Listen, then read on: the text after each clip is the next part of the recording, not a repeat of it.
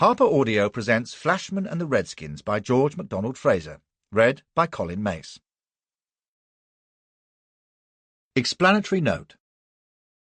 A singular feature of the Flashman papers, the memoirs of the notorious bully of Tom Brown's school days, which were discovered in a Leicestershire saleroom in 1966, is that their author wrote them in self-contained instalments, describing his background and setting the scene anew each time. This has been of great assistance to me in editing the papers entrusted to me by Mr. Paget Morrison of Durban, Flashman's closest legitimate relative. It has meant that as I opened each new packet of manuscript, I could expect the contents to be a complete and self-explanatory book, needing only a brief preface and footnotes. 6 volumes have followed this pattern.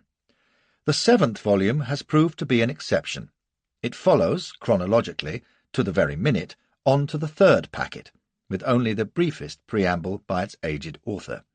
I have therefore felt it necessary to append a resume of the 3rd packet at the end of this note, so that new readers will understand the events leading up to Flashman's 7th adventure. It was obvious from the early papers that Flashman, in the intervals of his distinguished and scandalous service in the British Army, visited America more than once. This 7th volume is his Western Odyssey. I believe it is unique. Others may have taken part in both the '49 Gold Rush and the Battle of the Little Bighorn, but they have not left records of these events. Nor did they have Flashman's close, if reluctant, acquaintance with 3 of the most famous Indian chiefs, as well as with leading American soldiers, frontiersmen, and statesmen of the time, of whom he has left vivid and, it may be, revealing portraits. As with his previous memoirs, I believe his truthfulness is not in question. As students of these volumes will be aware, his personal character was deplorable, his conduct abandoned, and his talent for mischief apparently inexhaustible. Indeed, his one redeeming feature was his unblushing veracity as a memorialist. As I hope the footnotes and appendices will show, I have been at pains to check his statements wherever possible, and I am indebted to librarians, custodians, and many members of the great and kindly American public at Santa Fe, Albuquerque, Minneapolis, Fort Laramie, the Custer battlefield, the Yellowstone and Arkansas rivers, and Bent's Fort. G.M.F. Introduction. In May 1848, Flashman was forced to flee England after a card scandal, and sailed for Africa on the Balliol College, a ship owned by his father-in-law, John Morrison of Paisley, and commanded by Captain John Charity Spring, M.A., late Fellow of Oriel College. Only too late did Flashman discover that the ship was an illegal slave trader, and her captain, despite his academic antecedents, a homicidal eccentric. After taking aboard a cargo of slaves in Dahomey, the Balliol College crossed the Atlantic, but was captured by the American Navy. Flashman managed to escape in New Orleans, and take temporary refuge in a bawdy house, whose proprietress, a susceptible English matron named Susan Willinick, was captivated by his picaresque charm. Thereafter Flashman spent several eventful months in the Mississippi Valley, frequently in headlong flight. For a time he impersonated, among many other figures, a Royal Navy officer. He was also a reluctant agent of the Underground Railroad, which smuggled escaped slaves to Canada, but unfortunately the fugitive entrusted to his care was recognized by a vindictive planter named Omohundru, and Flashman abandoned his charge and beat a hasty retreat over the rail of a steamboat. He next obtained employment as a plantation slave driver, but lost his position on being found in compromising circumstances with his master's wife. He subsequently stole a beautiful octoroon slave, Cassie, sold her under a false name, assisted her subsequent evasion, and with the proceeds of the sale fled with her across the ice floes of the Ohio River, pursued by slave-catchers who shot him in the buttock. However, he succeeded in effecting his escape, and Cassie's, with the timely assistance of the then Congressman Abraham Lincoln. With charges of slave-trading, slave-stealing, false pretences, and even murder hanging over his head, Flashman was now anxious to return to England. Instead, mischance brought him again to New Orleans, and he was driven in desperation to seek the help of his former commander, Captain Spring, who had been cleared of slave trading by a corrupt American court and was about to sail. Flashman, who throughout his misfortunes had clung tenaciously to certain documents from the Balliol College, documents proving the ship's slaving activities with which Flashman had hoped to blackmail his detested father-in-law, now offered them as the price of his passage home. Captain Spring, his habitual malevolence tempered by his eagerness to secure papers so dangerous to himself, agreed. At this point, with our exhausted narrator quaking between the Scylla of United States justice and Charybdis in the person of the diabolical Spring, the third packet of the Flashman papers ended, and the next chapter of his American adventure begins. The 49er. I never did learn to speak Apache properly. Mind you, it ain't easy, mainly because the red brutes seldom stand still long enough. And if you've any sense, you don't either, or you're liable to find yourself studying their system of vowel pronunciation, which is unique, by the way, while hanging head down over a slow fire or riding for dear life across the Jornada del Muerto, with them howling at your heels and trying to stick lances in your liver, both of which predicaments I've experienced in my time, and you may keep 'em. Still, it's odd that I never got my tongue round it, for apart from fleeing and fornication, slinging the bat is my strongest suit. Well, I speak 9 languages better than the natives, and can rub along in another dozen or so, and I knew the Apaches well enough. God help me, I was even married to one for a spell, bands, beads, buffalo dance and all, and a spanking little wild beast she was too, with her peach-brown satin skin and hot black eyes and those white doe-skin leggings up to her thighs with the tiny silver bells all down the sides. I can close my eyes and hear them tinkling yet, 60 years after, and feel the pine needles under my knees and smell the wood smoke mingling with the musky perfume of her hair and the scent of the wild flowers outside her bower. The soft lips teasing my ear, murmuring, "Make my bells ring again, Pindalikoyi." Ay, me, it's a long time ago. But that's the way to learn a language, if you like, in between the sighs and squeals, and if I didn't happen in this case, the reason is that my buxom savage was not only a great chief's daughter, but Mexican hidalga on her mother's side, and inclined to put on airs something peculiar, such as speaking only Spanish in preference to the tribal dialect of the common herd. They can be just as pert and hoity-toity in a Mimbreno wiki-up as they can in a Belgravia drawing-room, believe me. Fortunately, there's a cure. But that's beside the point for the moment. Even if my Apache never progressed far beyond Nuche Shi Itzan, which may be loosely translated as "come here, girl," and is all you need to know, apart from a few fawning protestations of friendship and whines for mercy and much good they'll do you, I still recognize the diabolical lingo when I hear it, that guttural, hissing mumble, with all its tz and zilla and rr noises, like a drunk Scotch Jew having trouble with his false teeth, is something you don't forget in a hurry. So when I heard it in the Travellers a few weeks ago, and had mastered an instinctive impulse to dive for the door, bawling, "Bash! Ride for it, you fellows, and save your hair!" I took stock, and saw that it was coming in a great spate from a pasty-looking specimen with a lordly academic voice, and some threepenny order on his shirt-front, who was enthralling a group of toadies in a corner of the smoking-room. I demanded to know what the devil he meant by it, and he turned out to be some distinguished anthropologist or other who had been lecturing to the Royal Geographic on North American Indians. "And what do you know about them, apart from that beastly chatter?" says I, pretty warm, for he had given me quite a start. And I could see at a glance that he was one of those snoopathetic meddlers who strut about with a fly-whisk and notebook, prodding lies out of the niggers and over-tipping the dragoman on college funds. He looked taken aback, until they told him who I was, and that I had a fair acquaintance with North American Indians myself, to say nothing of other various aborigines. At that he gave me a distant flabby hand, and condescended to ask me an uneasy question or two about my American travels.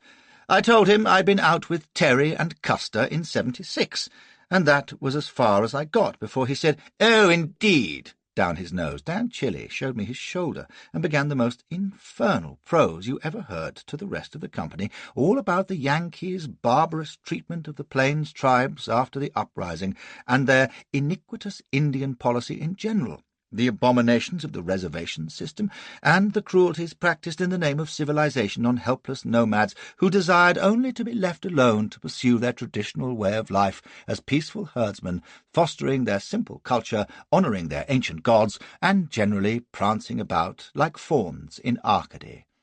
Mercifully, I hadn't had dinner. "Noble savages, eh?" says I, when he paused for breath, and he gave me a look full of sentimental spite. "I might call them that," snaps he. "Do I take it that you would disagree?" "Depends which one you're talking about," says I. "Now, Spotted Tail was a gentleman. Chico Velasquez, on the other hand, was an evil, vicious brute. But you probably never met either of them. Care for a brandy, then?" He went pink. "I thank you, no." "By gentleman, I suppose," he went on, bristling, "you mean one who has despaired to the point of submission, while brute would no doubt describe any sturdy, independent patriot who resisted the injustice of an alien rule or revolted against broken treaties. If sturdy independence consists of cutting off women's fingers and fringing your buckskins with them, then Chico was a patriot, no error," says I. "Mind you, that was the soft end of his behaviour. Hey, waiter, another one, and keep your thumb out of it, d'ye hear?" My new acquaintance was going still pinker and taking in breath. He wasn't used to the argumentum ad Chico Velasquez, and it was plainly getting his goat, as I intended it should. "Barbarism is to be expected from a barbarian, especially when he has been provoked beyond endurance," he snorted and sneered. "Really, sir, will you seriously compare errant brutality committed by this Velasquez, as you call him, who, by his name I take it, sprang from that unhappy Pueblo stock who had been brutalized by centuries of Spanish atrocity, will you compare it, I say, with a calculated policy of suppression, nay, extermination, devised by a modern Christian government? You talk of an Indian savagery, yet you boast acquaintance with General Custer, and doubtless you have heard of Chivington. Sand Creek, sir, Wounded Knee, Washita. Ah, you see," cries he in triumph, "I can quote your own lexicon to you. In face of that, will you dare condone Washington's treatment of the American Indian?" "I don't condone it," says I, holding my temper, "and I don't condemn it, either. It happened just as the tide comes in, and since I saw it happen, I know better than to jump to the damnful sentimental conclusions that are fashionable in college cloisters. Let me tell you," there were cries of protest, and my anthropologist began to gobble. "Fashionable, indeed! Have you read Mrs. Jackson, sir? Are you ignorant of the miserable condition to which a proud and worthy people have been reduced? Since you served in the Sioux campaign, you cannot be unaware of the callous and vindictive zeal with which it and subsequent expeditions were conducted against a resistless foe. Can you defend the extirpation of the Modocs, or the Apaches, or a dozen others I could mention? For shame, sir!" He was getting the bit between his teeth now, and I was warming just a trifle myself. "And all this at a time when the resources of a vast modern state might have been employed in a policy of humanity, restraint, and enlightenment. But no, all the dark old prejudices and hatreds must be given full and fearful rein, and the despised hostile annihilated, or reduced to virtual serfdom." He gestured contemptuously. "And all you can say is that it happened? Tush, sir! So might Pilate have said. It happened." He was pleased with that, so he enlarged on it. "The procurator of Judea would have made a fit aide-de-camp to your General Terry, I dare say. I wish you a very good night, General Flashman," which would have enabled him to stalk off with the honours, but I don't abandon an argument when reasoned persuasion may prevail. "Now see here, you mealy little pimp," says I, "I've had just about a bellyful of your pious, hypocritical maundering. Take a look at this." And while he gobbled again and his sycophants uttered shocked cries, I dropped my head and pulled apart my top hair for his inspection. "See that bald patch?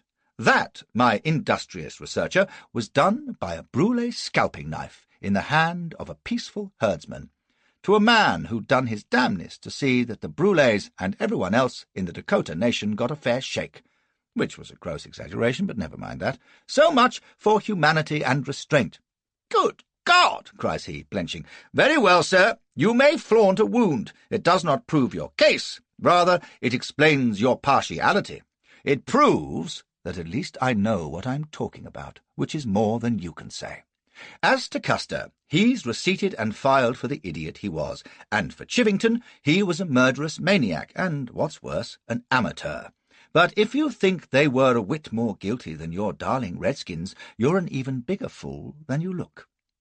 What bleating breast-beaters like you can't comprehend, I went on at the top of my voice, while the toadies pawed at me and yapped for the porters, is that when selfish, frightened men, in other words, any men, red or white, civilized or savage, come face to face in the middle of a wilderness that both of them want, the Lord alone knows why, then war breaks out and the weaker goes under.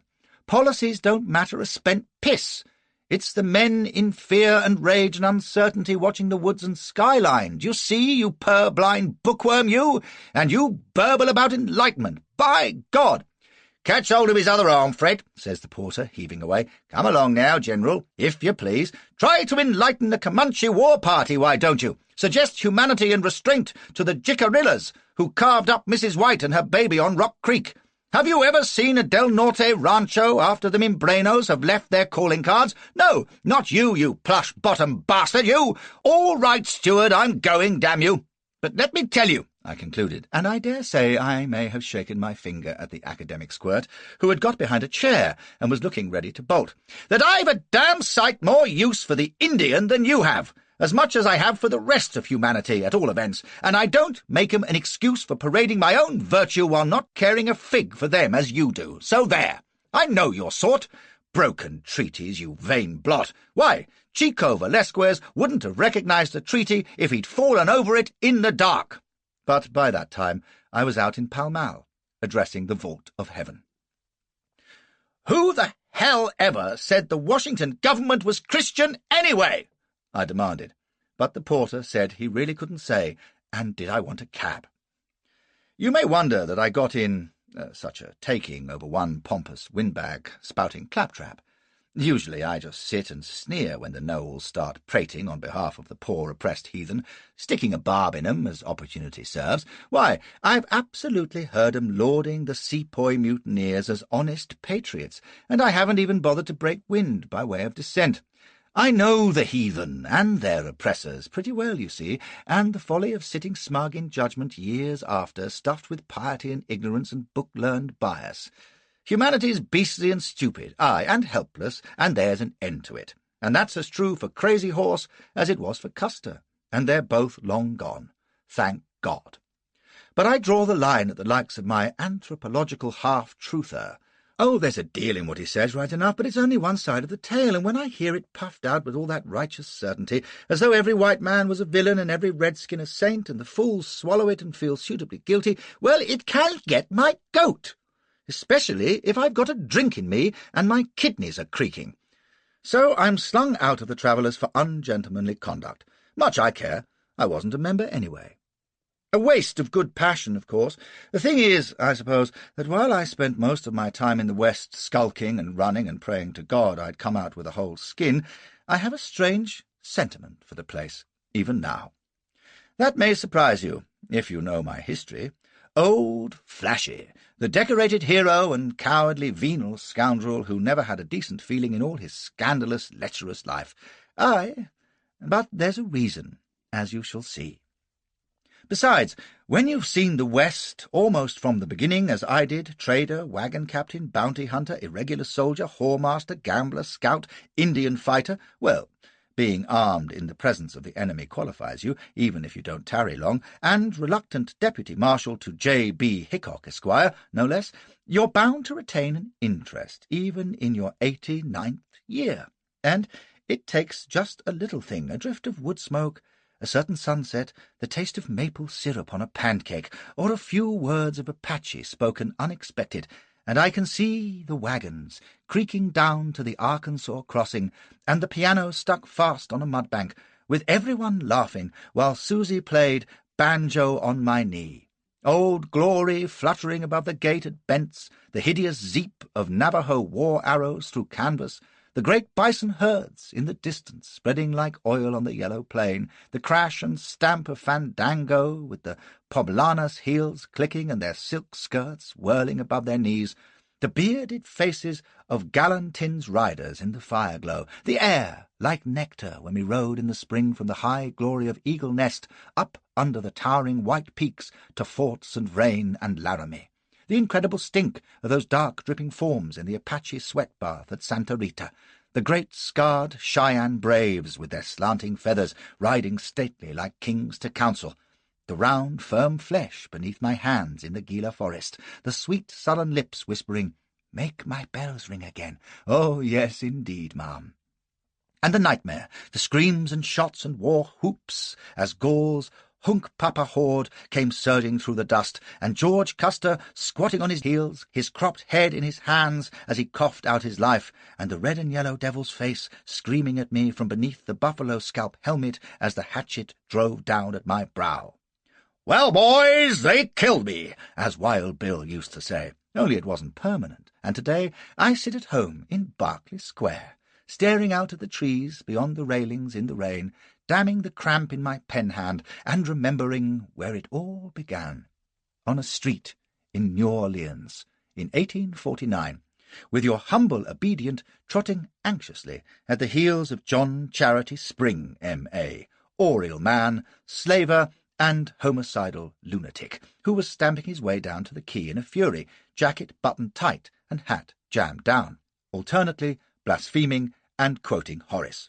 "I should have dropped you overboard off Finisterre," snarls he. "It would have been the price of you, by God. Aye, well, I missed my chance. Quon doc bonus dormitat Homerus." He wheeled on me suddenly, and those dreadful pale eyes would have frozen brandy. "But Homer won't nod again, Mr. Flashman, and you can lay to that. One false step out of you this trip, and you'll wish the Amazons had got you." "Captain," says I earnestly, "I'm as anxious to get out of this as you are. And you've said it yourself. How can I play you false?" "If I knew that, I'd be as dirty a little Judas as you are." He considered me balefully. "The more I think of it, the more I like the notion of having those papers of Comer's before we go a step further." Now, those papers, which implicated both Spring himself and my miserly Scotch father-in-law up to their necks in the illegal slave trade, were the only card in my hand. Once Spring had them, he could drop me overboard indeed. Terrified as I was, I shook my head, and he showed his teeth in a sneering grin. "What are you scared of, you worm? I've said I'll carry you home, and I keep my word. By God," he growled, and the scar on his brow started to swell crimson, a sure sign that he was preparing to howl at the moon. "Will you dare say I don't, you quaking offal? Will you? No, you'd better not. Why, you fool, I'll have 'em within 5 minutes of your setting foot on my deck in any event, because you're carrying them, aren't you? You wouldn't dare leave 'em out of your sight, I know you." He grinned again nastily. "Omnia mea mecum porto is your style. Where are they? In your coat lining or under your boot sole?" It was no consolation that they were in neither, but sewn in the waistband of my pants. He had me, and if I didn't want to be abandoned there and then to the mercy of the Yankee law, which was after me for murder, slave-stealing, impersonating a naval officer, false pretences, theft of a wagon and horses, perjury, and issuing false bills of sale, Christ, just about everything except bigamy, I had no choice but to fork out and hope to heaven he'd keep faith with me. He saw it in my face and sneered. "As I thought. You're as easy to read as an open book, and a vile publication too. We'll have them now, if you please." He jerked his thumb at a tavern across the street. "Come on." "Captain, for God's sake, let it wait till we're aboard. The Yankee Navy traps will be scouring the town for me by now. Please, Captain, I swear you'll have 'em." "Do what you're damn well told," he rasped, and seizing my arm in an iron hand, he almost ran me into the pub and thrust me into a corner seat furthest from the bar. It was middling dim, with only 1 or 2 swells lounging at the tables, and a few of the merchant and trader sort talking at the bar, but just the kind of respectable ken that my legal and navy acquaintances might frequent. I pointed this out, whining. "5 minutes more or less won't hurt you," says Spring, "and they'll satisfy me whether or not you're breaking the habit of a lifetime by telling the truth for once." So while he bawled for juleps and kicked the black waiter for being dilatory, I wished to God he wouldn't attract attention with his high table manners. I kept my back to the room and began surreptitiously picking stitches out of my flies with a penknife. He drummed impatiently, growling, while I got the packet out, that precious sheaf of flimsy, closely written papers that Comer had died for, and he pored through it, grinding his teeth as he read. That ingrate, sanctimonious reptile! He should have lingered for a year. I was like a father to the bastard, and see how he repaid my benevolence, by God, skulking and spying like a rat at a scuttle. But you're all alike, you shabby genteel vermin. Aye, Master Comer, Phaedrus limed your epitaph. Saepi interunt alice meditantis necum, and serve the bastard right.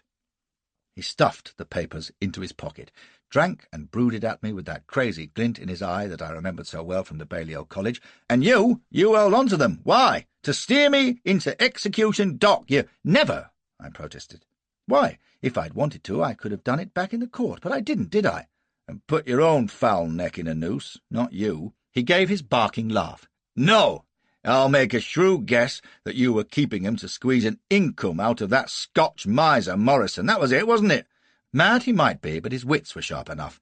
Filial piety, you leper! Well, if that's your game, you're out of luck. He's dead, and certainly damned. I had word from our New York agent 3 weeks ago. That takes you flat aback, doesn't it, my bucko? And it did, but only for a moment. For if I couldn't turn the screw on a corpse, well, I didn't need to, did I? The little villain's fortune would descend to his daughters, of whom my lovely simpleton wife, Elspeth, was the favourite. By George, I was rich. He'd been worth a cool 2 million, they reckoned, and at least a quarter would come to her, and me, unless the wily old skinflint had cooked up some legal flummery to keep my paws off it, as he'd done these 10 years past. But he couldn't. Elspeth must inherit, and I could twist her round my little finger, couldn't I?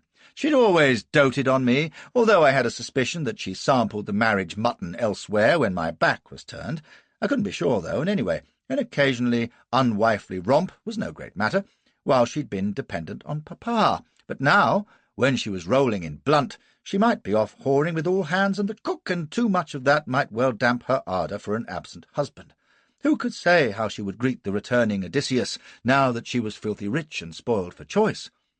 That apart, if I knew my fair feather-brain, she'd be spending the dibs, my dibs, like a drunk duke on his birthday. The sooner I was home, the better, but Morrison kicking the bucket was capital news just the same.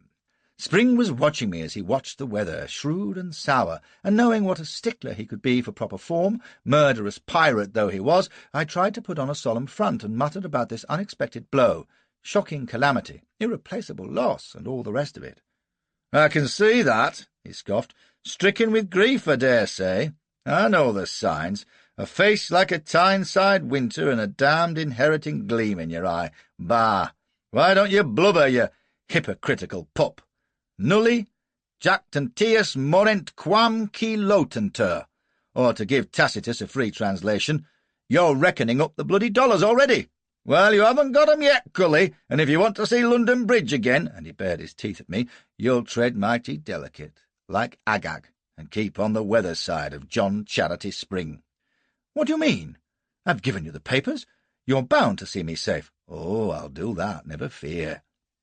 There was a cunning shift in those awful empty eyes. "Mi duce tutus eris. And do you know why? Because when you reach England, and you and the rest of Morrison's carrion brood have got your claws on his fortune, you'll discover that you need an experienced director for his extensive maritime concerns, lawful and otherwise." He grinned at me triumphantly. "You'll pay through the nose for him, too, but you'll be getting a safe, scholarly man of affairs, who'll not only manage a fleet, but can be trusted to see that no indiscreet inquiries are ever directed at your recent American activities, or the fact that your signature as supercargo is to be found on the articles of a slave trader." "Christ! Look who's talking!" I exclaimed. "I was shanghaied, kidnapped. And what about you? Damn your eyes! Will you take that tone with me?" he roared, and a few heads at the nearest table turned, so he dropped his voice to its normal snarl. "English law holds no terrors for me. I'll be in Brest or Calais, taking my money in francs and guilders, thanks to those misbegotten scum of ushers at Oxford who cast me into the gutter out of spite, who robbed me of dignity and the fruits of scholarship." His scar was crimsoning again, as it always did when Oxford was mentioned. Oriel had kicked him out, you see, no doubt for purloining the college plate or strangling the dean, but he always claimed it was academic jealousy. He writhed and growled and settled down. "England holds nothing for me now, but your whole future lies there, and there'll be damned little future if the truth about this past year comes out. The army, disgrace, your new-found fortune, ruin. You might even swing," says he, smacking his lips, "and your lady wife would certainly find the social entree more difficult to come by. On which score," he added malevolently, "I wonder how she would take the news that her husband is a whoremongering rake who covered everything that moved aboard the Balliol College. By and large, mutual discretion will be in both our interests, don't you think?" And the evil lunatic grinned at me sardonically and drained his glass. "We'll have leisure to discuss business on the voyage home and to resume your classical education, whose interruption by those meddling Yankee Navy bastards I'm sure you deplore as much as I do. Hiatus valde deflendus, as I seem to remember telling you before. Now get that drink into you and we'll be off." As I have said, he was really mad. If he thought he could blackmail me with his ridiculous threats, and him a discredited don-turned-pirate who'd be clapped into Bedlam as soon as he opened his mouth in civilized company, he was well out of court. But I knew better than to say so just then. Raving or not, he was my one hope of getting out of that beastly country, and if I had to endure his interminable proses about Horace and Ovid all across the Atlantic, so be it. I drank up meekly, pushed back my chair, turned to the room, and walked slap into a nightmare. It was the most ordinary, trivial thing, and it changed the course of my life, as such things do. Perhaps it killed Custer, I don't know. As I took my first step from the table, a tall man standing at the bar roared with laughter and stepped back, just catching me with his shoulder. Another instant, and I'd have been past him unseen, but he jostled me and turned to apologize. "Your pardon, sir," says he, and then his eyes met mine and stared, and for full 3 seconds we stood frozen in mutual recognition. For I knew that face. The coarse whiskers, the scarred cheek, the prominent nose and chin, and the close-set eyes. I knew it before I remembered his name. Peter Omohundro. You all know these embarrassing little encounters, of course. The man you've borrowed money off, or the chap whose wife has flirted with you, or the people whose invitation you've forgotten, or the vulgarian who accosts you in public. Omohundro wasn't quite like these exactly. The last time we'd met, I'd been stealing one of his slaves, and shots had been flying, and he'd been roaring after me with murder in his eye, while I'd been striking out for the Mississippi shore. But the principle was the same, and so, I flatter myself, was my immediate behaviour. I closed my mouth, murmured an apology, nodded offhand, and made to pass on. I've known it work, but not with this indelicate bastard. He let out an appalling oath and seized my collar with both hands. "Prescott!" he bawled. "By God, Prescott!" "I beg your pardon, sir," says I, damned stiff. "I haven't the honour of your acquaintance." "Haven't you, though, you nigger-stealing son of a bitch? I sure as hell got the honour of yours. Jim, get a constable, quick, damn it. Why, you thieving varmint." And while they gaped in astonishment, he thrust me by main strength against the wall, pinning me there and roaring to his friends. "It's Prescott, Underground Railroader that stole away George Randolph on the Sultana last year. Hold still, goddamn you! It's him, I say.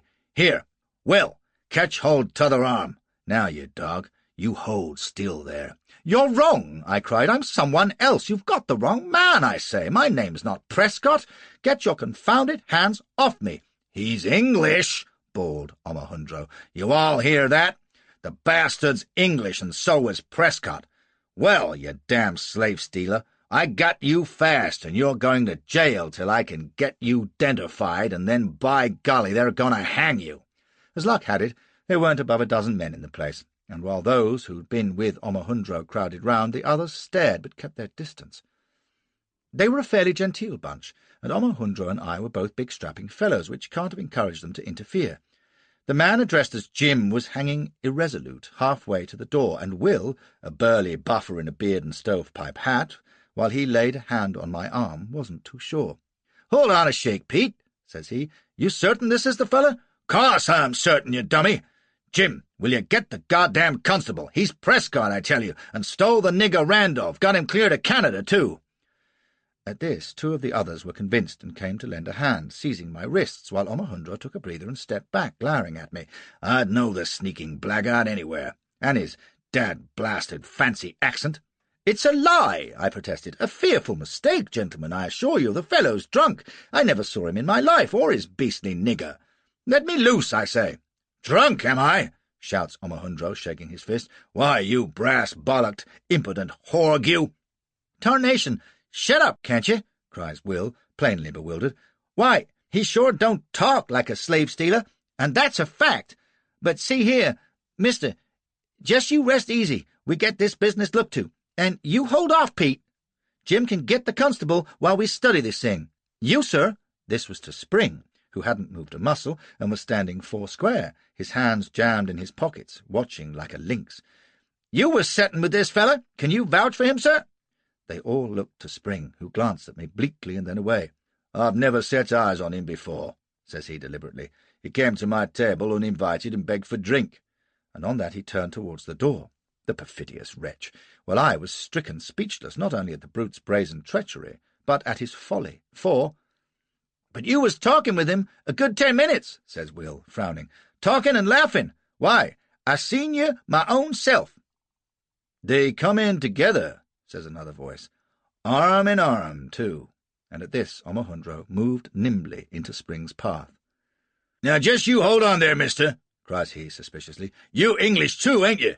And you settin' all cosy-like with this abolitionist skunk Prescott, 'cause I swear on a ton of Bibles, Will, that Prescott agin the wall there. I reckon we keep a grip of both of you till the constable come." "Stand out of my way," growls Spring, and although he didn't raise his voice, it rasped like a file. Will gave back a step. "You mind your mouth," says Omohundro, and braced himself. "Maybe you clear, maybe you ain't, but I'm warning you, don't stir another step. You're going to stay here. So now." I wouldn't feel sorry for Omohundro at any time, least of all with two of his bullies pinioning me and blowing baccy juice in my face, but I confess to a momentary pang just then, as though he'd passed port to the right, for giving orders to J.C. Spring is simply one of the things that are never done. You'd be better teasing a mating gorilla. For a moment he stood motionless, while the scar on his brow turned purple, and that unholy mad spark came into his eyes. His hands came slowly from his pockets, clenched. "You infernal Yankee pipsqueak," says he. "Stand aside, or by heaven it'll be the worse for you." "Yankee?" roars Omohundro. "Why, you goddamn—" But before his fist was half raised, Spring was on him. I'd seen it before, of course, when he'd almost battered a great hulking seaman to death aboard ship. I'd been in the way of his fist myself, and it had been like being hit with a hammer. You'd barely credit it. Here was this sober-looking, middle-aged bargee, with the grey streaks in his trim beard and the solid spread to his middle, burly but by no means tall, as proper a citizen as ever spouted Catullus or graced a corporation. And suddenly it was Attila, gone berserk. One short step he took, and sank his fists left and right in Omohundro's midriff.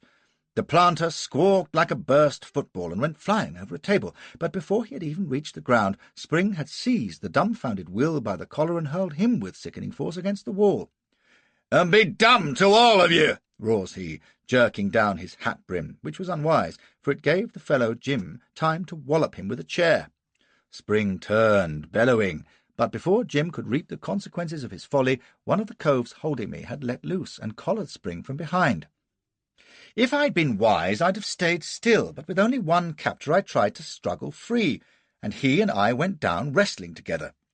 He wasn't my weight, and after some noisy panting and clawing, I got atop of him and pounded him till he hollered.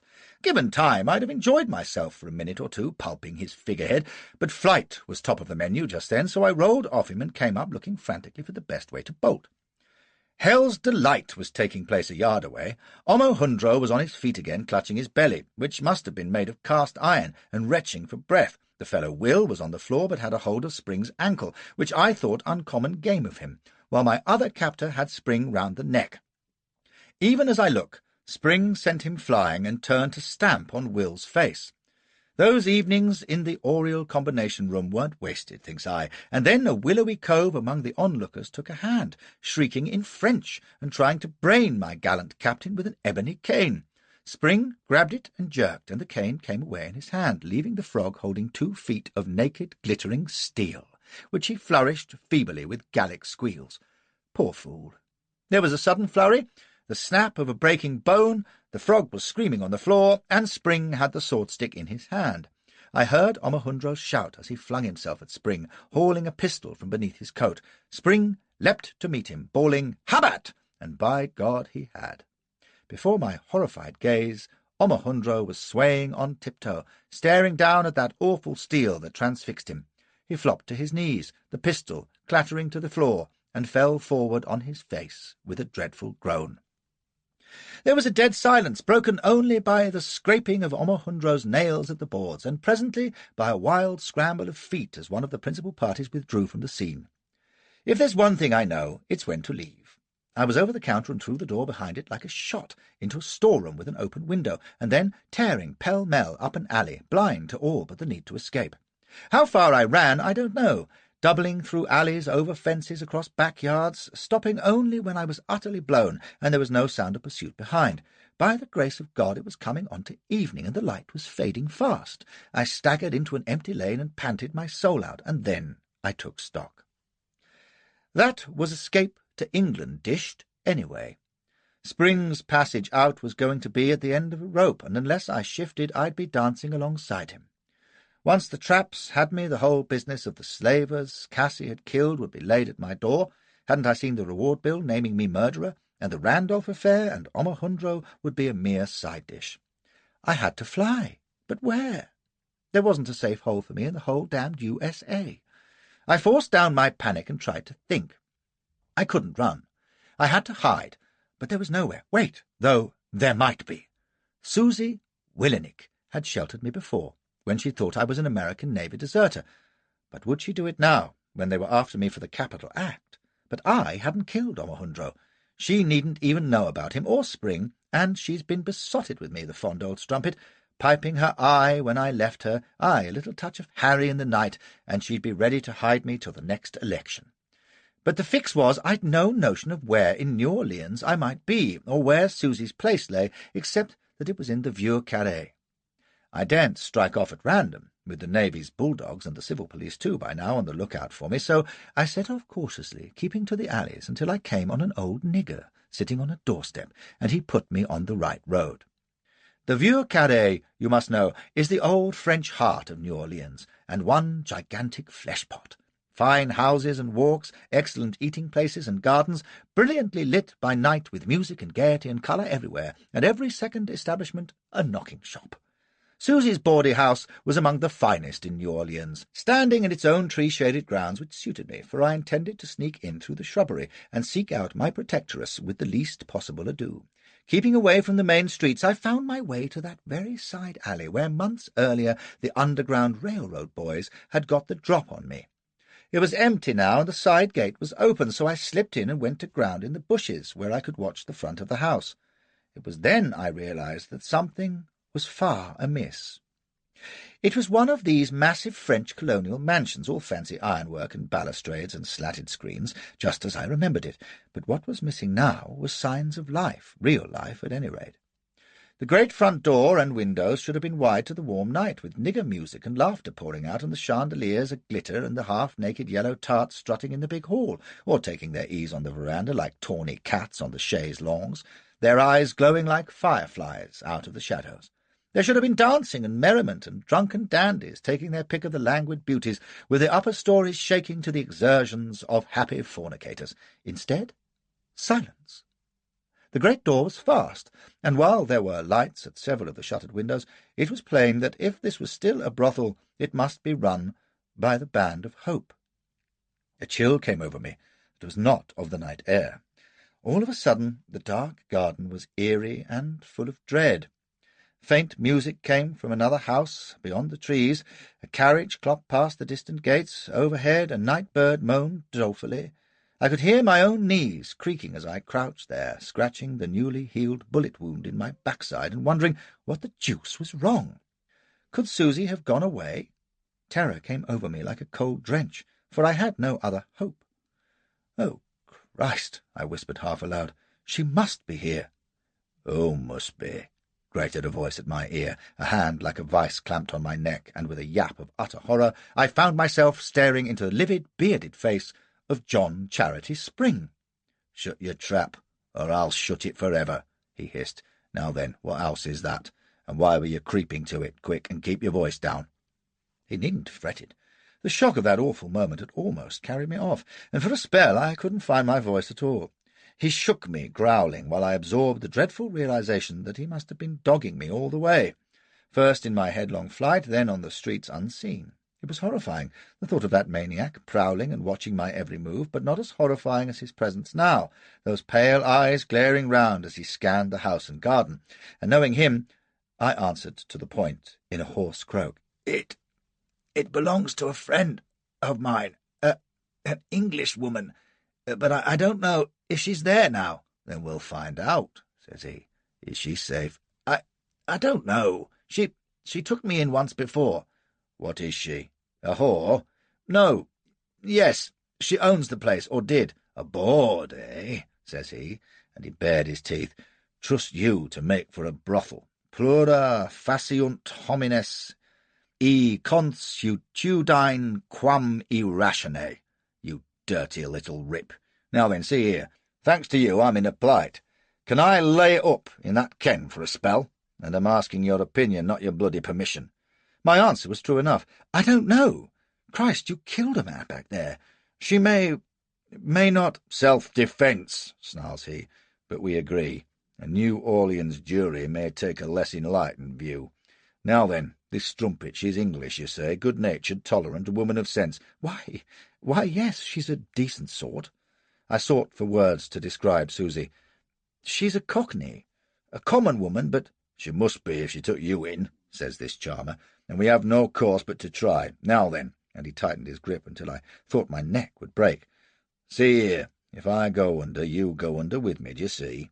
So this bitch had better harbour us, for if she doesn't—" He shook me, growling like a mastiff. "So you'd better persuade her, and mind what Seneca says, qui timide rogat docet negare." Eh? Jesus, did Arnold teach you nothing? Who asks in fear is asking for a refusal. Right, march. I remember thinking, as I tapped on the front door, with him at my elbow, brushing his hat on his sleeve, how many poor devils have ever had a mad murderer teaching them Latin in the environs of a leaping academy in the middle of the night, and why me, of all men? Then the door opened, and an ancient nigger porter stuck his head out, and I asked for the lady of the house. "Miss Wilnock, sir? Oh, sorry, sir. Miss Wilnock gone away." "She isn't here?" "Oh, no, sir, she's here, but she gone away pretty soon. Our establishment, sir, closed, permanent. But if you're going next door to Miss Rivers, she'll be accommodating you gentlemen." Spring elbowed me aside. "Go and tell your mistress that 2 English gentlemen wish to see her at her earliest convenience," says he, damned formal, "and present our compliments and our apologies for intruding upon her at this untimely hour." As the darky goggled and tottered away, Spring rounded on me. "You're in my company," he snaps, "so mind your bloody manners." I was looking about me, astonished. The spacious hall was shrouded in dust-sheets. Packages were stacked everywhere, bound and labelled as for a journey. It looked like a wholesale flitting. Then from the landing I heard a female voice, shrill and puzzled, and the nigger butler came shambling into view, followed by a stately figure that I knew well, clad in a fine embroidered silk dressing-gown. As always, she was garnished like Pompadour, her hennaed hair piled high above that plump, handsome face, jewels glistening in her ears and at her wrists, and on that splendid bosom that I remembered so fondly. Even in my anxious state, it did me good just to watch 'em bounce as she swayed down the stairs. As usual in the evening, she plainly had a pint or 2 of port inside her. She descended grand as a duchess, peering towards us in the hall's dim light, and then she checked with a sudden scream of "Beecham!" and came hurrying down the last few steps and across the hall, her face alight. "Beecham, you've come back! Well, I never!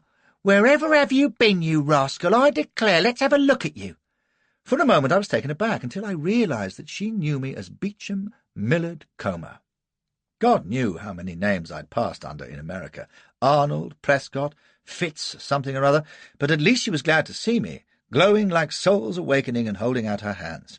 I believe I'd have been enveloped if she hadn't checked modestly at the sight of Spring, who was bowing stiffly from the waist with his hat across his guts. "Susie," says I. "This is my friend, Captain John Charity Spring." "Oh, indeed," says she, and beamed at him up and down, and blow me if he didn't take her hand and bow over it. "Most honoured to make your acquaintance, ma'am," says he. "Your humble obedient." "I never," says Susie, and gave him a roving look. "A distinguished pleasure, I'm sure." "Oh, stuff, Beecham! Do you think I'm going to do the polite with you too? Come here and give us a kiss." Which I did, and a hearty slobber she made of it, while Spring looked on, wearing what for him passed as an indulgent smile.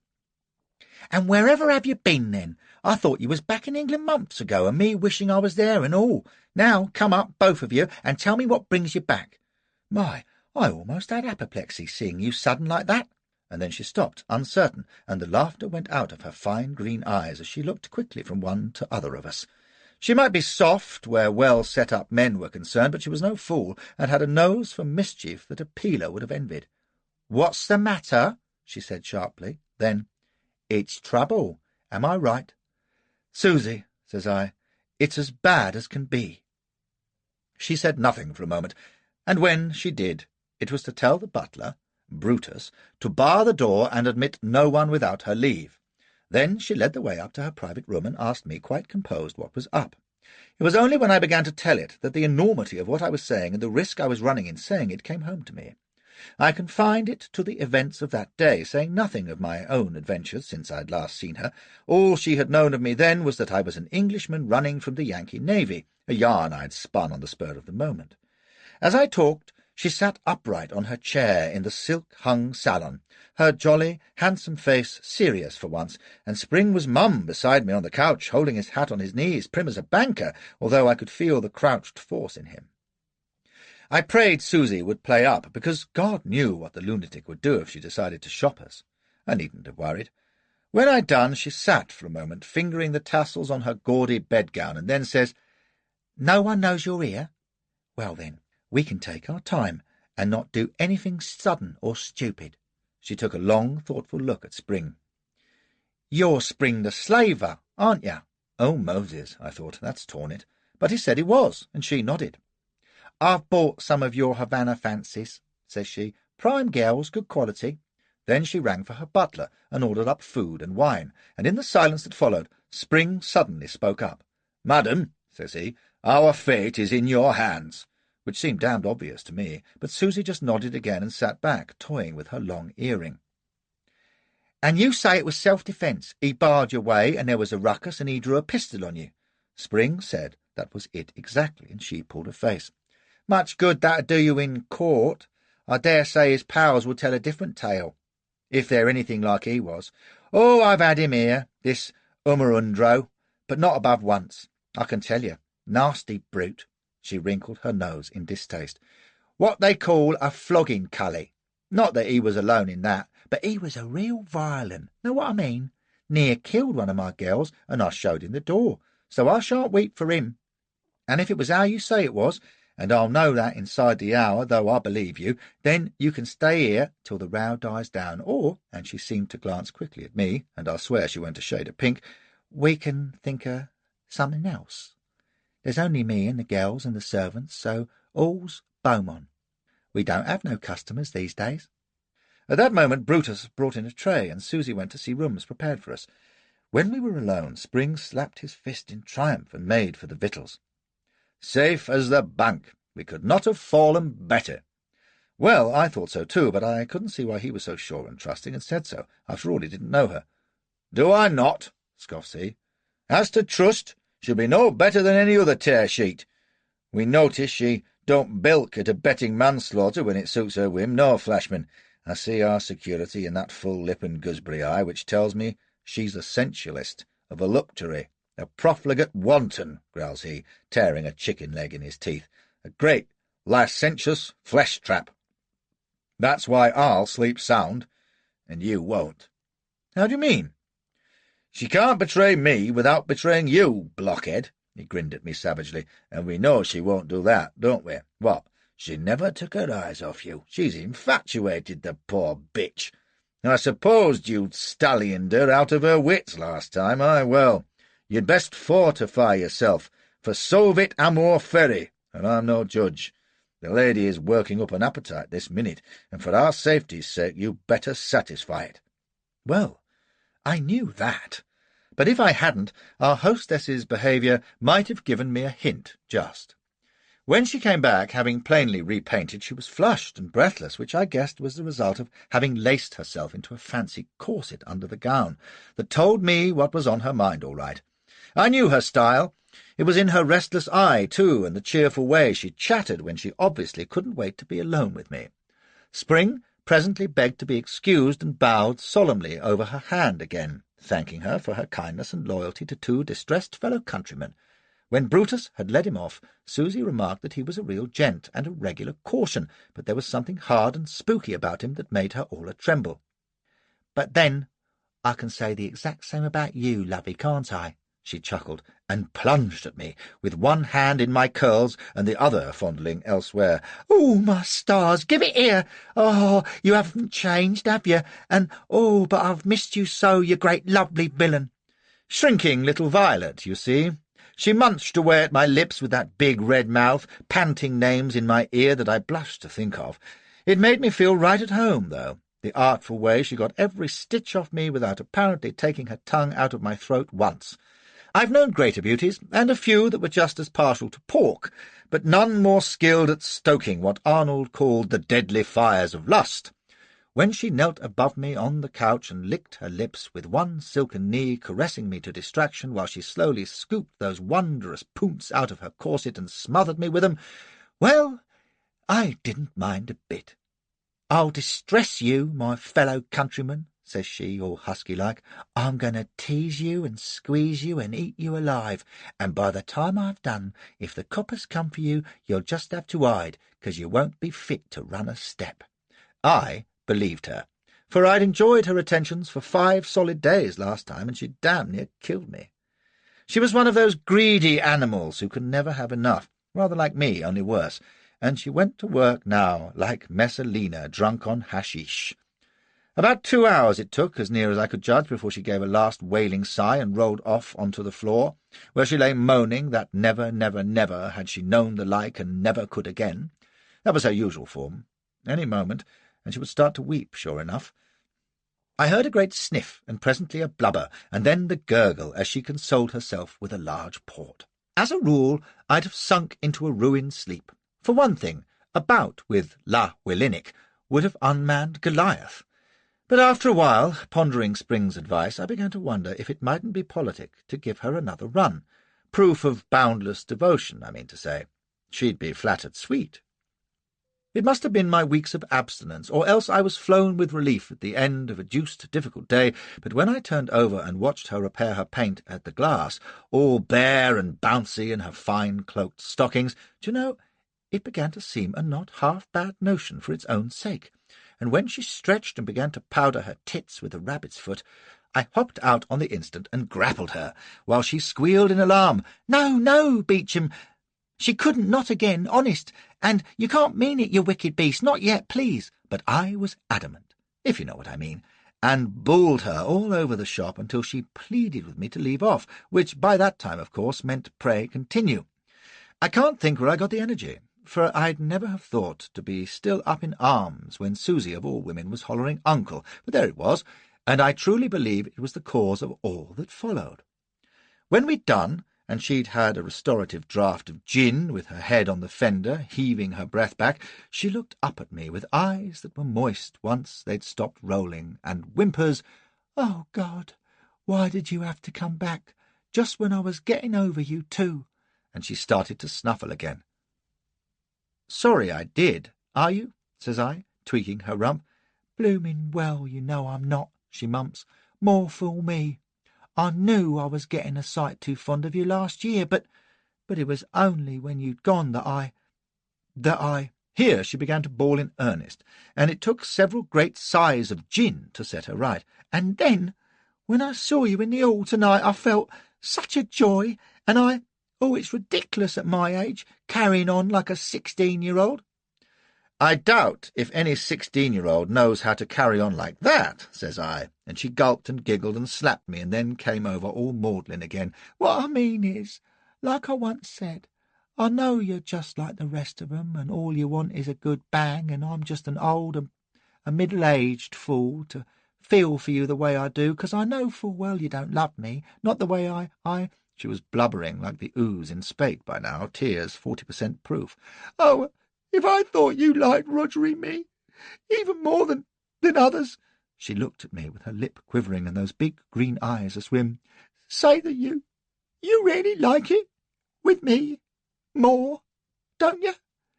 Honest, when I caught you looking at me in the mirror, you looked as though you cared for me. Tight as Dick's hatband, of course, but it proved how right I'd been to give her an encore. If a thing's worth doing, it's worth doing well, and if Susie wants to go with you a mile, gallop with her twain. I improved the shining hour by telling her I was mad for her, and had never known a ride to compare, which wasn't all that much of a lie, and murmured particulars until she quite cheered up again, kissed me long and fondly, and said I was a dear bonny boy. I told her that I'd been itching for her all these months, but at that she gave me a quizzy look. "I bet you didn't itch long," says she, sniffing, "not with all them saucy black tails about. Gammon." "One or two," says I, for I know how to play my hand, for want of better. "And don't tell me," I added with a sniff of my own, "that some lucky men haven't been playing hopscotch with you." Do you know, she absolutely blushed, and cried no such thing, the very idea. But I could see she was pleased, so I gave her a slantendecular look, and said, "Not even one?" At which she blushed even pinker, and wriggled, and said, well, it wasn't her fault, was it, if some very valued and important clients insisted on the personal attention of Madame? "Oh," says I, "and who might that be?" "Never you mind, sauce-box," giggled she, tossing her head. So I kept mum till she turned to look at me, and then I frowned and asked quite hard, "Who, Susie?" She blinked, and slowly all the playfulness went out of that plump, pretty face. "Here," says she, uncertain. "Why are you looking at me like that? You're not cross, are you? I thought you was just funning me." I said nothing, but gave an angry little shrug, looking quickly away, and she gasped in bewilderment and caught my arm. "Here, Beecham, you mean you mind? But Lovey, I never knew. Here, what's the matter?" "No matter at all," says I, very cool, and set my jaw tight. "You're right. It's no concern of mine." But I bit my lip and looked stuffed and all Prince Albert, and when I made to get up she took fright in earnest, throwing her arms round my neck and crying that she'd never dreamed I would care, and then starting to blubber bucketsful, sobbing that she'd never thought to see me again, or she'd never have, but it was nothing, honest, oh, Gord, please, Beecham. Just one or two occasional, like the rich old Creole planter who'd paid $100 to take a bath with her, but she'd have flung the old goat's money in his face if she'd known that and if I'd heard gossip about her and Count Vaudrain, it was bleeding lies, 'cause it wasn't him. It was only his 14-year-old nephew that the Count had engaged her to give lessons to. If I'd played her along, I dare say I could have got enough bizarre material for a book, but I didn't want to push my little charade of jealousy too far. I'd tickled the old trollop's vanity, fed her infatuation for me, scared her horrid, and discovered what a stout leash I'd got her on, and had the capital fun of watching her grovel and squirm. It was time to be magnanimous and soulful, so I gave her bouncers a forgiving squeeze at last, and she near swooned with relief. "It was just business, Beecham, not like with you. Oh, never like with you. If I'd known you was coming back and that you cared—" That was the great thing, apparently. She was full of it. "'Cause you really care, don't you? Oh, say you do, darling, and please, you're not angry with me no more." That was my cue to change from stern sorrow to fond devotion, as though I couldn't help myself. "Oh, Susie, my sweet," says I, giving her bum a fervent clutch, "as if I could ever be angry with you." This and a glass of gin fully restored her, and she basked in the sunshine of her lover's favour, and said I was the dearest, kindest big ram honest I was. Her talk of business, though, had reminded me of something that had slipped my mind during all our frenzied exertions as we climbed into her four-poster presently. I asked why the place was closed up and under dust-sheets. "Course I never told you. You haven't given me much chance, have you, you great bully?" She snuggled up contentedly. "Well, I'm leaving Orleans next week for good, And what do you think of that? Fact is, trade's gone down that bad, what with my particular market being overcrowded and half the menfolk off to the gold diggings to try their luck. Why, we're lucky to get any young customers nowadays. So I thinks, Susie, me girl, you'd better try California yourself and do a little digging of your own. And if you can't make a bigger fortune than any prospector, you're not the woman. Hold on, though. What'll you do in California? Why, what I've always done. Manage an establishment for the recreation of affluent gentlemen. Don't you see, there must be 1,000,000 hearty young chaps out there already working like blacks, the lucky ones with pockets full of gold dust, and never a sporty female to bless themselves with, except for common drabs. Well, where there's muck, there's money, and you can bet that in a year or two, Sacramento and San Francisco are going to make Orleans look like the parish pump. It may be rough living just now, but before long they're going to want all the luxuries of London and Paris out there, and they'll be able to pay for 'em too. Wines, fashions, theatres, the best restaurants, the smartest salons, the richest shops, and the crackiest whores. Mark my words, whoever gets there first with the quality merchandise can make 1,000,000 easy. It sounded reasonable, I said, but a bit wild to establish a place like hers, and she chuckled confidently. I'm going ready-made, don't you fret. I've got a place marked down in Sacramento through an agent, and I'm moving the whole kit and caboodle up the river to Westport next Monday. Furnishings, crockery, my cellar and silver, and the livestock, which is the main thing. I've got 20 of the primmest yellow girls under this roof right now, all experienced and broke in. So don't you start walking in your sleep, will you scoundrel? Here, let's have a look at you. But hold on, how are you going to get there? Says I, cuddling obediently. Why, up to Westport and across by carriage to, where is it? Santa Fe, and then to San Diego. It only takes a few weeks, and there's thousands going every day in carts and wagons and on horseback, even on foot. You can go round by sea, but it's no quicker or cheaper in the end, and I don't want my delicate young ladies getting seasick, do I? Isn't it dangerous, I mean? Indians and ruffians and so on. Not if you got guards and proper guides. That's all arranged, don't you see? And I haven't stinted neither. I'm a businesswoman, in case you hadn't noticed, and I knows it pays to pay for the best. That's why I'll have the finest slap-up bagnio on the west coast going full steam before the year's out. And I'll still have a tidy parcel over in the bank. If you got money, you can't help making more, provided you use common sense. From what I knew of her, she had plenty of that, except where active young men were concerned, and she was a deuced competent manager. But if she had her future planned, I hadn't. I remarked that it didn't leave much time to arrange my safe passage, and springs, for what that was worth, out of New Orleans. Don't you worry about that, says she comfortably. I've been thinking about it, and when we see what kind of a hue and cry there is in the town tomorrow, we can decide what's best. You're safe here meantime, and snug and warm and cosy, she added, so let's have another chorus of John Peel, shall we? You can guess that I was sufficiently pale and wan next morning to satisfy Spring that he could continue to rest easy, chez Willenick. One look at me, and at Susie, languid and yawning, and he gave me a sour grin and muttered, "Christ, non equidem invidio mirror magis," which, if you ask me, was just plain jealousy. And if I'd known enough Latin myself, I'd have retorted, "Ver non semper videt," eh? Too bad. Which would have had the virtue of being witty, although he'd probably not have appreciated it. Pleasantries would have been out of season anyway, for the news was bad. Susie had had inquiries made in town, and reported that Omohundro's death was causing a fine stir. There was a great manhunt afoot, and our descriptions were posted at every corner. There was no quick way out of New Orleans, that was certain, and when I reminded Susie that something would have to be done in the next few days, she just patted my hand and said she would manage, never fear. Spring said nothing, but watched us with those pale eyes. You may think that it's just nuts being confined to a brothel for 4 solid days, which we were, but when you can't get at the tarts, and a mad murderer is biting his nails and muttering dirty remarks from Ovid, and the law may thunder at the door any minute, it can be damned eerie. There we were, in that great echoing mansion, not able to stir outside for fear someone would see us from the road, or to leave our rooms, hardly. For although the sluts' quarters were in a side wing, they were about the place most of the time, and Susie said it would be risky to let them see us, or me to see them, she probably thought. Not that I'd have had the inclination to do more than wave at them. When you have to pile into Mrs. Willenick every night, other women take on a pale, spectral appearance, and you start to think there's something to be said for monasteries after all. Not that I minded that part of it at all. She was an uncommon inventive amorist, and when you have been chief stud and bath attendant to Queen Ranavalona of Madagascar, with the threat of boiling alive or impalement hanging over you if you fail to satisfy the customer, then keeping pace even with Susie is gammon and peas.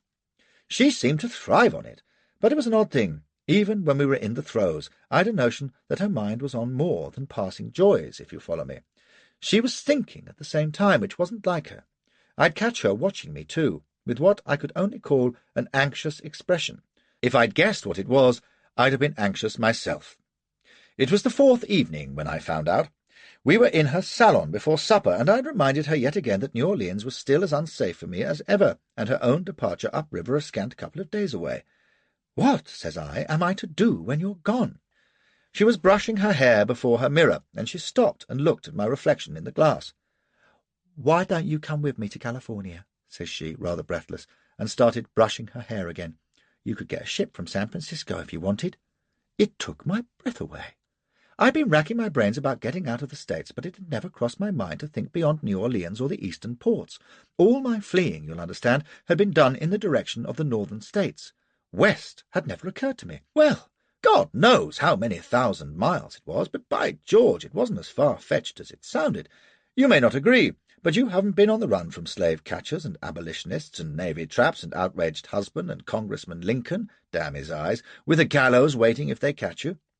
I was in that state of funk where any loophole looks fine, and when I came to weigh it, travelling incog in Susie's caravan looked a sight safer than anything else. The trip upriver would be the risky part. Once west of the Mississippi, I'd be clear. I'd be in San Francisco in 3 months, perhaps. "Would you take me?" was the first thing that came to my tongue, before I'd given more than a couple of seconds' thought to the thing, and her brush clattered on the table, and she was staring at me with a light in her eyes that made my blood run cold. "Would I take you?" says she. "Course I'd take you. I didn't know if you'd want to come, though. But it's the safest way, Beecham. I know it is." She had turned from her mirror, and she seemed to be gasping for breath and laughing at the same time. You wouldn't mind, I mean, being with me for a bit longer?"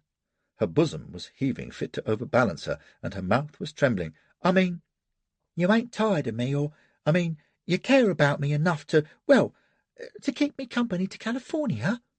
God help me, that was the phrase she used. "You do care about me, don't you? You said you did, and I think you do." Mechanically, I said that of course I cared about her. A fearful suspicion was forming in my mind, and sure enough her next words confirmed it. "I don't know if you like me as much as I— Oh, you can't. I know you can't." She was crying now, and trying to smile at the same time, dabbing at her eyes. "I can't help it. I know I'm just a fool, but I love you. And I'll do anything to make you love me too, and I'll do anything to keep you with me. And I thought that if we went together and all that, when we got to California, you might not want to catch a ship at San Francisco, d'ye see?" She looked at me with a truly terrifying yearning. I'd seen nothing like it since the doctors were putting the straitjacket on my governor and whisking the brandy beyond his reach. "And we could stay together always. Would you marry me, Beecham?" If half the art of survival is running, the other half is keeping a straight face. I can't count the number of times my fate has depended on my response to some unexpected and abominable proposal. Like the night Yakub Beg suggested I join a suicidal attempt to scupper some Russian ammunition ships, or Sapten's jolly notion about swimming naked into a Gothic castle full of Bismarck's thugs, or Brooke's command to me to lead a charge against a headhunter's stockade. Jesu, the times that we have seen. Queer, though, that one that lives in my memory is from my days as a snivelling fag at rugby, when bully Dawson was tossing the new bugs in blankets and grabbed me gloating, and I just hopped onto the blanket, cool as you please, for all my bowels were heaving in panic, and the brute was so put out that he turfed me off in fury, as I'd guessed he would, and I was spared the anguish of being tossed while the other fags were put through it, howling. At all events, and young folk with their way to make in the world should mark this, you must never suppose that a poker face is sufficient. That shows you're thinking, and sometimes the appearance of thought ain't called for. It would have been fatal now with Susie. I had to show willing quick, but not too much. If I cried aloud for joy and swept her into my arms, she'd smell a large whiskered rat. It all went through my mind in an instant, more or less as follows. 1, I'm married already. 2, she don't know that. 3, if I don't accept, there's a decent risk she'll show me the door, although she might not. 4, if she does, I'll get hung. 5, on balance, best to cast myself gratefully at her feet for the moment and think about it afterwards. All in a split second, as I say. Just time for me to stare uncomprehending for 2 heartbeats, and then let a great light of joy dawn in my eyes for an instant, gradually fading to a kind of ruptured awe as I took a hesitant step forward, dropped on one knee beside her, took her hand gently, and said in husky disbelief, "Susie, do you really mean that?" Whatever she'd expected, it hadn't been that. She was watching me like a hawk between hope and mistrust. She knew me, you see, and what a damned scoundrel I was. At the same time, she was bursting to believe that I cared for her, and I knew just how to trade on that. Before she could reply, I smiled and shook my head sadly and said very manly, "Dear Susie, you're wrong, you know. I ain't worth it." She thought different, of course, and said so, and a pretty little debate ensued in which I was slightly hampered by the fact that she had clamped my face between her udders and was ecstatically contradicting me at the top of her voice. I acted up with nice calculation, as though masking gallons of ardour beneath honest doubt. I didn't know, I said, because no woman had ever, honoured me with true love before, and rake that I'd been, I'd grown to care for her too much to let her do something she might repent. You may imagine this punctuated by loving babble from her until the point where I thought, now for the coup de grace, and with a muffled, despairing groan of, "Ah, my darling," as though I couldn't contain myself any longer, gave her the business for all I was worth on top of her dressing-stool. God knows how it stood the strain, for we must have scaled 22 stone between us easy. Even when it was done, I still did a deal of head-shaking, an unworthy soul torn between self-knowledge and the dawning hope that the love of a good woman might be just what he needed. I didn't do it too strong. I didn't need to. She was over the main hurdle and ready to convince herself against all reason. That's what love does to you, I suppose, although I don't speak from personal experience. "I know I'm foolish," says she, all earnest and sentimental, "and that you're the kind of rascal that could break my heart, but I'll take my chance of that. I reckon you like me, and I hope you'll like me more. Love grows," says the demented Biddy, "and while I'm 42, she was pushing 50, I may say, and a bit older than you, that don't have to signify, and I reckon, please don't mind me saying this, dearest, that even at worst you might settle for me being well off, which I am, and able to give you a comfortable life as well as all the love that's in me. It's no use saying practical things don't matter, 'cause they do, and I wouldn't expect you to have me if I was penniless. But you know me, and that when I say I can make $1 million, it's a fact. You can be a rich man with me and have everything you could wish for, and if you was to say aye on those terms, I'd understand. But I reckon," she couldn't keep the tears back as she held my chin and stroked my whiskers, and I looked like Galahad on his vigil, "I reckon you care for me enough anyway, and we can be happy together." I knew better than to be fervent. I just nodded and ran a pin from her dressing-table into my leg surreptitiously to start a tear. "Thank you, Susie," says I quietly, and kissed her gently. "Now, don't cry. I don't know about love, but I know—" I took a fairish sigh. "I know that I can't say no." That was the God's truth, too, as I explained to Spring half an hour later, for while he wasn't the man you'd seek out to discuss your affairs of the heart, it was our necks that were concerned here, and he had to be kept au fait. He gaped at me like a landed shark. "But you're married!" cries he. "Tut, tut," says I, "not so loud. She doesn't know that." He glared horribly. "It's bigamy. Lord God Almighty, have you no respect for the sacraments?" "To be sure, which is why I don't intend our union to last any further than California, when "I won't have it," snarls he, and that wild glitter came into his pale eyes. "Is there no indecency beneath you? Have you no fear of God, you animal? Will you fly in the face of his sacred law, damn your eyes?" I might have expected this, when I came to think of it. Not the least of Captain Spring's eccentricities was that while he'd got crimes on his conscience that Nero would have bilked at, he was a fanatic for the proprieties, like Sunday observance and afternoon tea. He'd drop manacled niggers overboard at a sight of the white duster, but he was a stickler when it came to lining out the hymns, while his equally demented wife pumped her accordion and his crew of brigands sang, "Let us with a gladsome mind."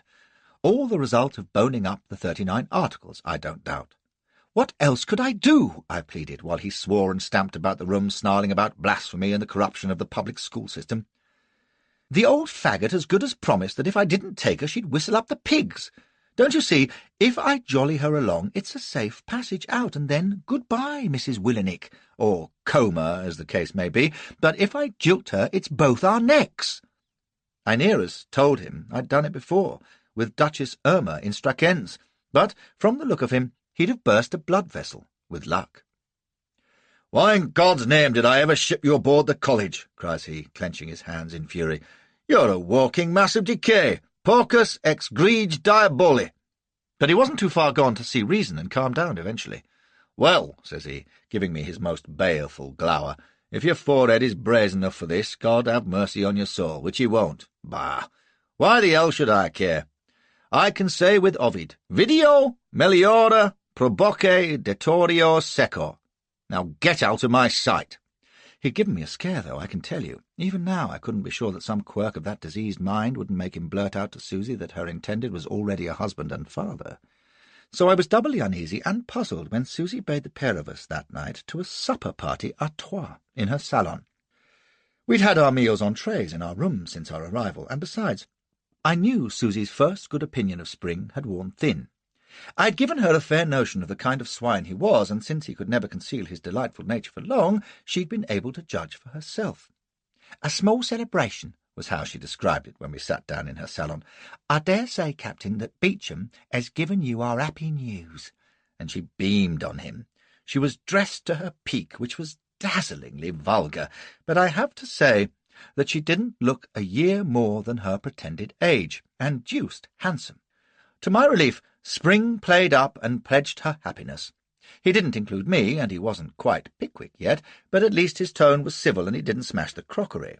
Mind you, I've been at dinners I've enjoyed more. Susie for once seemed nervous, which I put down to girlish excitement. She prattled about slave prices and the cost of high-bred yellows, and how the Cuban market was sky-high these days, and the delicacy of octoroon fancies who didn't seem to be able to stand the pace in her trade at all. Spring answered her, more or less, and they had a brief discussion on the breeding of sturdier stock by mating black Africans with mulattoes, which is a capital topic over the pudding. But by and by he said less and less, and that none too clearly.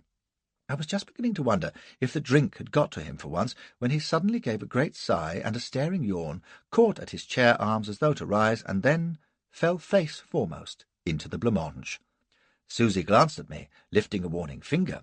Then she got up, pulled his face out of the mess, and pushed up one eyelid. He was slumped like a sawdust doll, his face purple. "That's all right," says she. "Brutus!"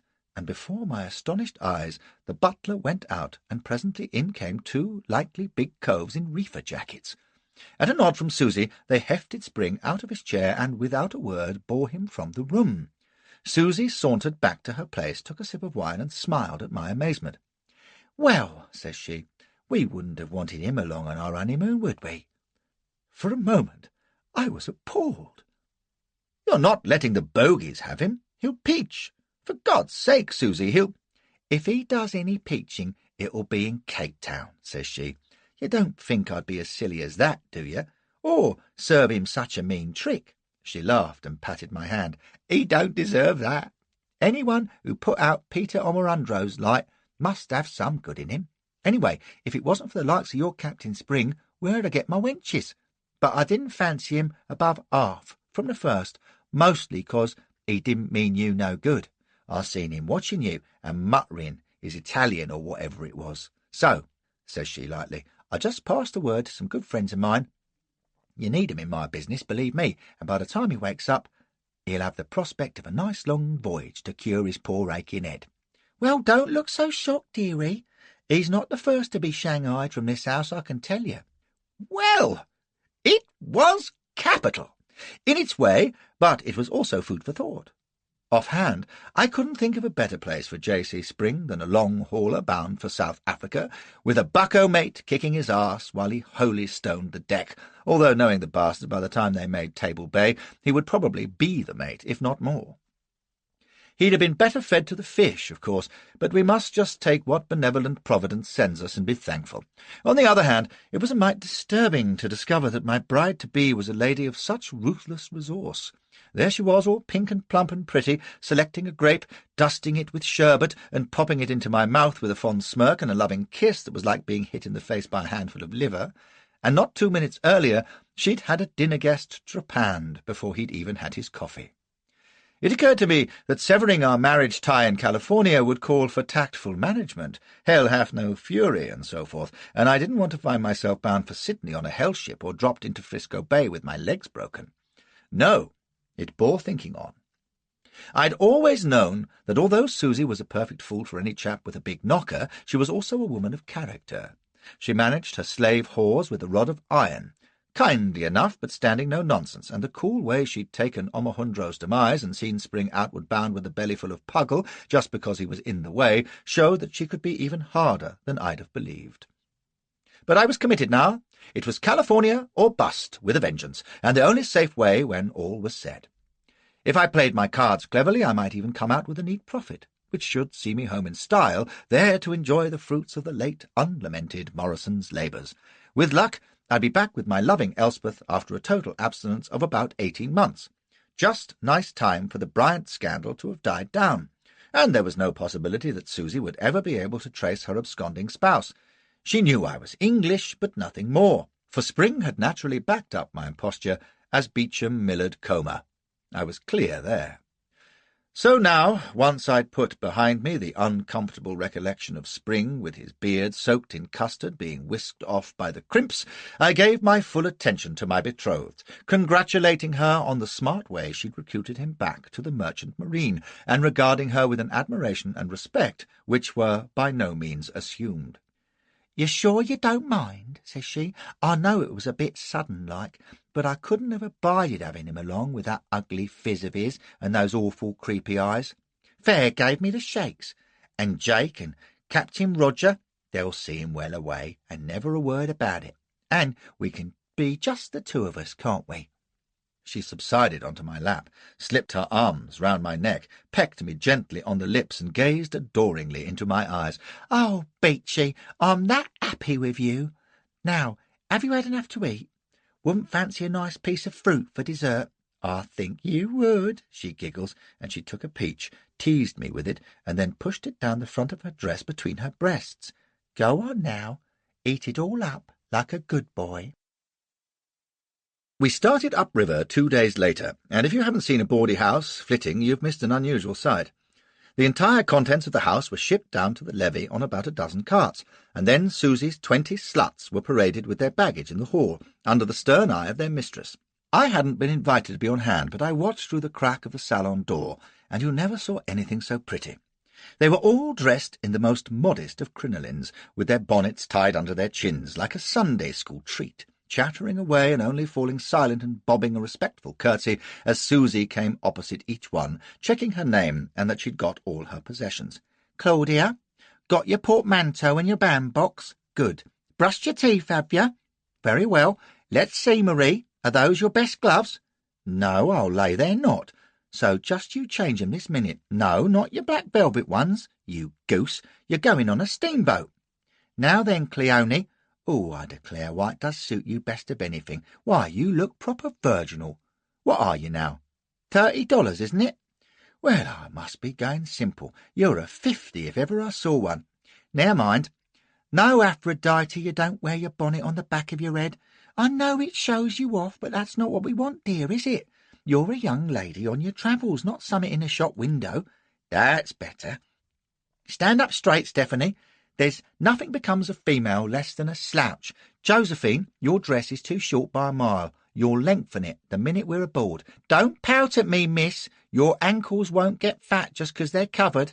Now then, shoulders back, all of you. Duck your heads just a little, hands folded. That's right, eyes down. Very pretty. Indeed. Good. She walked back along the line, well satisfied, and then addressed them. Now, I want you girls to pay careful heed to me. On the boat, and indeed all the way to California, you'll behave yourselves like young ladies. And I mean real ladies, not the kind of young ladies we talk about here for the benefit of gentlemen, you hear? You'll go always 2 and 2, and you will not encourage or countenance the attention of any men you chance to meet, and there'll be plenty of 'em, so take care. You won't heed any man if he addresses you, you won't talk to 'em, you won't look at 'em. Is that clear? Yes, Miss Susie, ma'am. It was like a chorus of singing birds, soft and clear. Nor you won't stand, nor look, nor even think so's to attract a man's attention. You know what I mean? And bear in mind, I've forgotten more about taking a man's eye than you'll ever know, and if I catch you at it, it's 6 of the cane, so there. You're not working till we get to California, none of you. And you're not flirting private, neither. Well? Yes, Miss Susie, ma'am. Very subdued this time. Now, you're all good girls, I know that. It's why you're here. Susie smiled as she looked along the line, for all the world like a head mistress at prize-giving. And I'm pleased and proud of all of you, but none of you's been outside Allins in your lives. Yes, Medea? I know you and Eugenie been to Havana, but you didn't get outdoors much, did you? But where you're going now is very different, and I dare say there'll be trials and temptations along the way. Well, you must just bear with 'em and resist 'em, and I promise you this, when we get to California you'll have nothing but the best gentlemen to accommodate, and if you're good and do well, I'll see each one of you settled comfortable for life, and you know I mean it. She paused and drew herself up.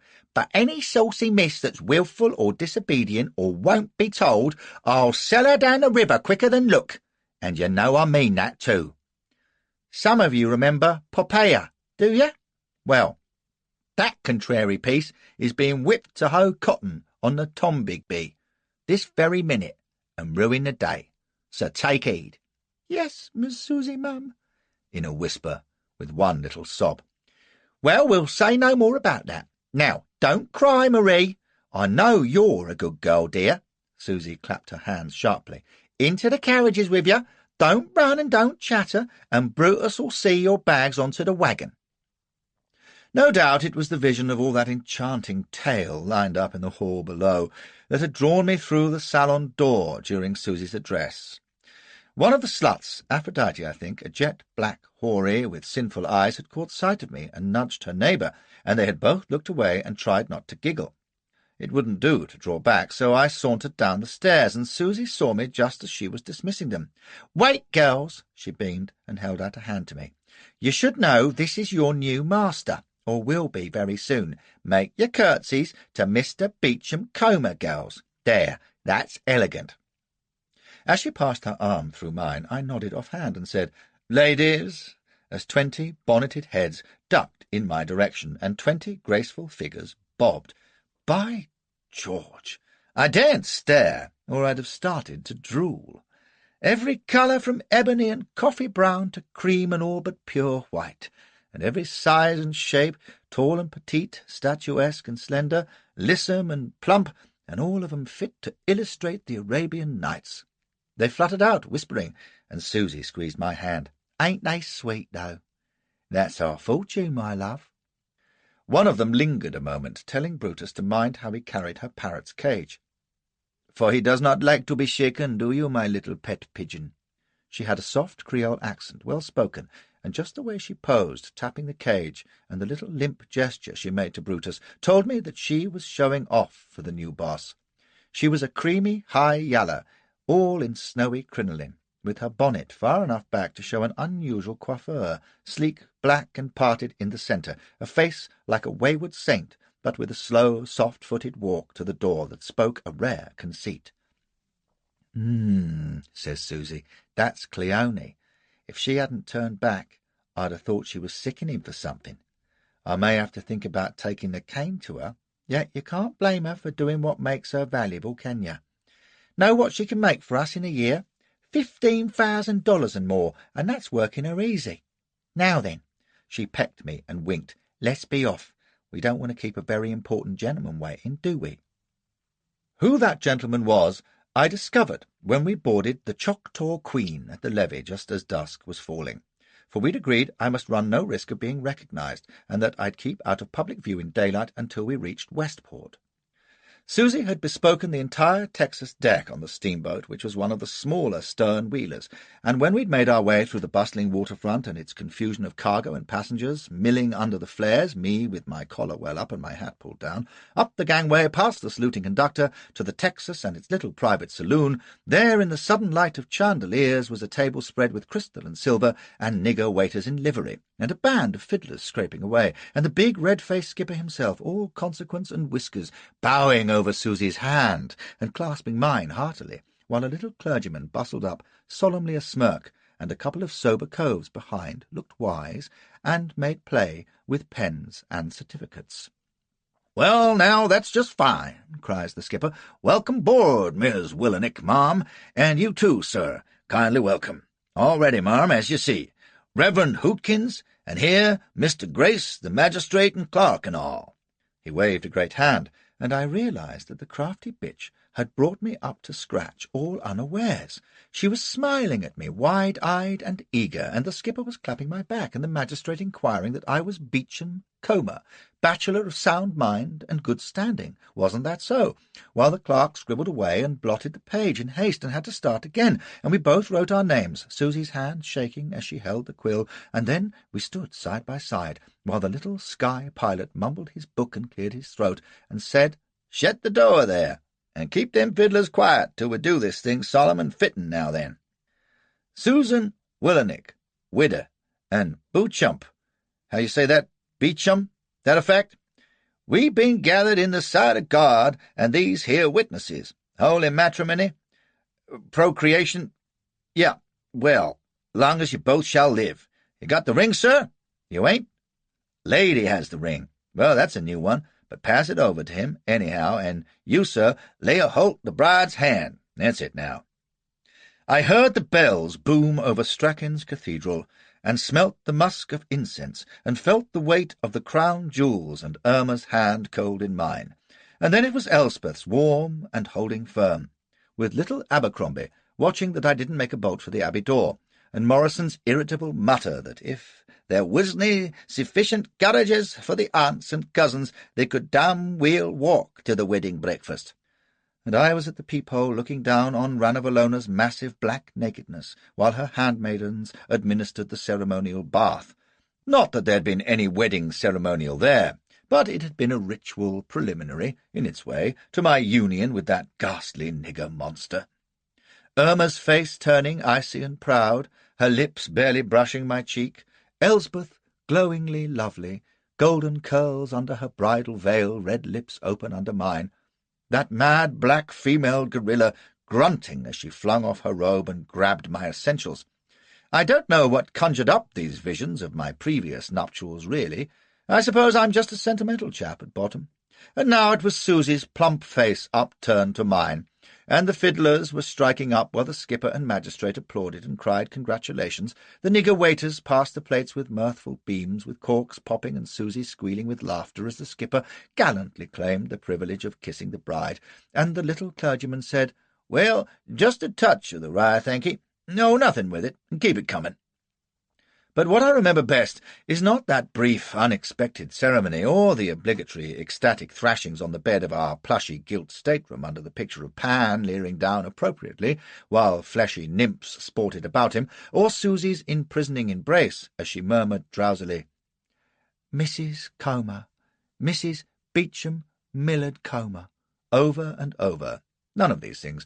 What I remember is slipping out when she was asleep, to stand by the breezy Texas rail in the velvet dark and smoke a cheroot, looking out over the oily waters as we ploughed up past Baton Rouge.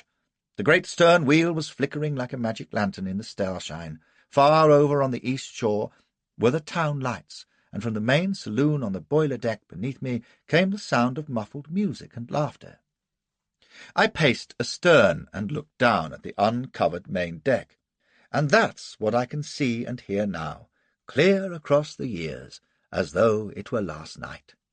From rail to rail, the great deck was packed with gear and people, all shadowy under the flares like one of those Dutch night paintings. Here a couple of darkies crooning softly as they squatted in the scuppers. There a couple of drummers comparing carpet-bags. Yonder some rivermen lounging at the gangway and telling stretchers. But they were just a few. The many, and there were hundreds of them, were either groups of young men who gossiped eagerly and laughed a mite too loud, or obvious families. Ma wrapped in her shawl beside the children huddled in sleep among the bales and bundles and tied wagons, Pa sitting silent, deep in thought, or rummaging for the 100th time through the family goods, or listening doubtfully near the groups of the noisy single men. Nothing out of the way, except for a strange nervous excitement that rose from that crowded deck like an electric wave. Even I sensed it without understanding, for I didn't know then that these ordinary folk were anything but, that they were emigrants, the vanguard of that huge tide that would pour into the wilderness and make America.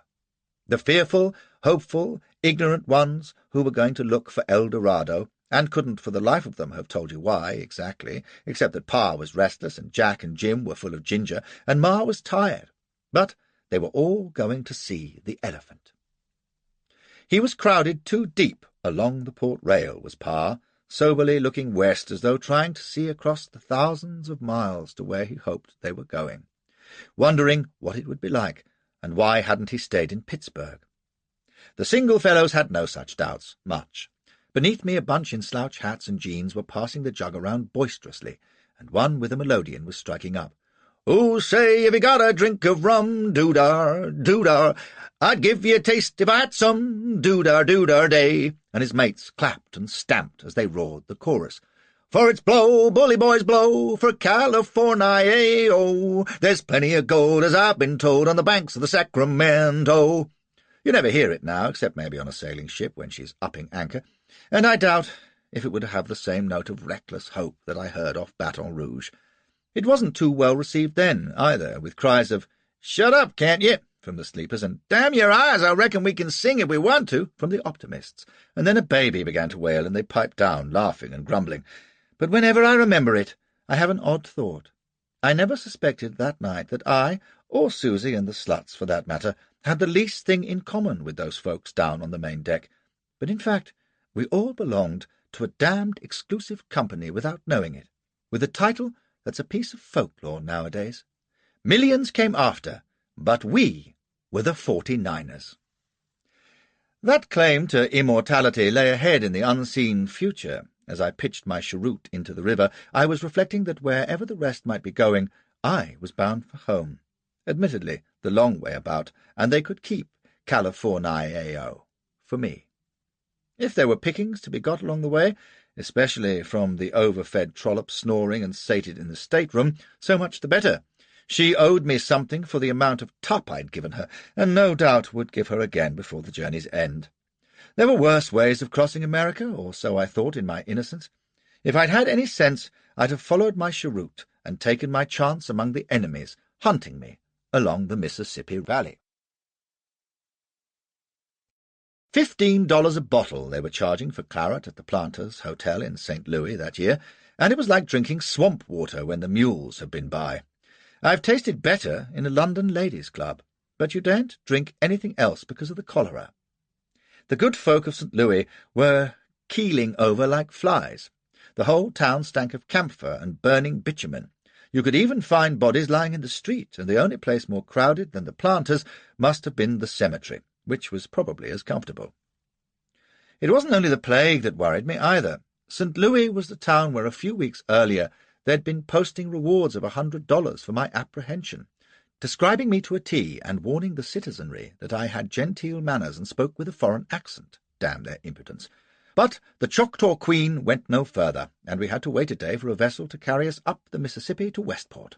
So there was nothing for it but to venture ashore, which I managed in safety by purchasing one of the new genuine cholera masks, guaranteed to prevent infection for 2 bits, and sneaking into the Planters looking like a road agent.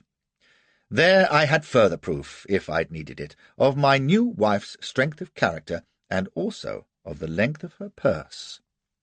Would you believe it, she had bespoken 6 rooms, and when the manager discovered that 4 of them were to be occupied by 20 nigger wenches, he had the conniptions. By thunder, he'd swim in blood before any black slave stank up his rooms, no matter their airs and refinements. Unfortunately for him, Susie had the girls settled in and their door-keys in her reticule before he realized it. He and she had a fine set-to in our parlour, while I kept safely out of view in the bedroom, and she told him that since her young ladies were on no account going to be herded in the pens with field hands and such trash, nor in quarantine neither, he'd better put $100 in his pocket and forget it. I'd have let him go to the pens myself, but it was her money, and after some hem-haw he took it and retired with a grovelling request that the young ladies keep to their rooms for his reputation's sake. But what with the din of the overcrowded hotel, the stink of sulphur smouldering in the fireplace, and the fear that some sharp might discover Mr. Comer was the notorious slave-stealer Tom Arnold, I was mightily relieved when we boarded the Missouri packet next evening, and I felt it safe to drop my cholera mask over the side. The passengers included sufficient tall, dark strangers with every kind of accent, whether their manners were genteel or not. She was a smaller and much dirtier vessel than the Choctaw Queen, and the girls had to make do in steerage among all the roughs and roustabouts and gamblers and frontier riff-raff. Susie just singled out the 4 biggest and ugliest, and paid them handsomely to keep the wenches safe in a corner, which, to my astonishment, they did for 4 days up to Kansas Landing. The first drunk who tried to pour a crinoline was tipped over the side without ceremony, and the gamblers haw-hawed and laid bets whether he'd float or sink. After that, our Magdalenes were left alone, but they had a miserable passage of it, even under the lean-to, which the toughs rigged up to keep out the fog and drizzle, and they were a doleful and bedraggled jam of tarts by the time we tied up. Susie and I shared a cramped, stuffy saloon on the Texas, with about 17 snoring merchants and dowagers with bad breath, but for once I didn't mind the lack of privacy. I needed the rest. They tell me that Kansas City nowadays covers the whole section, but in those days the Landing and Westport and Independence were separated by woodland and meadow, and I wonder if today's city contains more people than were crowded along the 10 miles from Independence to the river when I first saw it in '49. There were thousands of them, in tents and lean-tos and houses and log shacks, and under the trees in the few taverns and lodging-places. They were in the stables and sheds and shops and storehouses, a great swarming hive of humanity of every kind you can imagine. Well, I remember the Singapore River in the earlies, and it was nothing to Westport Independence. The whole stretch was jammed with wagons and carts and carriages, churning the spaces between the buildings into a sea of mud after the recent rain. And through it went the mules and oxen and horses, with the steam rising from them and the stench of hides and dung and smoke filling the air. But even that was nothing to the noise. Every other building seemed to be a forge or a stable or a warehouse, a clang with hundreds of hammers, and the rasp of saws, and the cracks of axes, and the creak of wheels, and the thump and scrape of boxes and bales being loaded or unloaded. Teamsters snapped their whips with a "Way, whoa!" Foremen bellowed, children shrilled, the voices of thousands of men and women blended with it all in a great eager, busy din that echoed among the buildings and floated off to be lost in the surrounding forest. I dare say it was nothing to what it must have looked like a year or 2 later, when the gold fever was at its height and half Europe came pouring to America in search of fortune. But in that spring every human specimen in North America seemed to have assembled at Kansas Landing for the great trek west. Labourers, white and black and olive, bronzed hunters and pale clerks, sober emigrants and raffish adventurers, harassed women with aprons and baskets prodding at vegetables set out before the storefronts and slapping the children who bawled round their skirts. Red-faced traders in stovepipe hats and thumbs hooked in fancy waistcoats, spitting juice, soldiers in long boots and blue breeches, their sabres on the table among the beer mugs, Mexicans in serapes and huge brimmed sombreros, leading a file of mules. Farmers in straw hats and faded overalls, skinners with coiled whips, lounging on their rigs, bearded ruffians in greasy buckskins, bright with beadwork, 2-foot bowies gleaming on their hips, chattering through their noses in a language which I recognized to my amazement as Scotch Gaelic. Bright-eyed harpies, watchful in shack doorways. Spanish riders in ponchos and feathered bonnets, their sashes stuffed with flintlock pistols. A party of Indians beneath the trees, faces grotesquely painted, hatchets at their belts and lances stacked. silent plainsmen in fur caps and long fringed skirts, carrying buffalo guns and powder horns, a coach guard with 2 6-shooters at his hips, 2 5-shooters in his waistband, a slung revolving rifle, a broadsword, and a knife in his boot. Oh, and he was gnawing a toothpick too. An incredibly lean and ancient hunter, white-bearded to the waist, dressed in ragged deerskin and billycock hat, his nail-driver rifle across the crupper of his mule, staring ahead like a fakir in a trance as he rode slowly up the street, his slovenly Indian squaw at his stirrup, through the crowds of loafers and porters and barefoot boys scuffling under the wagons. The swaggering French voyagers, gaudy and noisy, the drummers and counter-jumpers and sharp-faced Yankees, planters and crooks and rivermen, trappers and miners and plain honest folk, wondering how they'd strayed into this Babel. And those are only the ones I noticed in the first mile or so. But soft, who is this stalwart figure with the dashing whiskers so admirably set off by his wide-awake hat and fringed deerskin shirt, a new patent Colt repeater strapped to his manly rump, his well-turned shanks encased in new boots which are pinching the bejesus out of him? Can it be other than Arapaho Harry, scourge of the plains? That alert and smouldering eye must oft have hardened at the sound of the shrill war whoop, or narrowed behind the sights as he nailed the rampant grizzly. Now it is soft and genial as he chivies the dusky horse into the back of the cart, an indulgent smile playing across his noble features. Mark the grace with which he vaults nimbly into the driver's seat beside the bedizened trot in the feathered bonnet, his aunt, doubtless, and with an expert chunk on the reins sets the team in motion and bogs the whole contraption axle-deet in the gumbo. The horse squeak an alarm, the aunt, his wife, you say, rails and adjusts her finery, but the gallant frontiersman, unperturbed save for a blistering oath which mantles the cheeks of his fair companions in blushes, is equal to the emergency. For 2 bits he gets a gang of loafers to haul them out. The western journey is not without its trials. It is going to be a long trek to California. But at least it looked as though we were going to make it in some style. Once we'd got the rig out of the stew and rattled through Westport and the great sea of emigrant tents and wagons to Independence, which was a pretty little place then, with a couple of spires and a town hall with a belfry, of which the inhabitants were immensely proud, we were greeted by the celebrated Colonel Owens, a breezy old file with check trousers full of belly and a knowing eye. He was the leading merchant and had been commissioned to outfit Susie's caravan. He and the boys made us welcome at the store, pressed sherry cobblers on me, bowed and leered gallantly at Susie, and assured us that a trip across the plains was a glorified picnic. "You'll find, ma'am," says the colonel, ankle cocked and cigar a-flourish, "that everything's in real prime train. Indeedy, your health, sir.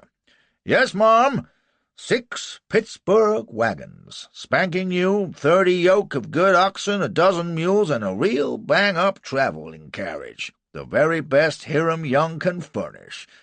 Patent springs, hand-painted, cushioned seats, watertight for fording streams, seats 6 comfortable. Fact is," with a broad wink, "it's one of the new mail company coaches. But Hiram procured it as a personal favor. Indeedy, you won't find a more elegant conveyance outside Boston. Am I right, boys?" The boys agreed that he was, and added in hushed tones that the mail company intended to charge $250 a head for the 3-week non-stop run to Santa Fe. And how about that? "We're going to take 3 months," says Susie, "and 10 cents a pound for freight is quite dear enough, thank you. To say nothing of $50 a month for guards and drivers, who'll eat like wolves if I know anything." "Well, now, ma'am, I see you've a proper head for business," chuckles the colonel, "and a real pretty head it is, too, if I may say. But good men don't come cheap, eh, boys?" The boys swore it was true. Why, a good stockman could make $200 a week without going west of Big Blue. "I'm not hiring stockmen," snaps Susie. "I'm paying high for reliable men who can look after theirselves and me." "And you shall have the best, ma'am," cries the colonel. "Say, I like your style, though. Your health again, Mr. Comer. Indeedy, 8 outriders each with a revolving rifle and a brace of patent pistols. Why, that's 100 shots without reloading. A regiment couldn't afford better protection." "A regiment, did I say? Why, 3 of these men rode with Kearny in the Mexican War. Seasoned veterans, ma'am, every one. Isn't that so, boys?" The boys couldn't fault him. Dogged if they knew how the army would have managed without those 3. I remarked that so much firepower was impressive, and seemed to argue necessity. I'd been noting a bill on the store wall, advertising, "Ho, hist, attention! Californians, why not take, among other necessaries, your own monuments and tombstones? A great saving can be effected by having their inscriptions cut in New York beforehand." The colonel looked serious and called for more cobblers. "Indian depredations this past 10 years, sir, have been serious and multiplying," says he solemnly. "Indeedy, red sons of bitches wherever you look. Oh, beg pardon, ma'am, that runaway tongue of mine. However, with such vast convoys of emigrants now moving west, I foresee no cause for apprehension. Safety in numbers, Mr. Comer, eh? Besides, the tribes are unusually peaceful at present, eh, boys?" The boys couldn't remember such tranquillity. It was Sunday afternoon, the whole way to the Rockies, with all the Indians retired or gone into farming or catching the cholera. That last was true enough, by the way. Susie inquired about a guide, reminding the colonel she had asked for the best, and he smacked his thigh and beamed.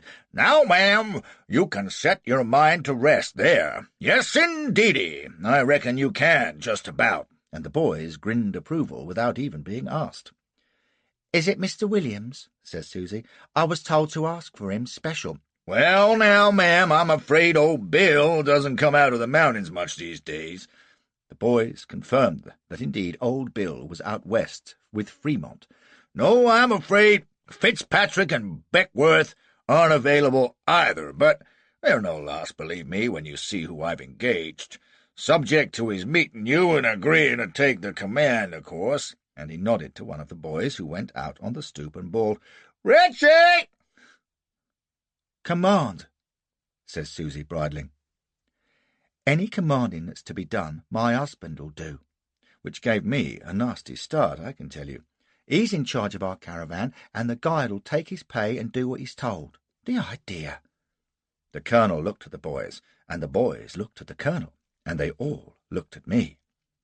"Well, now, ma'am," says Owens doubtfully, "I'm sure Mr. Comer is a gentleman of great ability, but—" "He's an officer of the Royal Navy," snapped Susie, "and quite accustomed to command, aren't you, my love?"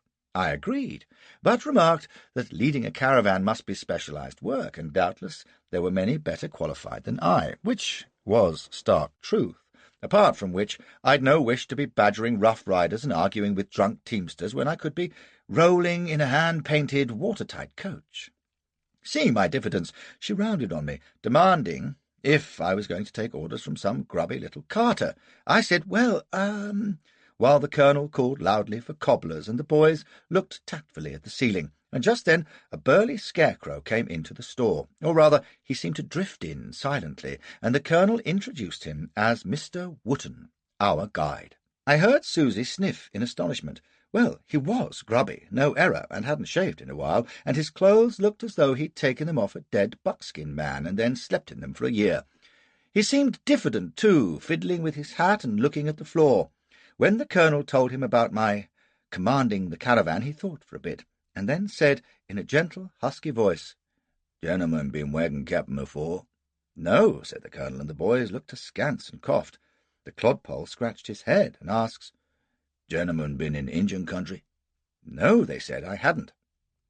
He stood a full minute, still not looking up, and then says, "Gentlemen got no experience?" At this one of the boys laughed, and I sensed Susie ready to burst, and I was about fed up being ridiculed by these blasted chaw-bacons. God knows I didn't want to command her caravan, but enough's enough. "I've had some experience, Mr. Wotton," says I. "I was once an army chief of staff, sergeant-general to the nigger rabble of Madagascar, but there you are, and have known service in India, Afghanistan, and Borneo, but I've no special desire." At this Wotton lifted his unkempt head and looked at me, and I stopped dead. He was a ragged nobody, with eyes like clear blue light, straight and steady. Then he glanced away, and I thought, don't let this one go. It may be a picnic on the plains, but you'll be none the worse with him along. "My dear," says I to Susie, "perhaps you and the Colonel will excuse Mr. Wotton and myself." I went out, and presently Wotton drifts onto the stoop, not looking at me. "Mr. Wotton," says I, "my wife wants me to command the caravan, and what she wants she gets. Now, I'm not your old Bill Williams, but I'm not a greenhorn exactly. I don't mind being called wagon captain, but you're the guide, and what you say goes. You can say it to me quietly, and I'll say it to everyone else, and you'll get an extra 100 a month. What do you say?" It was her money, after all. He said nothing, so I went on. "If you're concerned that your friends will think poorly of you for serving under a tenderfoot," at this he turned the blue eyes on me and kept them there, deuced uncomfortable. Still, he was silent, but presently looked about, as though considering, and then says after a while, "Got a study, I reckon. Care to liquor with me?" I accepted, and he led the way to where a couple of mules were tethered, watching me sidelong as I mounted. Well, I'd forgotten more about backing a beast than he'd ever know, so I was all right there. We cantered down the street and out through the tents and wagons towards Westport, and presently came to a big lodge with "Last Chance" painted in gold leaf on its signboard, which was doing a roaring trade. Ritchie got a jug, and we rode off towards some trees, and all the time he was deep in thought, occasionally glancing at me but not saying a word. I didn't mind. It was a warm day. I was enjoying the ride, and there was plenty to see. Over by the woods some hunters were popping their rifles at an invisible target. When we got closer, I saw they were driving the nail, which is shooting from 50 paces or so at a broad-headed nail stuck in a tree, the aim being to drive it full into the wood, which, with a ball the size of a small pea, is fancy shooting anywhere. Ritchie gave a grunt when he saw them, and we rode near to where a group of them were standing near the nail tree, whooping and catcalling at every shot. Ritchie dismounted. "Kindly care to sit a whiles?" says he, and indicated a tree stump with all the grace of a Versailles courtier. He even put the jug down beside it, so I sat and waited and took a pull at the jug, which was first run rum, and no mistake, while Ritchie went over and talked to the hunters, fellows in moccasins and fringed tunics for the most part, burned brown and bearded all over. It was only when some of them turned to look at me and chortled in their barbarous Plugaplu dialect, which is barely recognisable as English, that I realised the brute was absolutely consulting them about me, if you please. Well, by God, I wasn't having that, and I was on the point of storming off when the group came over, all a grin, and by George, didn't they stink just! I was on my feet, ready to leave, and then I stopped, thunderstruck. For the first of them, a tall, grizzled mountaineer, in a waterproof hat and leggings, was wearing an undoubted lifeguard's tunic, threadbare but well kept. I blinked. Yes, it was tin belly gear, no error. "Hurrah! Hossuyah!" cries this apparition. "Where the devil did you get that coat?" says I. "You're English," says he, grinning. "Wall, I'll tell ye. This yer garment was give me by one of your folks. Scotch feller. Sure enough baronite, which is kind of a lord, don't you know. Name of Stewart. Say, wasn't he the prime coon, though? He could have druv that Neville there with his eyes shut." He considered me, scratching his chin, and I found myself wishing my buckskin coat wasn't so infernally new. "Ritchie here says he's unsartain if you'll make a wagon captain." "Is he, by God? Well, you can tell Ritchie." "Mister," says he, "you know this?" And he held up a short stick of what looked like twisted leather. "Certainly. It's cured beef, biltong. Now what—" "Don't mind me, hoss," says he, and winked like a 10-year-old as he stepped closer. "We're a humouring old Ritchie, da. Now then, how long a hobble you put on a pony?" I almost told him to go to the devil, but he winked again, and I'll say it for him, he was a hard man to refuse. Besides, what was I to do? If I'd turned my back on that group of bearded, grinning mountebanks, they'd have split their sides laughing. "That depends on the pony," says I, "and the grazing, and how far you've ridden, and where you are, and how much sense you've got. 2 feet, perhaps. 3. He cackled with laughter and slapped his thigh, and the buckskin men haw-hawed and looked at Ritchie, who was standing head down, listening. My interrogator said, "Here's a catechism, sure enough," and he was so pleased with himself and so plainly intent on making game of Ritchie that I decided to enter into the spirit of the thing. "Next question, please," says I, and he clapped his hands. "Now, let's calculate. Oh, here's a good un. Here's a night camp. I'm a guard. What you s'pose I'm a-doing?" He looked at a bush about 20 yards away, walked a few paces aside, and looked at it again, then came back to me. "Acting peculiar, hoss, you reckon?" "No such thing. You're taking a sight on that bush. You'll take a sight on all the bushes. After dark, if a bush isn't where it should be, you'll fire on it, because it'll be an Indian, won't it? We've done the same thing in Afghanistan. Any fool of a soldier knows the dodge." "Wah!" shouts he, delighted, and thumped Richie on the back. "Da, boy! This chile here'll tickle ye, see if any don't. Now what?" Richie was watching me in silence, very thoughtful. Presently he nodded, slowly, while the buckskin men nudged each other, and my questioner beamed his satisfaction. Then Richie tapped my pistol butt, and pulling a scrap of cloth from his pocket, drifted over to the tree, and began to snag it on the half-driven nail. My tall companion chuckled and shook his head. Well, I saw what was wanted, and I thought to blazes with it. I'd taken as much examination from these clowns as I wanted, so I decided to put Master Richie in his place. The tall chap had a knife in his waistband, and without by your leave I plucked it out.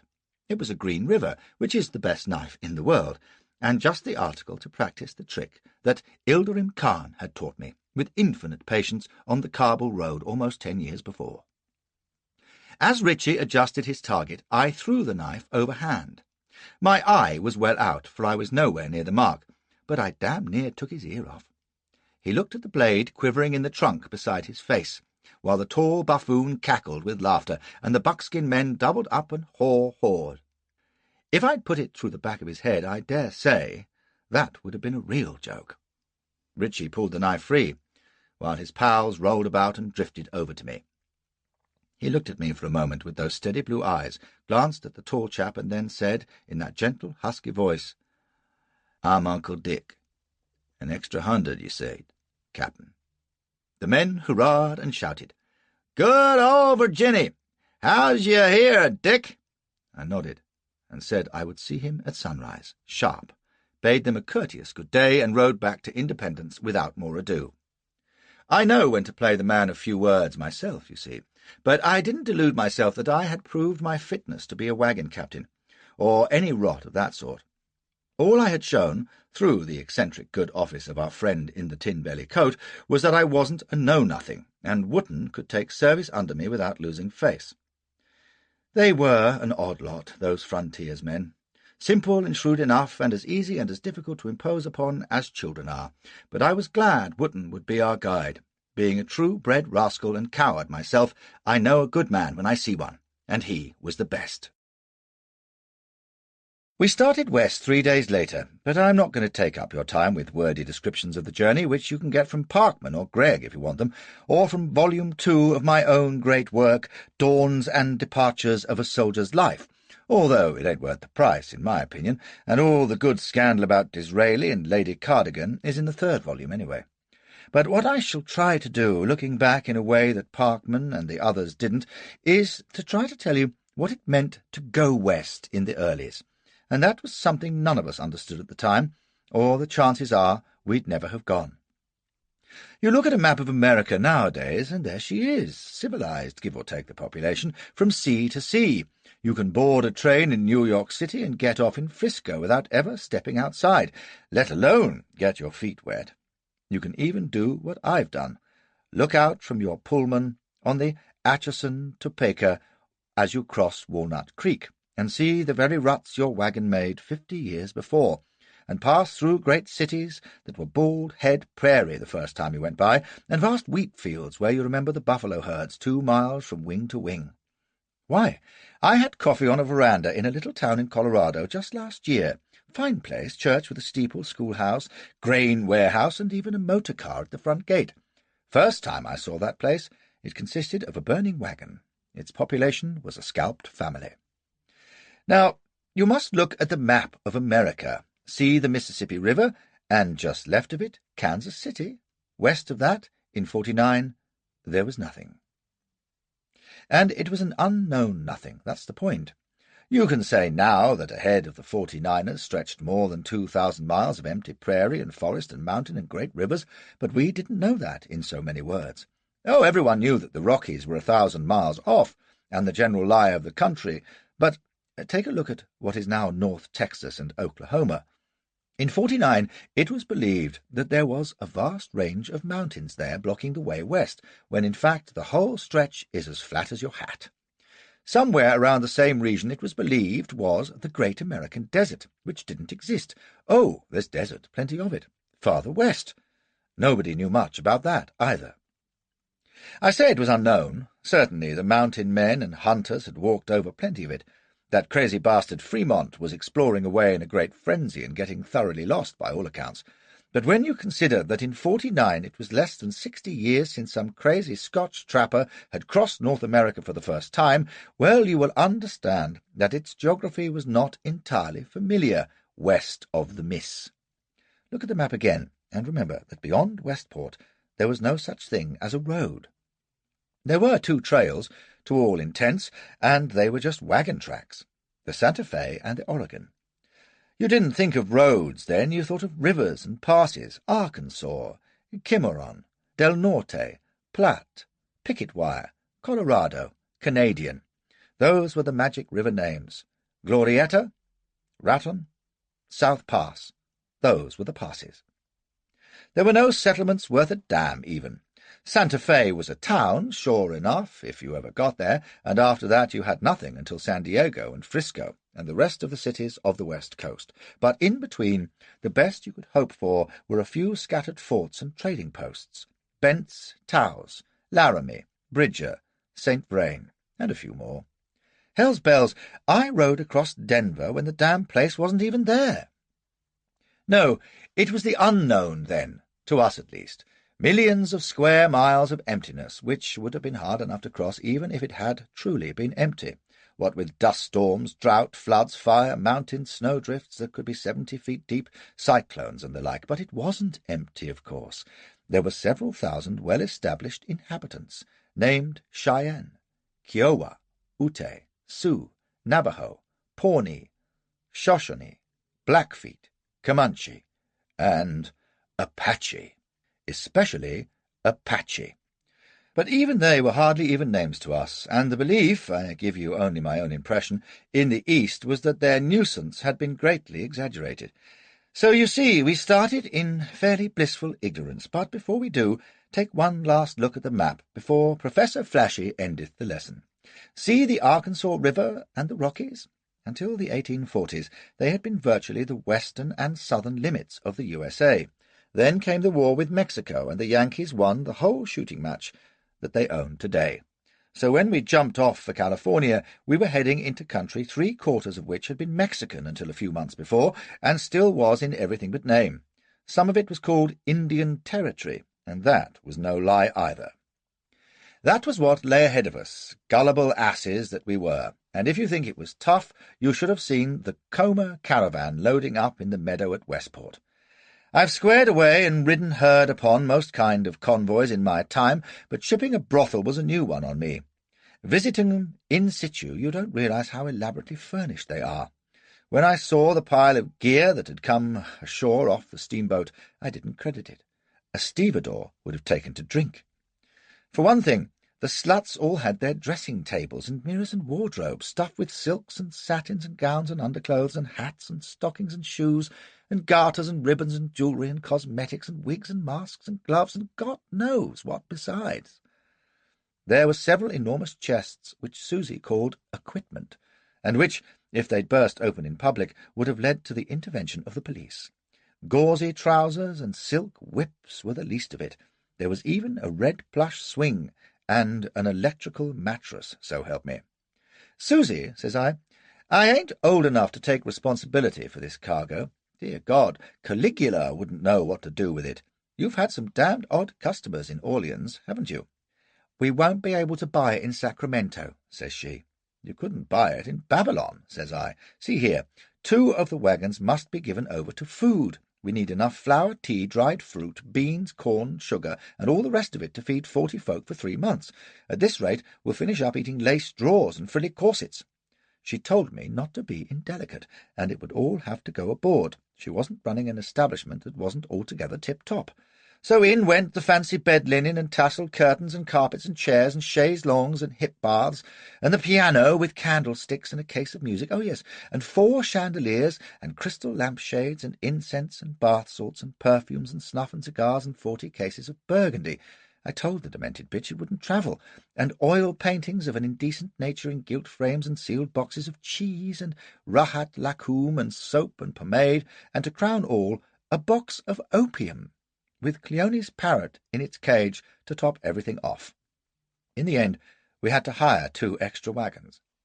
"It's worth it," says Susie to my protests. "It's all investment, darling, and we'll reap the benefit, you'll see." "Provided the gold fields are manned entirely by decadent frog poets, we'll make a bloody fortune," says I. "Thank God we shan't have to go through customs." The whores were another anxiety, for while Susie had them thoroughly chastened and kept them dressed like charity girls, they wouldn't have fooled an infant. They were all coloured and stunners, and they didn't walk or even sit, like nuns exactly. You just had to look at the stately black Aphrodite regarding herself in a hand mirror while the pert, creamy Claudia dressed her hair, or Josephine perched languidly on a box, contemplating her shapely little feet with satisfaction, or Medea and Cleone sauntering among the wild flowers with their parasols, or the voluptuous Eugenie reclining in a wagon, sultry-eyed and toying with her fan. No, you could tell they weren't choir girls. I took one look at the score of drivers and guards that Owens had hired for us, and concluded that we'd have been a sight safer carrying gold bullion. They were decent men enough, as hard cases go, half of them bearded buckskinners, a few in faded army blues, and all well mounted and armed to the teeth with revolving pistols and rifles. Their top spark was a rangy, well-knit Ulsterman with sandy whiskers and a soft-spoken, honeycomb voice. His name, he informed me, was Grattant Nugent Hare. "With the hyphen, sir. Which is a bit of a pose, don't you know, but I'm attached to it." There was a dark patch on his sleeve, where chevrons had been. When he dismounted, it was like a seal sliding off a rock. Gentleman ranker, thinks I, bog Irish gentry, village school, seen inside Dublin Castle, no doubt, but no rhino for a commission. Very easy, likely lad, with a lazy smile and a long nose. "You were with Kearney," says I, "and before that?" "10th Hussars," says he, and I couldn't help exclaiming, "Cheney? 10th?" At which he opened his sleepy eyes a little wider. I could have bitten my full tongue out. "Why, so it was. And you're a naval gentleman, they tell me, Mr. Comer. Your pardon, captain, I should say." He nodded amiably. Well, do you know, I'd have put you down for cavalry yourself by the set of the whiskers. I'd have been adrift there, though, right enough." Gave me a turn. This was a sharp one. The last thing I wanted just then was an old British Army acquaintance, but I'd never known the 10th except by name, which was a relief. "And how far west did you go with Kearney?" I asked. "Gila River, thereabout. I was after Santa Fe, d'ye see, so it's not new country to me altogether. But I apprehend you're all the way for California with the ladies." And he glanced past me to where Susie was chivying the tarts out of sight into the wagons. He grinned. "My stars, but they're as bonny as fluffy little doe rabbits on the green, so they are. And that's the way they'll stay, Mr. Nugent Hare." "Call me Grattan," says he, and grinned as he patted his pony's muzzle. "I'm up the road ahead of you, Mr. Comer. You're about to say, I think, that after a few weeks those boys of mine might feel the fever, and those charming little maids, if you'll forgive the term, would prove a temptation. Not at all, at all. They'll be as safe as if they were in St. Ursula's." He tilted his hat back, not smiling now. "Believe me, if I didn't know how to manage rascals like these, I wouldn't be here, would I now?" He was a cocksure one, this, but probably, I reflected, not without cause. The army had left its stamp on him, all right. I reminded him that military discipline was one thing, and these were civilians out on the plains. He laughed pleasantly. "Military discipline be damned," says he. "It's simple as shelling peas. If one of 'em so much as tips his tail to your young ladies, I'll blow the bastard's head off. And now, sir, the order of march. What would you say to a point rider, a rear guard, 2 to a flank, and myself riding loose, if that would be agreeable? And you'll be riding herd yourself. Quite so." If his nose hadn't been quite so long and his smile so open, It would have been a pleasure to do business with him. Still, he knew his work, and he was being well paid. Captain or no captain, it struck me I might spend most of the trip lounging in the carriage after all. However, when the great moment of starting came, I was in the saddle, in full buckskin fig, for one has to show willing, with Wootton silent alongside. I led the way down the meadow and into the trees, and after us trundled the carriage, with Susie fanning herself like Cleopatra, and her nigger maid and cook perched behind, and then the 8 big schooners, flanked by Nugent Hare's riders. Their canvas covers were rolled up like furled sails in the spring sunshine, with the tarts sitting primly 2 by 2. In the rear came the mules, with a couple of Mexican Savanados, the 300-pound loads piled incredibly high and swaying perilously. It was a well-rutted trail, and the schooners rolled now and then, which caused some flutter and squeak among the girls, but I noticed that the guards, who might have taken the opportunity to render gallant assistance, barely glanced in their direction. Perhaps Grattan was as strong a straw boss as he made out, after all. Once through the timber, we came out on the prairie itself, all bright with the early summer flowers, and I galloped ahead to a little hillock for a look-see. That's a moment I remember still. Behind lay the woods with the smoke haze rising from Westport. Left and right, and as far ahead as the eye could see, was limitless rolling plain, dotted with clumps of oaks and bushes, the grass blowing gently in the breeze and fleecy clouds against a blue sky that seemed to stretch forever.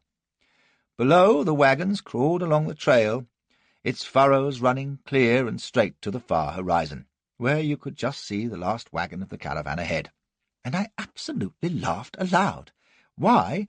I can't tell, except that in that moment I felt free and contented and full of hope, with my spirits bubbling as high as they've ever done in my life. Others, I know, have felt the same thing about starting on the trail west.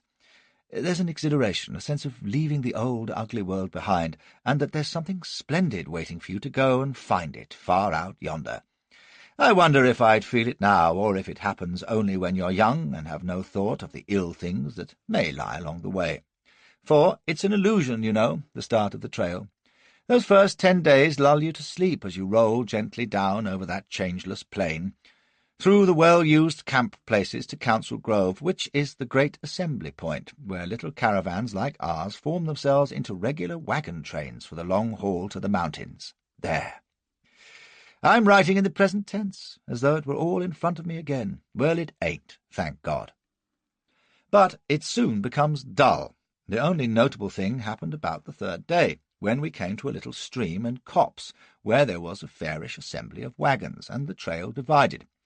Our fork continuing southwest, while the northern trail branched up towards the Kansas River, and then to the North Platte, and eventually to Oregon. As we were breaking camp with several other California-bound parties, the Oregon folk were already setting out, and there was great badinage and cheering and singing as they got under way. They were a serious lot, those Oregoners, being mostly farm folk intent on honest work, not like us California scamps off to the goldfields.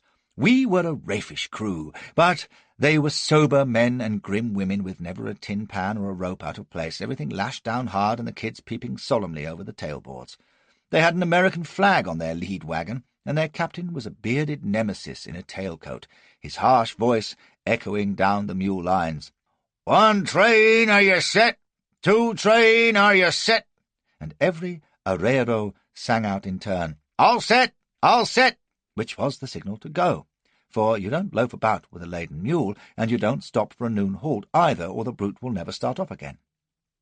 So now it was all set, and the whips cracked, and the skinners yelled, and the wheels groaned, and the great train rolled away, and the mules plodded forward with their bells jingling, and all the California people yelled and waved their hats and hurrahed and fluttered their handkerchiefs and cried, Good luck! Oregon or bust! Take care and God bless you! And the like. And the Oregon folk waved back and began to sing a song that I've forgotten now, except that it went to the tune of Greensleeves and was all about how the Lord would have a land of milk and honey flowing for his children over there. And the women from the California wagons began to cry, and some of them hurried after the Oregoners, with their aprons kilted up, offering them last gifts of pies and cakes, and the children went scampering along after the wagons, whooping and cheering, except for the little ones, who stood with their fingers in their mouths, staring at an old minister who sat astride a mule beside the trail and blessed the Oregon people, with his Bible held above his head. and the caravan wound over the ridge and out of sight, and there was a sudden stillness in the campsite under the trees, and then someone said, "Well, better get started ourselves. Come on, Mother." And they cheered up, for they were a jolly, carefree lot that went to California that year with their wagons piled any old how with all sorts of rubbish that they thought might prove useful at the diggings, like patent tents and Macintosh boats. Gold seekers, take heed. Our rubber boats and shelters are unsurpassed. You cannot face the chill of the gold rivers without a rubber suit. And water purifiers, and amazingly fangled machinery for washing gold dust. And they didn't sing any hymns about milk and honey, and Canaan either. No, sir, it was a very different anthem, plucked out on a banjo by a young chap in a striped vest, with his girl dancing impromptu on a packing-case, and everyone thumping the tailboards. I dare say you know the tune well enough, although it was new then, but I'll be bound you don't know the words the 49ers sang. "I'll scrape the mountains clean, my boys, I'll drain the rivers dry. A pocket full of rocks bring home, Susanna, don't you cry. Oh, California, that's the land for me. I'm off to Sacramento with my washball on my knee. Oh, Susanna, don't you cry for me. I'm off to Sacramento with my washball on my knee." It was a raucous, ranting thing, but when I hear it now in imagination, it's just a ghostly drift down the wind, fading into a whisper.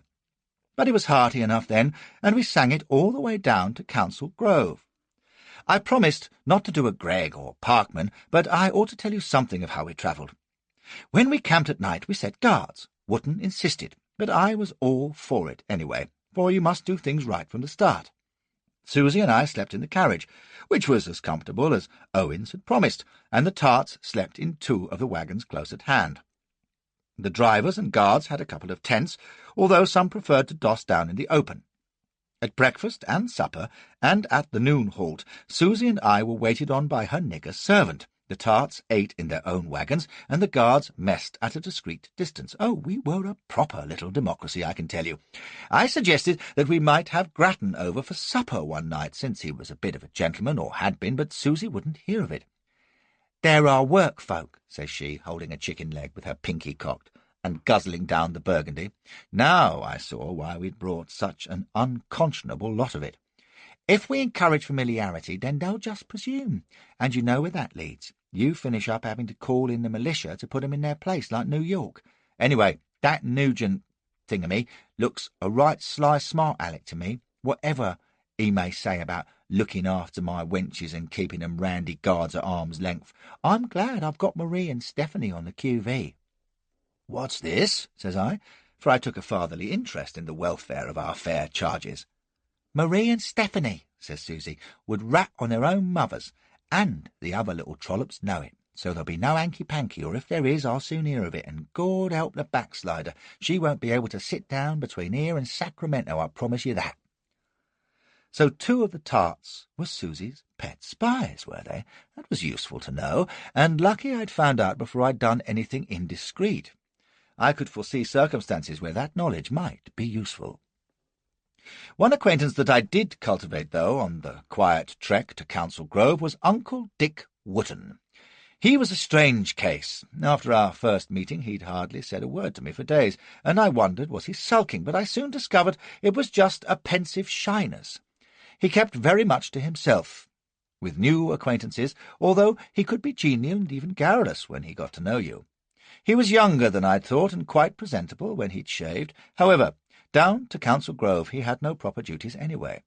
Grattan and I set the guards, and halts and starts seemed to determine themselves. When anything out of the way happened, like a river crossing, the teamsters and guards saw to it, and since there were good fords and the weather was dry, all went smoothly enough. So Wootton had no guiding to do, and he spent the time riding far out to flank, or somewhere ahead. He had a habit of vanishing for hours at a time, and once or twice I know he slipped out of camp at dusk, only to reappear at dawn. He ate all on his own, looking out across the prairie with his back to camp. Sometimes he would sit on a hill for hours at a time, looking about him, or wander silent round the wagons, checking a wheel or examining the mule loads. I would catch his eye on me occasionally, but he would turn aside and go off again, humming quietly to himself for another prowl over the prairie. Then one day, just after a noon halt, he trotted up to me and said, "Buffalo, Captain. and I rode out with him a couple of miles to where a small herd of the beasts were grazing, the first I'd ever seen. I was for taking a shot at once, but he bade me hold on. "Gotta pick a tender cow. Bull meat tough enough to build a shack this time of summer. Now see there? You take a sight a half-finger width down from the hump, and a finger from the nose, or she'll carry your lead away for you. Gotta hit heart or lungs. Now, Captain, you blaze away." So I did, and the cow took off like a rocket and ran 1/4 mile before she suddenly tumbled over, stone dead. "Gone under," says Wootton. "You shoot sweet." And as he skinned the hump very expertly and removed the choicest meat, he explained to me that a buffalo was damnably hard to kill unless you hit it in a vital spot. I gathered I had gone up in his estimation. I thought we would drag the carcass back to the caravan, but he shook his head and set to roasting hump steaks over a fire. I've never tasted meat like that first buffalo hump. There's no beef to compare to it, and you can eat it without bread or vegetables, so delicious it is. Wootton also removed the intestines, and, to my disgust, grilled them gently by pulling them through the embers, whereafter he swallowed them in a great long string like some huge piece of spaghetti. I watched him in horror, or rather I didn't watch him, for I couldn't bear the grisly spectacle. Instead I turned my head aside and saw something infinitely worse. Not 20 yards away, on the lip of a little grassy ridge looking down on the hollow where we built our fire, 3 Indians were sitting their ponies, watching us.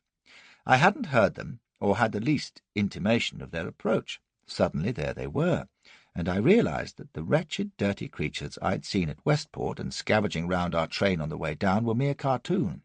These were the real thing, and my heart froze. The foremost was naked to the waist, with braided hair hanging to his belt, and what looked like a tail of coonskin round his brows. The face beneath it was a nightmare of hooked nose and rat-trap mouth crossed by stripes of yellow paint. There were painted signs on his naked chest, and his only clothing was a white breech clout and fringed leggings that came to his knees. He had a rifle across his saddle and carried a long lance tufted with buffalo hair. At least, I hoped it was buffalo hair. The other 2 were no better. They had feathers in their hair, and their faces were painted half red and white, and they carried bows and hatchets, and like their leader, they were big, active, vicious-looking sons of bitches. But what truly scared me stiff was their sudden apparition and the silent, dreadful menace in the still figures as they watched. I suppose it took me a couple of seconds to recover, but as my hand went to my pistol, Wootton's fingers closed on my wrist. "Set froze, Captain," says he softly. "Brûlé Sioux. Friendly. Kinda." A fine reassurance, but Wootton seemed untroubled. You'll notice that even with his back turned, he knew they were there, and what they were. Now he turned his head and called to them, and after a moment they dismounted and came slowly down to us. They looked even wickeder at close quarters, but they squatted down, and the leader raised a hand to Wootton and grunted something that sounded like a mortal insult, but was presumably a greeting. Wootton responded, while I sat stone-like and kept my hand close to my pistol butt, nonchalant-like, which ain't easy with the fiend incarnate hunkered down a yard away, glaring with basilisk eyes out of a mask of paint, and you're uncomfortably aware that he's a muscular 6 feet of oiled and smelly savagery with a hatchet like a polished razor on his hip. He and Wootton grunted some more at each other, and presently Wootton introduced us. "This here Spotted Tail," says he. "Big brave." "Howdy do," says I, and to my surprise he shook hands and made a noise between a snarl and a belch, which I took for civility. While he and Wootton talked, I studied the other 2. If I'd known that the red dots on their feathers signified enemies killed and the notches stood for cut throats, I'd have been uneasier than I was. For that matter, Spotted Tail himself had 5 eagle feathers slanted through his pigtail. Each one, I learned later, stood for a scalp taken. Wootton was plainly asking questions, and the Indian answered with his slow grunts, accompanied by much deliberate gesture. Mighty graceful it was, too, and expressive. Even I could tell when he was talking of buffalo, just by the rippling motion of his hand, so like a bison herd seen from far off. A gesture which I noticed he repeated more than once was a quick cutting motion with his right fingers across his left wrist, which I later learned meant Cheyenne, whose nickname is Cut Arms. Then Wooden invited them to join him in his awful mess of buffalo guts, and much to the amusement of the other two, he and Spotted Tail had a nauseating contest in which each took an end of an immensely long intestine and gobbled away to see who could down the most of it. The Indian won. I spare you a close description, observing only that they swallowed whole without chewing, and Spotted Tail, by suddenly jerking his head back, regained a fair amount that Wooden had already eaten. There being no dessert, I gave each of the three a cigar at Wooden's prompting. They ate them, and presently went off, taking the remains of our buffalo carcass without a by your leave. I've never been happier to get rid of dinner guests, and said so. I seen their sign last night, and figured they'd show today. Hunting party.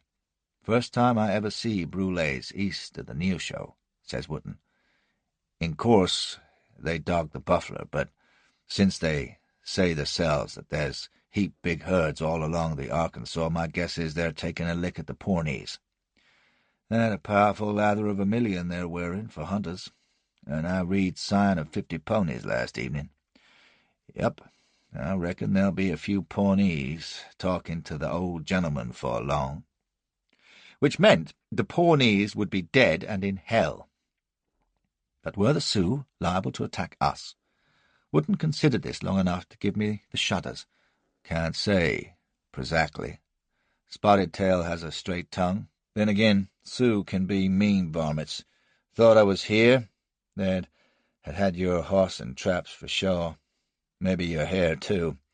But I guess they're peaceable enough. Maybe. Now this had me in a rare sweat. I don't suppose until that day I'd given Indians a thought, not seriously.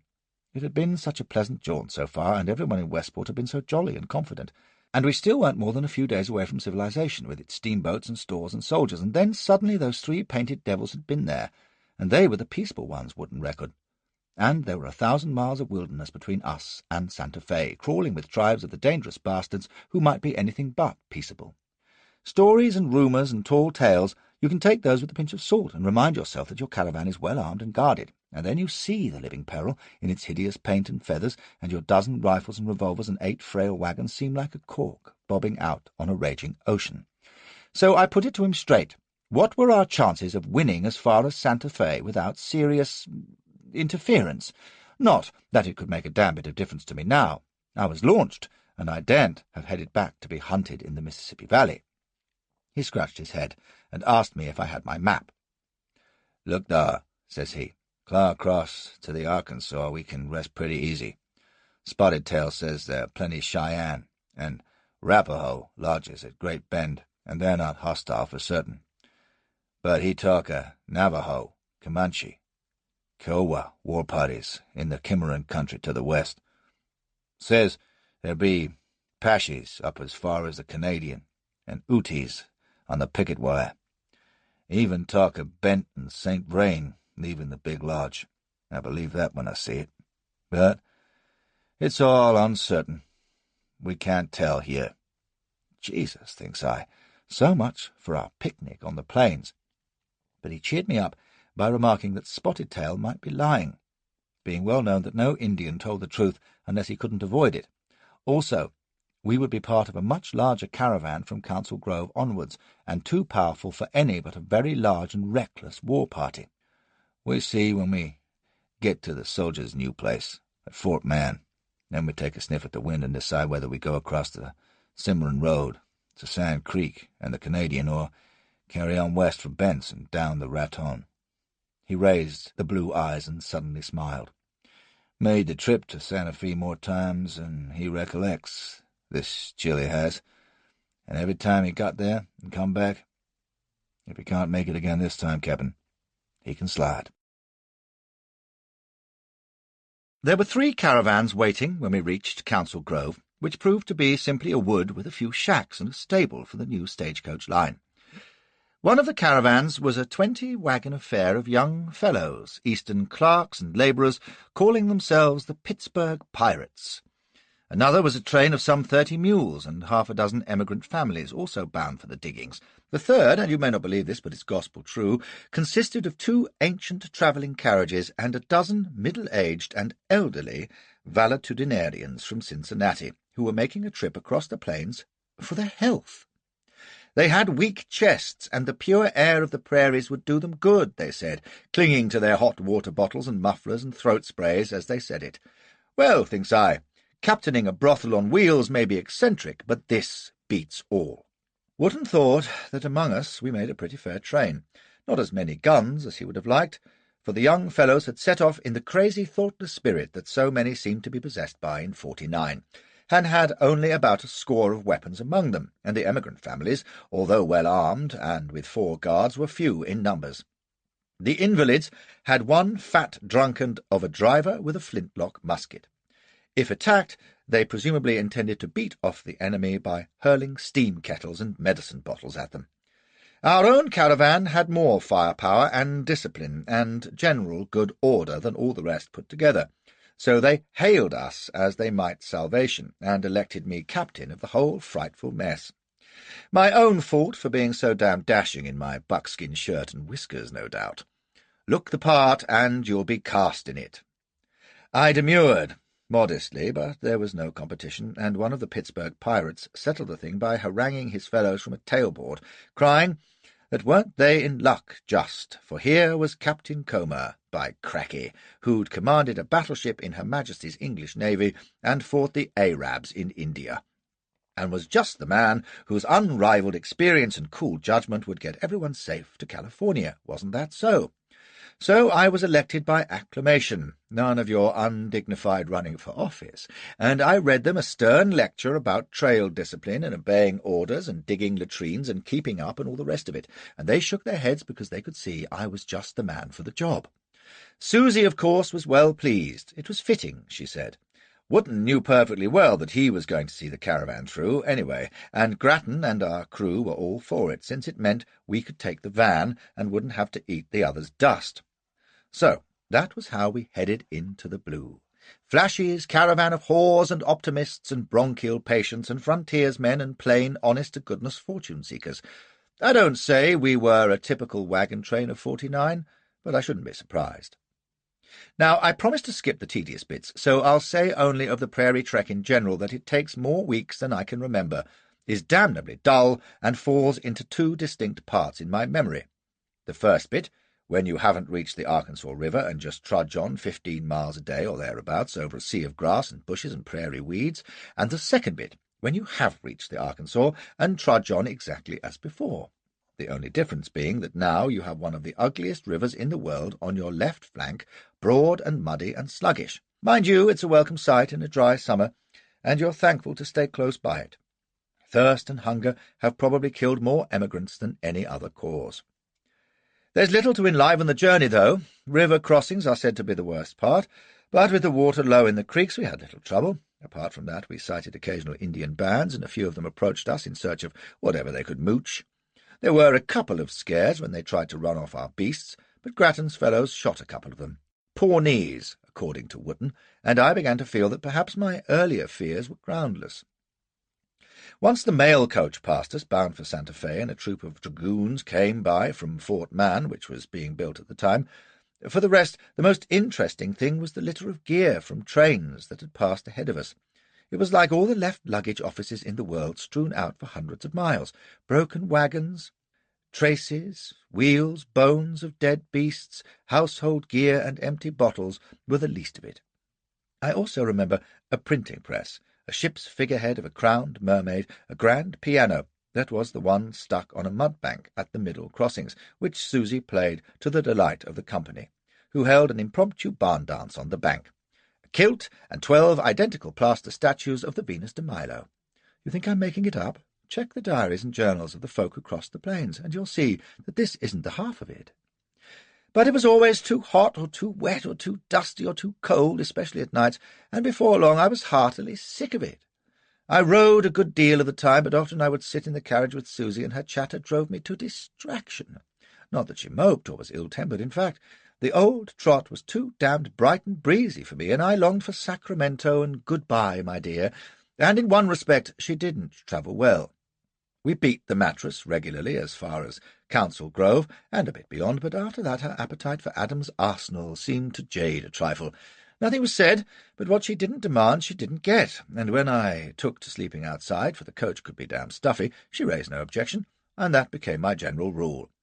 I gave her a gallop every so often to keep her in trim, but as you will readily believe, my thoughts had long since turned elsewhere, viz., to the splendid selection of fresh black batter that was going to waste on our 2 lead wagons.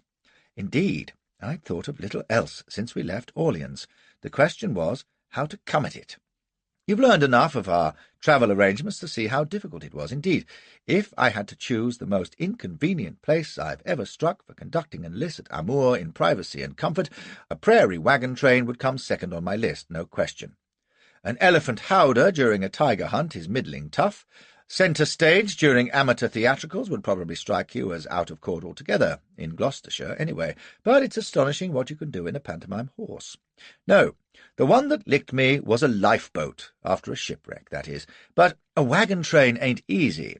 However, when you've committed the capital act, as I have in the middle of a battle with Borneo headhunters, you learn to have faith in your star and persevere until you win through. My first chance came by pure luck, somewhere between Council Grove and the Little Arkansas. We'd made an evening halt, and lagered as usual, and I had wandered out a little piece for a smoke in the dusk, when who should come tripping across the meadow but Aphrodite, humming to herself as usual. She was the big, shiny black one who'd spotted me that day back in New Orleans. I thought then that she was one of those to whom business is always a pleasure, and I was right. What she was doing so far from the wagons, unchaperoned by one of her sisters in shame, I didn't inquire. You don't look a gift horse in the mouth, or a gift mare either. She stopped short at sight of me, and I saw the eyes widen in that fine ebony face. She glanced quickly towards the distant wagons, where the fires were flickering, and then stood head down, shooting me little glances sidelong, scared at first and then smoky, as she realized that however terrible Susie might be, it might be no bad thing to satisfy the love-light in Massa's eye. I nodded to a dry buffalo wallow under some nearby bushes, and without a word she began to undo her bonnet strings, very slow, biting her lip and shaking her hair. Then she sauntered down into the wallow, and when I came ravening after her, pushed me off, playful-like, murmuring, "Wait, Mr. Beachy, just you wait now." So I did, while she slipped off her dress and stood there, naked, hands on hips, turning this way and that and pouting over her shoulder. She was well named Aphrodite, with those long, black, tapering legs and rounded rump and lissom waist, and when she turned to face me, wriggling her torso, well, I've never looked at a pumpkin since without thinking buffalo wallow. Pretty teeth she had, too, gleaming in that dusky face, and she knew how to use them. I drew her down, and we went to work, side-stroke-like, while she nibbled and bit at my ears and chin and lips, gasping and shuddering like the expert trollop she was. I remember thinking, as she gave her final practised heave and sob, Susie was right. With another 19 like this, we'll be able to buy California after a year or two. Maybe I'll stay about for a while. She was too much the whore for me, though. Once was enough, and although she shot me a few soulful sullen looks in the weeks that followed, I didn't use her again. I'm not just an indiscriminate rake, you see. I like to be interested in a woman in a way that is not merely carnal, to find out new fascinations in her with each encounter.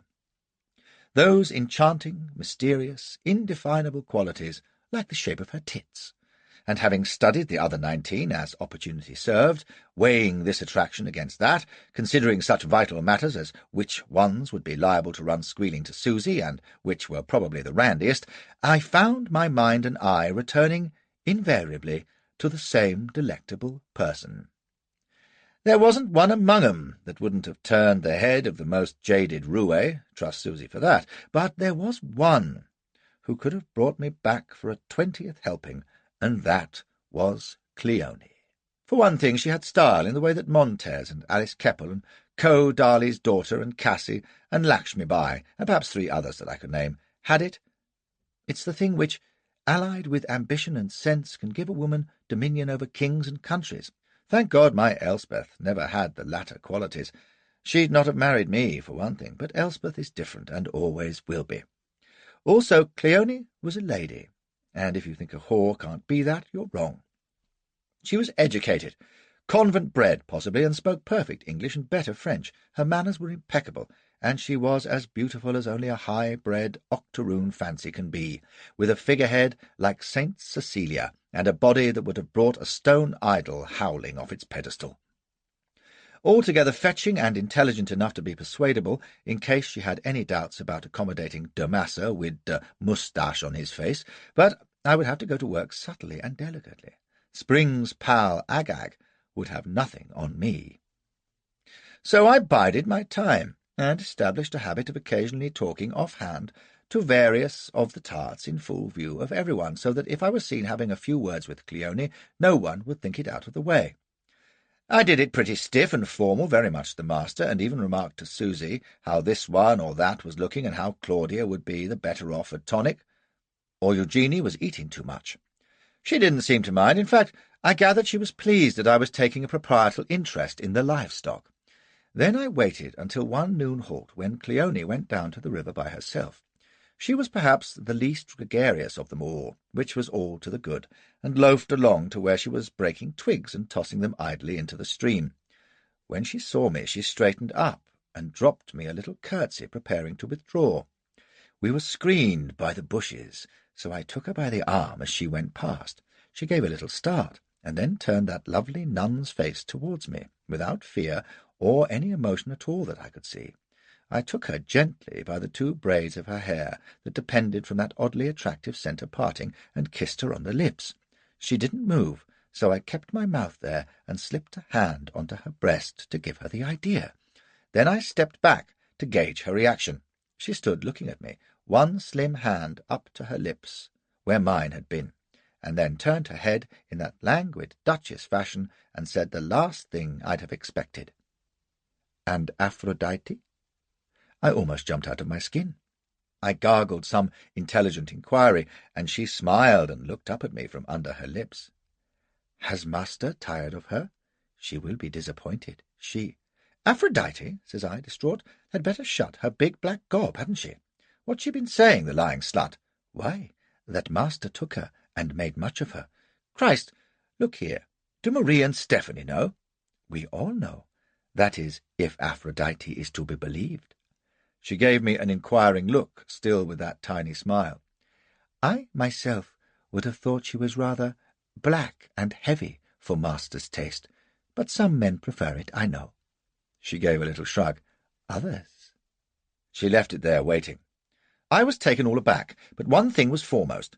"What about Stephanie and Marie? I thought—" "That they were mistress's sneaks?" She nodded. "They are, little tell-tales, and if it had been anyone but master, they would have told her right away. But they would not readily offend you. None of us would." And she lowered her lids. Her lips quivered in amusement. "Stephanie is very jealous, even more than the rest of us, if that is possible." And she gave me a look that was pure whore. By George, I tingled as if I'd been stung. "But I should not stay here." And she was making past me when I caught her arm again. "Now look here, Cleone," says I, "you're a good girl, I see. So at the evening halt you follow me down to the river, carefully, mind, and we'll have a little talk, and you tell the others that if anyone blabs, it will be the worse for them. Do you hear?" I almost added the threat I prepared in case she'd been difficult, that if she didn't play pretty, I'd tell Susie she'd made advances to me, but I guessed it wasn't necessary. "Yes, Master Beauchamp," says she, very demure, and turned her head languidly. "And Aphrodite?" "To hell with Aphrodite," says I, and took hold of her, nuzzling. She gave a little laugh and whispered, "She smells so, does she not?" And then she slipped out of my grasp and was away. Well, here was capital news and no mistake. Jealous of Aphrodite, were they? And why not, the dear creatures? Mark you, while I've never been modest about my manly charms, I could see now what it was. They were a sight more concerned to be in my good books than in Susie's. Being green wenches, they supposed that I would be calling the tune henceforth, and no doubt they figured it was worth the risk of her displeasure to keep in with me. That was all they knew. In the meantime, Miss Cleone was obviously more than willing, and they'd never dare to peach. On that score, would it be a good notion to scare 'em sick by telling Susie that Aphrodite had tried to seduce me? Susie would flog the arse off her, which would be fine encouragement pour les autres to keep their traps shut. On t'other hand, Aphrodite would certainly tell the truth of it, and Susie just might believe her. It would sow a seed, for sure. No, best leave it, and make hay with my high yellow fancy while the sun shone. And I did. She was a smart girl, and since I was sleeping out most of the time, it was the simplest thing for her to slip over the tailboard in the small hours, creep into my little tent, and Roger the middle watch away. We were very discreet, not more than twice a week, which was just as well, for she was an exhausting creature, probably because I was more than a mite infatuated with her. The plague was, it all had to be in the dark, and I do like to see the materials when I'm working. She had a skin like velvet and points as firm as footballs with which she would play the most astonishing tricks. It was a deuced shame we couldn't risk a light. But her most endearing trait was that while we performed she would sing in the softest of whispers, of course, with her mouth to my ear as we surged up and down. This was a new one to me, I'll own. Lola and her hairbrush, Mrs. Mandeville and her spurs, Ranavalona swinging uppercuts and right crosses. I had experienced a variety of bizarre behaviour from females in the throes of passion. My darling Elspeth now gossiped incessantly. With Cleone it was singing, a lullaby to begin with, perhaps, followed by a waltz and the Marche Lorraine, and finishing with the Marseillaise, or, if she was feeling mischievous, Swanee River. Thank God she didn't know any Irish jigs. She was an excellent conversationalist, by the way, and I learned things in whispers which explained a good deal. One was that the whores were by no means in mortal dread of Susie, who had never caned one of 'em in her life, for all her stern talk. The one who'd been sold down river had been a habitual thief. Indeed, they held her in deep respect and affection, and I gathered that being bought for her bordello was a matter of close competition among the Orleans fancies, and about as difficult as getting into the household brigade. No, the one they were in terror of, apparently, was me. "You look so fierce and stern," Cleone told me, "and talk so shortly to the other girls. Aphrodite says you used her most brutally." "Me?" I said, "mais naturellement. How else would master use an animal? With females of refinement," I told her, "he is of an exquisite gentleness and tender passion." She sighed contentedly. "Ah, but they are jealous of me, those others, and yet they cannot hear enough about you." "What? But of course I tell them. What would you? Scholars talk about books, bankers about money, soldiers about war. What else should our profession talk about?" Never thought of that. Still, even if she was delivering a series of lectures on flashy et ars amatoria to her colleagues, I can say that I had an enchanting affair with Cleone, grew extremely fond of her, and placed her about 7th or 8th in my list of eligible females, which ain't bad, out of several hundreds. But it wasn't all recreation along the Arkansas that year. I beguiled the long hours of trekking with Wootton, whose law included a fair fluency in the Sioux language and the Mexican Savaneros, who had charge of our mules and naturally spoke Spanish. As I've already said, I'm a good linguist. Burton, who was no slouch himself, said that I could dip a toe in a language and walk away soaked, and since I had some Spanish already, I got pretty fluent. But Siouan, although it's a lovely liquid language, is best learned from a native Indian, and Wootton taught me only a little. Thank heaven for the gift of tongues, for a few words can mean the difference between life and death, especially out west. Of course, things were going far too well to last. Aside from our first alarming meeting with the Brulés and the night scare with the Pawnees, which I slept through, we'd had nothing worse than broken axles by the time we got to Fort Mann, the new military post which lay in the middle of nowhere on the Arkansas, about halfway to Santa Fe by the shortest route. That was where the trouble started. For the past week we had become aware of increasing numbers of Indians along our line of march. There had been, as Wootton predicted, villages of Cheyenne and Arapaho near the Great Bend, but they'd mostly been on the southern bank, and we had kept clear of them, although they were reputedly friendly. We would see parties of them on the skyline, and once we met a whole tribe on the move, heading south across our line of march. We halted to let them go by, a huge disorderly company, the men on horses, the women trudging along, all their gear dragged on the travois poles which churned up the dust in a choking cloud, a herd of mangy ponies behind being urged on by half-naked boys and cur dogs yapping on the flanks. They were a poor, ugly-looking lot, and their rank stench carried a good half-mile. There were more camped about Fort Man, and Wootton went out to talk to them when we lagered. He came back looking grim and took me aside. It seemed that the party he'd talked to was Cheyenne, from a great camp some miles beyond the river.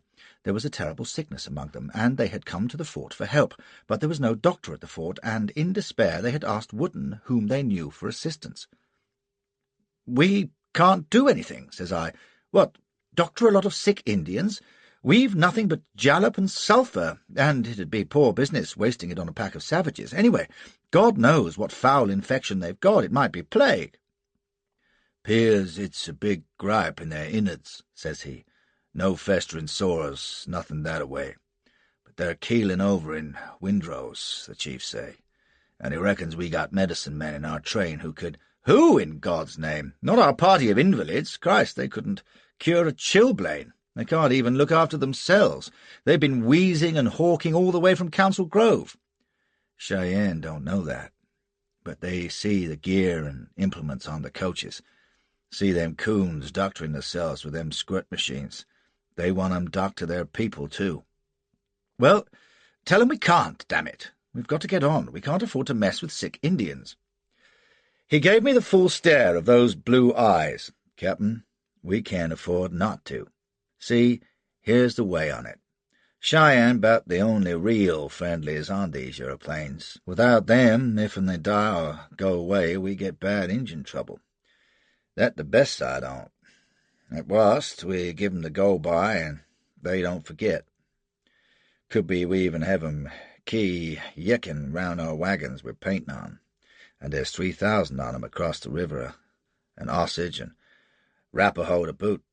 That's a powerful heap of Injun, Captain." "But we can't help them. We're not doctors, man." "They can see us trying," says he. There was no arguing with him, and I'd have been a fool to try. He knew Indians, and I didn't, but I was adamant against going down to their camp, which would be reeking with their bloody germs.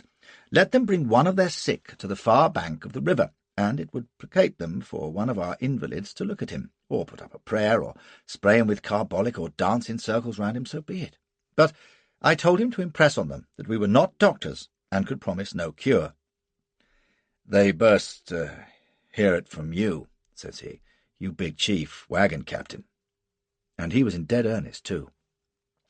So now you see big chief wagon captain standing before a party of assorted nomads, palavering away with a few halting Sioux phrases, but wouldn't translating most of them, while I nodded, stern but compassionate. And I wasn't acting either. One look at this collection, and I took Wootton's point.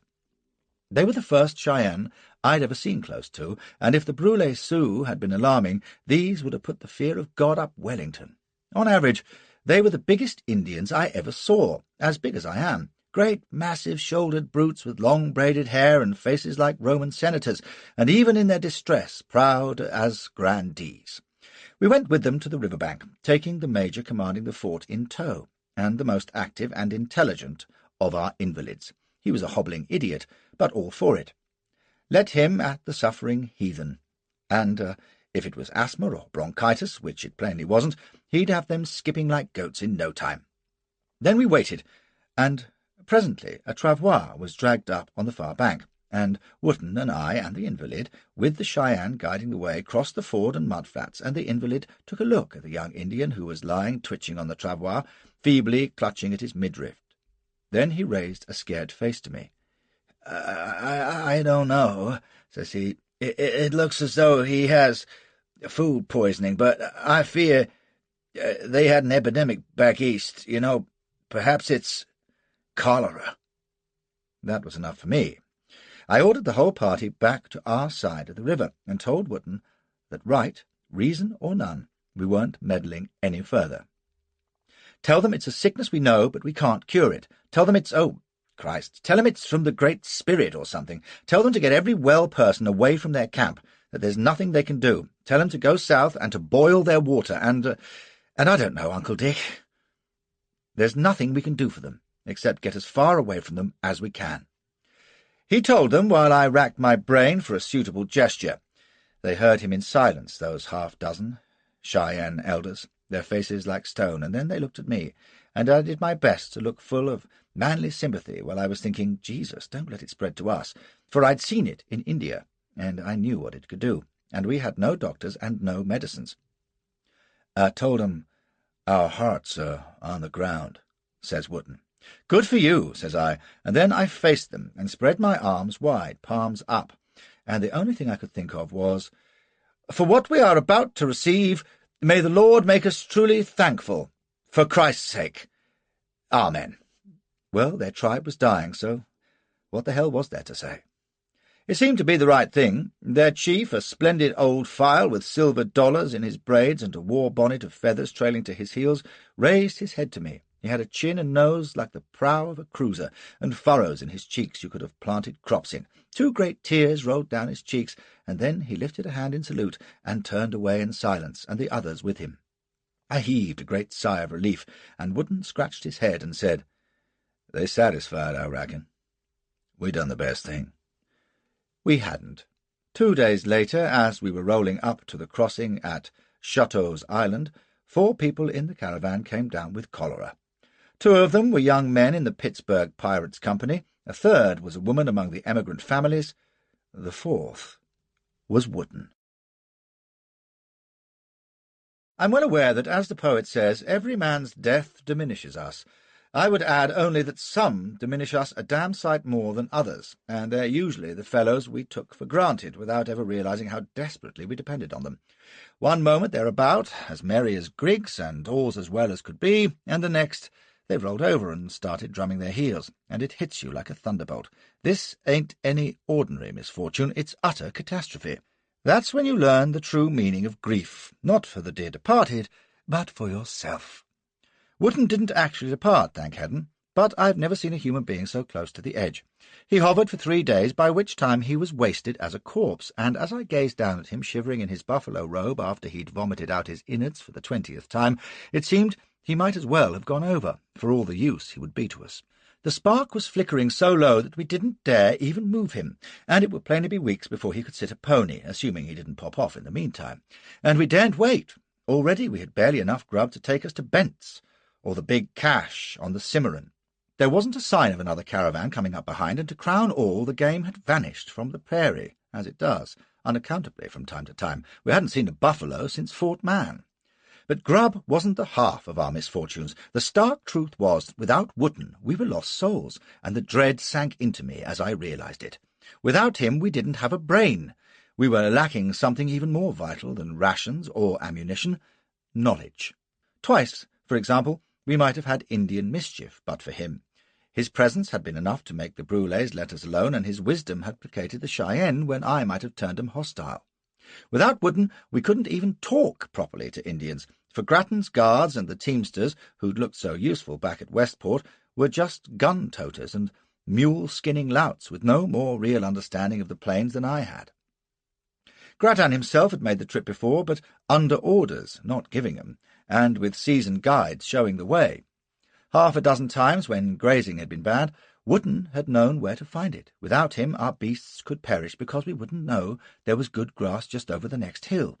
If we hit a 2-day dust storm and lost the trail, if we missed the springs on the south road, if we lost time in torrential rain, if hostiles crossed our path, Wootton could have found the trail again, wouldn't have missed the springs, would have known where there was a cache, or the likelihood of game, would have sniffed the hostiles 2 days ahead and either avoided them or known how to manage them.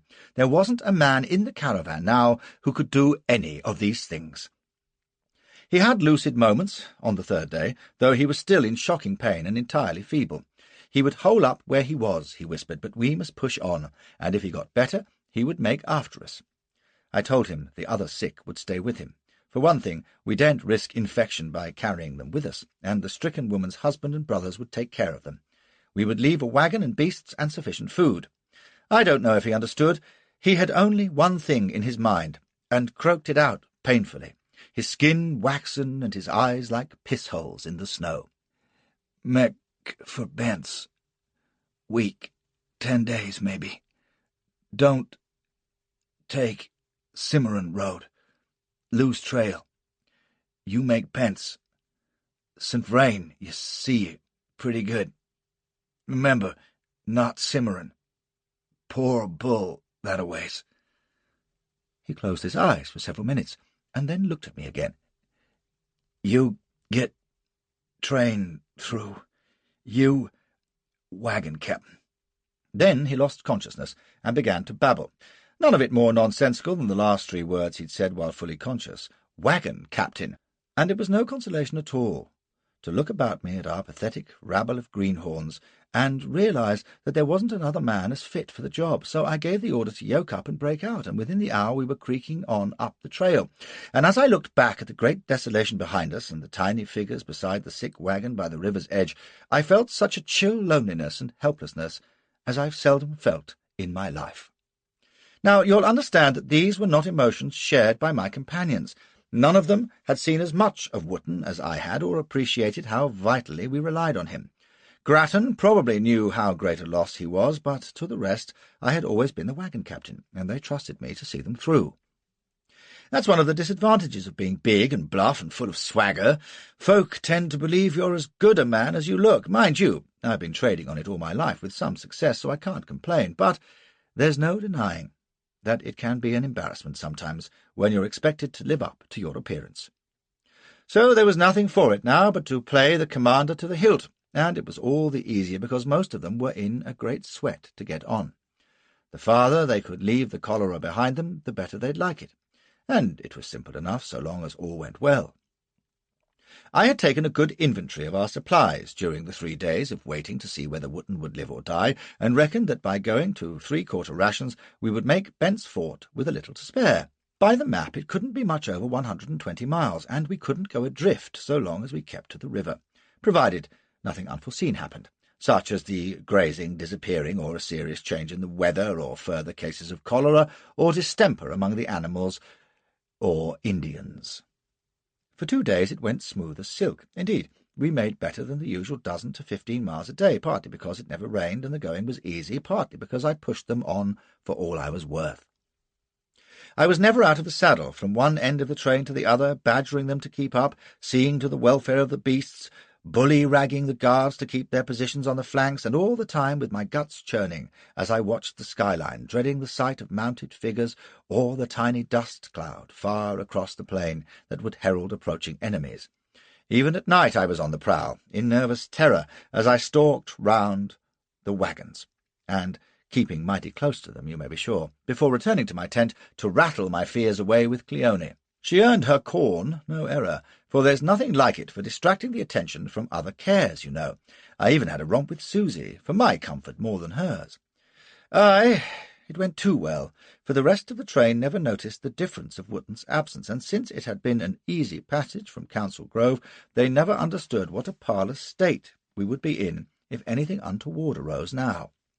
The only thing they had to grumble at was the shorter commons, and when we came to the upper crossing on the 3rd day, the damn fools were so drugged with their false sense of security that they made my reduction in rations an excuse for changing course, as though having to make do with an ounce or 2 less of corn and meat each day mattered a curse against the safety of the entire expedition.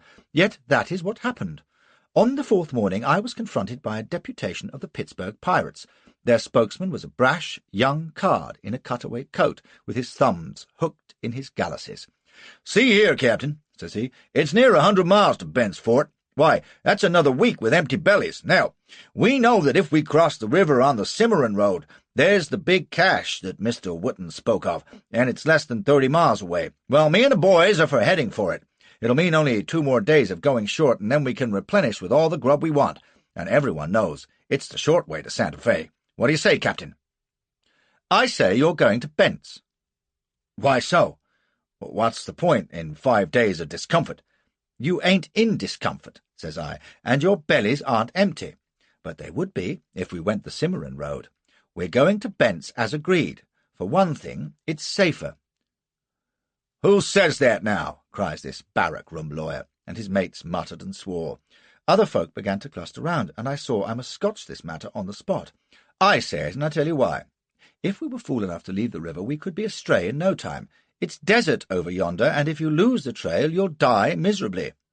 "Ain't no reason to lose the trail," cries a voice, and to my fury I saw it was one of Grattan's guards, a buck-skinned brute called Skate. "I've been there a ways, on the cut-off. Trails as plain as your hand," at which the Pittsburgh oafs hurrahed and clamoured at me. "We're going to Bent's," I barked, and they gave back. "Now mark this. Suppose the trail was as good as this fellow says, which I doubt. Does anyone know where Wootton's cache is? No, and you'd never find it. They don't make 'em with finger-posts, you know, and if you did, you'd discover it contained precious little but jerked meat and beans. Well, if that's your notion of all the grub you want, it ain't mine. At Bent's you'll find every luxury you can imagine, as good as St. Louis." They still looked surly, so I capped the argument.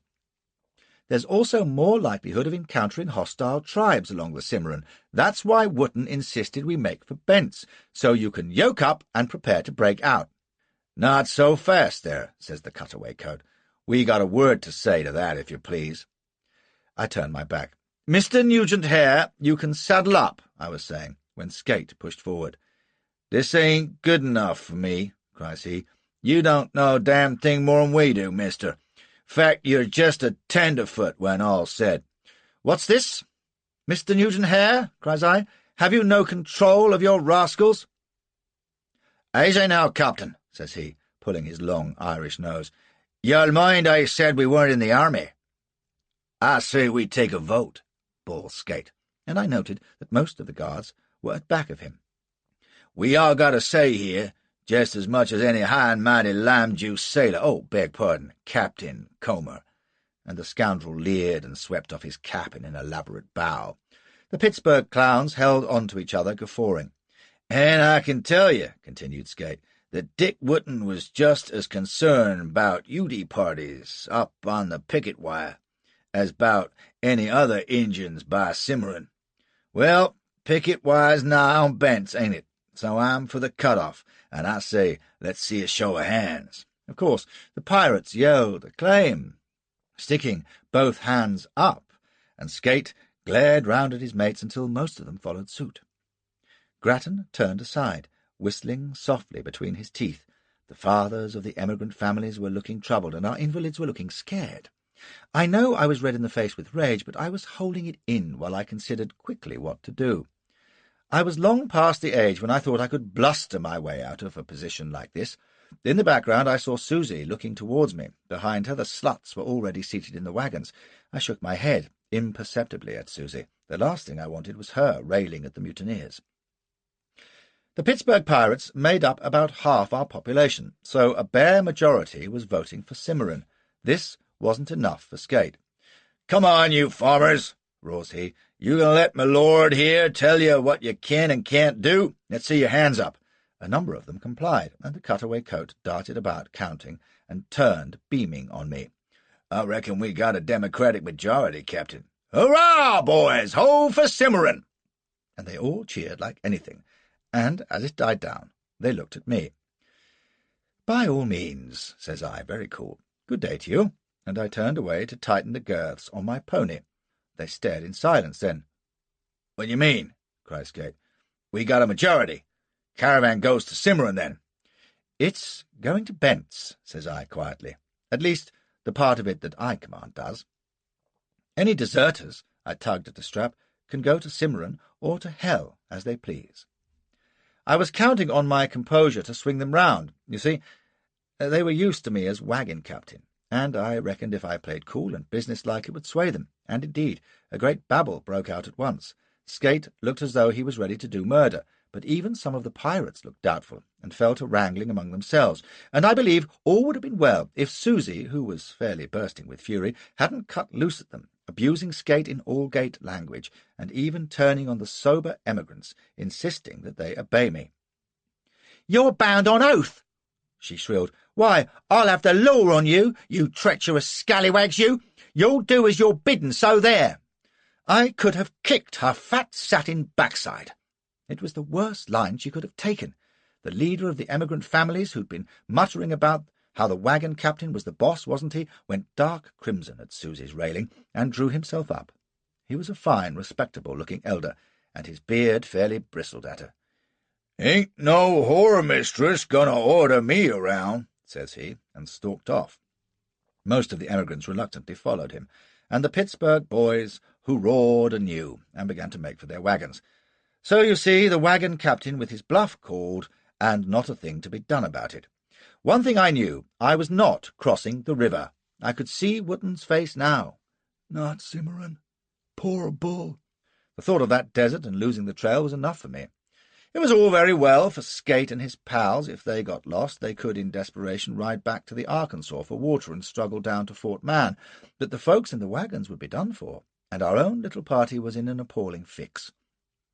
We had our 8 wagons and the carriage, with their drivers, but we faced a week's trip to Bent's without guards. If we met marauding Indians, we would have my guns and those of the teamsters and Savaneros. But I was wrong.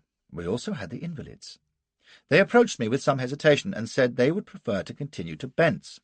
The air on the north bank of the river was purer, they were sure of that, and they didn't approve of Skate and those Pittsburgh rapscallions. No, indeed. "We, sir, have some notions of loyalty and good behaviour, I hope," says the one whose diagnosis of the Cheyenne had proved so accurate. His pals cried bravo and hear, hear, and flourished their sprays and steam kettles in approval. Dear God, thinks I, whores and invalids. At least they were both well disciplined. "I'd better say to the rations, or friend Skate'll be leaving us the scrapings of the barrel," says Nugent Hare. "You're not going with them?" says I, astonished. "Why would I do that?" says he. "I hired for the trip to California, and I keep my engagements." Do you know, even then, when I should have been grateful at the thought of another good pair of hands, I didn't believe a word of it. "Besides," says he, with a gallant inclination to Susie, who was now standing alarmed and woebegone, "Grattan's never the boy to desert a lady in time of trouble, so he's not." And he sauntered off, humming, while my fond spouse assailed me with lamentations and self-reproaches, for she was sharp enough to see that her folly had tipped the balance. If I'd had less on my mind, I'd probably have given vent to my feelings, full tilt. As it was, I just told her pretty short to get into the coach and make sure Skate's bullies didn't try to run off any of our crinoline herd. There was a pretty debate going on around our supply wagons. Skate was claiming that he and his mates were entitled to food, since they had been part of our caravan. Grattan was taking the line that when they stopped working for us, they stopped eating, and if they tried to pilfer, he dropped the first man in his tracks. He pushed back his coat and hooked a thumb in his belt beside his colt as he said it. Skate bawled and gnashed a bit, but gave way, and I judged the time right to remind the emigrants that if they wished to change their mind, they'd be welcome. None did, and I believe it was simply that they clung to the larger party and to the firepower of Skate's fellows. They were just starting to struggle over the crossing when our depleted party rolled off up the Arkansas, and I scouted to a ridge to see what lay ahead. As usual, it was just rolling plain as far as you could see. With the muddy line of the Arkansas and its fringe of cottonwoods and willows, nothing moved out on that vastness, not even a bird. I sat with my heart sinking as our little train passed me and pitched and rolled slowly down the slope. Susie's carriage, with its skinner and the servants perched behind, the 4 wagons whose oxen had been exchanged for mules, and the other 4 with the cattle teams, all with their drivers. The covers were up on the Charles wagon, and there they were in their bonnets against the early sun, sitting demurely side by side. The Cincinnati Health Improvement Society came last in their 2 carriages, with their paraphernalia on top. You could hear them comparing symptoms at a quarter of a mile. We made 4 days up the river without seeing a living thing, and I couldn't believe our luck. Then it rained. Such blinding sheets of water as you've never seen, sending cataracts across the trail and turning it into a hideous glue-like mud, from which our wagon had to be dragged free by the teams of 4 others. We took to what higher ground there was, and pushed on through a day that was as dark as late evening, with great blue forks of lightning flickering around the sky and thunder booming incessantly overhead. It died away at nightfall, and we made camp in a little hollow near the water's edge and dried out. After the raging of the storm, everything fell deathly still. We even talked in undertones, and you could feel a great oppression weighing down on you, as though the air itself was heavy. It was dank and drear, without wind, a silence so absolute that you could almost listen to it. Grattan and I were having a last smoke by the fire, our spirits in our boots, when he came suddenly to his feet and stood, head cocked, while I whinnied in alarm and demanded to know what the devil he was doing. For answer, he up-ended the cooking pot onto the fire with a great hiss and sputter of sparks and steam, and then he was running from wagon to wagon, calling softly, "Lights out! Lights out!" while I gave birth and glared about me. Here he was back, dropping a hand on my shoulder and stifling my inquiries with, "Quiet. Listen." I did, and there wasn't a damn thing except my own belly rumbling. I strained my ears, and then I heard it. So soft that it was hardly a noise at all, more a vibration on the night air. My flesh prickled at the thought of horsemen. No, it might be buffalo on the move, too regular for that, and then my mouth went dry as I realized what it must be. Somewhere out in that enveloping blackness there was a soft, steady sound of drums. "Jesus," I breathed. "I doubt it," whispered Grattan. "Say Lucifer, and you'll be nearer the mark." He jerked his head, and before I knew what I was probably doing, I was following up the slope to the west of our hollow. There was a little thicket of bushes, and we crawled under it, wormed our way forward until we could part the grass on the crest and see ahead. It was black as the Earl of Hell's waistcoat, but there, miles ahead in the distance, were 5 or 6 flaring points of light. Indian campfires, without a doubt, along the river bank, which meant, when you thought about it, that they lay slap on our line of march. We watched for several minutes in silence, and then I said in a hoarse croak, "Maybe they'll be friendlies." Grattan said nothing, which was in itself an adequate answer. You may guess how much we slept that night. Grattan and I were on the watch as dawn broke, when their fires had disappeared with the light, and instead we could see columns of smoke, perhaps 5 miles away along the river. It looked like a mighty camp to me, but at such a distance you couldn't tell. There was no question of our stirring, of course. We must just lie up and hope they would move, and sure enough, about noon we realized that the dark strip which had been the camp was shifting downriver in our direction. Grattan cursed beneath his breath, but there was nothing for it but to lie there and watch the long column snaking inexorably towards us past the cottonwood groves. It wasn't more than a mile away, and I was all but soiling myself in fear when the head of the column veered away from the river, and I recollected with a surge of hope that our hollow lay in a wide bow of the river. If they held their march along the bow-string, they might pass us by, damnably close, but unless one of them scouted the bank, they would never realize we were there. We scurried down and had the teamsters stand by their beasts, enjoining utter silence. My chief anxiety was the invalids, who were such a feckless lot that they might easily blunder about and make a noise, so I ordered them into their carriages with instructions to sit still. Then Grattan and I wormed back to the crest and took a look. That was a horrible sight, I can tell you. The head of the column wasn't above 300 yards away, moving slowly past our hiding place. There was a great murmur rising from it, but not much dust after the rain, and we had a clear view. There were warriors riding in front, some with braided hair and coloured blankets round their shoulders, others with the lower part of their skulls shaved and top-knots that bristled up. Whether of hair or feathers I couldn't tell. Then came what was either a chief or a medicine-man, almost naked, on a horse caparisoned in coloured cloth to the ground. He carried a great staff like a shepherd's crook, ribboned and feathered, and behind walked 2 men, carrying little tom-toms that they beat in a throbbing rhythm. Then more warriors, with feathers in their hair, some in blankets, others bare except for breech-clouts or leggings. All were garishly painted, red, black, and white, as I recall. Almost all were mounted on mustangs, but behind came the usual disorderly mess of travois and draught animals and walking families and cattle and dogs and general Indian foulness and confusion. Then the rear guard, after what seemed an interminable wait.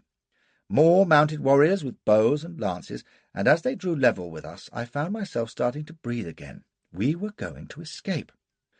Whether that thought travelled through the air, I don't know, but suddenly one of the riders wheeled away from the others and put his pony to the gentle slope running up to our position. He came at a trot straight for us, and we watched, frozen. Then Grattan's hand came out from under his body, and I saw he had his bowie turned in his fist. I clapped a hand over it, and he turned to stare at me. His eyes were wild, and I thought, by gum, Flashy, you ain't the only nervous one on the plains this day. I shook my head. If the savage saw us, we must try to talk our way out. Not that there'd be much hope of that, from what we'd seen. The Indian came breasting up the hill, checked, and looked back the way they had come, towards the campground, and I realized he was taking a last look-see. He wasn't 20 yards away, close enough to make out every hideous detail of the buffalo horn headdress, embroidered breechclout, beaded garters wound round his legs above the moccasins, the oiled and muscular limbs. He had a lance, a little round shield on his arm, and a war-club hung from his belt. He sat at gaze a full minute, and then rode slowly along just beneath our hide, with never an upward glance. He paused, leaning down to clear a tangle of weed from his foot, and in the hollow behind us some fool dropped a vessel with a resounding clatter. The Indian's head lifted, the painted face staring directly at our bush. He straightened in his seat, head turning from side to side like a questing dog's. He looked after his party, then back towards us. "Go away, you awful red bastard, go away," I was screaming inwardly. "It's only a kettle or a piss-pot dropped by those infernal hypochondriacs. Christ, it's a wonder you can't hear the buggers wheezing." And then he trotted down the hill after the retreating column. We waited until the last of them were well out on the plain and vanishing into the haze before we even stirred, and then I made the terrifying discovery that while Grattan and I had been lying too scared to breathe, and Susie had been sitting tight-lipped in her coach with her eyes shut, 3 of the sluts, Cleone, Black Aphrodite, and another, had crawled up to a point on the crest to watch the passing show, giggling and sizing up the bucks, I don't doubt. How they hadn't been spotted. We moved out in some haste. You ain't seen galloping oxen. Within the hour we had passed through the appalling filth and litter of the deserted Indian camp, and it seemed reasonable to hope that a band of such size would be the only one in the vicinity. I asked Grattan who they were. He thought from the bright-coloured blankets and the buffalo scalp cap that they might be Comanches, but wasn't sure. I may tell you now, from a fairish experience of Indians, that they're a sight harder to identify by appearance than, say, Zulu regiments or civilized soldiers. They ain't consistent in their dress or ornament. I remember Charlie Reynolds, who was as good a scout as ever lived, telling me how he'd marked down a band as Arapaho by an arrow they'd fired at him. He found out later they'd been Oglala Sioux, and the arrow had been pinched from a crow. That, by the way, Grattan didn't cheer me up much by remarking that the Comanche are cannibals. We pushed on, and towards evening I smelled smoke. We went to ground at once and camped without fires, and in the morning moved ahead cautiously until we caught the scent of charred wood. Sure enough, there it was, a little way off the trail, the blackened shell of a wagon with little drifts of smoke still coming from it. There were 3 white corpses sprawled among the wreck, 2 men and a woman. All had been shot with arrows, scalped, and foully mutilated. Grattan went round the wagon and cursed. I went to look and wished I hadn't. On the other side were 2 more bodies, a man's and a young girl's, though it wasn't easy to tell. They had been spread-eagled and fires lit on top of them. If that Indian in the buffalo cap had ridden a few yards further, we would have been served the same way. We buried them in a cold sweat and pressed on quickly. Oddly enough, though, the knowledge of our escape raised our spirits, and it was with cries and hurrahs that afternoon that we passed the mouth of the picket wire, which joins the Arkansas about 15 miles below Bent's. 1 or 2 of the Savaneros were uneasy that there was still no sign of civilized life so close to the fort. There were normally bands of trappers and traders to be seen, and friendly Indians camped on the picket wire, they said. But Grattan pointed out that with so large a band of hostiles on the prowl, the normal traffic wasn't to be expected. They'd be staying snug behind the wall at Bent's. We were all eager to see this famous citadel of the plains, and in camp that night Grattan entertained Susie with a recital of its wonders. To hear him it was like finding Piccadilly in the middle of the Sahara. "You'll be wonderstruck, ma'am," laughs he. "You haven't seen a building worth the name since we left Westport, have you? Well, tomorrow, after 1,000 miles of desolation, you'll see a veritable castle on the prairie, with towers and ramparts. Oh, and shops, too. That's a fact, and all as busy as Stephen's Green. This time tomorrow you'll be watching the captain here playing skittle pool in the billiard-room, with a wee man in a white coat skipping in with refreshment, and you'll sleep on a down mattress after a hot bath, and the best dinner west of St. Louis, so you will." We were off at dawn of a brisk, bright day, with the breeze fluttering the cottonwoods as we rolled along by the river at our best pace. We nooned without incident, just an hour or 2, thinks I, and we'll be through this horror and can lie up until other trains appear, and then head for Santa Fe in safety, with some other idiot riding wagon boss. We were all in spirits. Susie was laughing and listening to Grattan as he rode by the carriage. The tarts had their wagon covers up and were chattering like magpies in the sunshine, and even the invalids had perked up and were telling each other that this was more bracing than Maine, by George. I caught Cleone's demure glance as I rode by her wagon, and reflected that Bent's must be big enough to find a more comfortable private nook than a prairie tent. And then I saw the smoke. It was a single puff, above the gentle crest to our right, floating up into the clear sky, and while I was still gaping in consternation, there they were, 4 mounted Indians on the skyline, trotting down the slope towards us.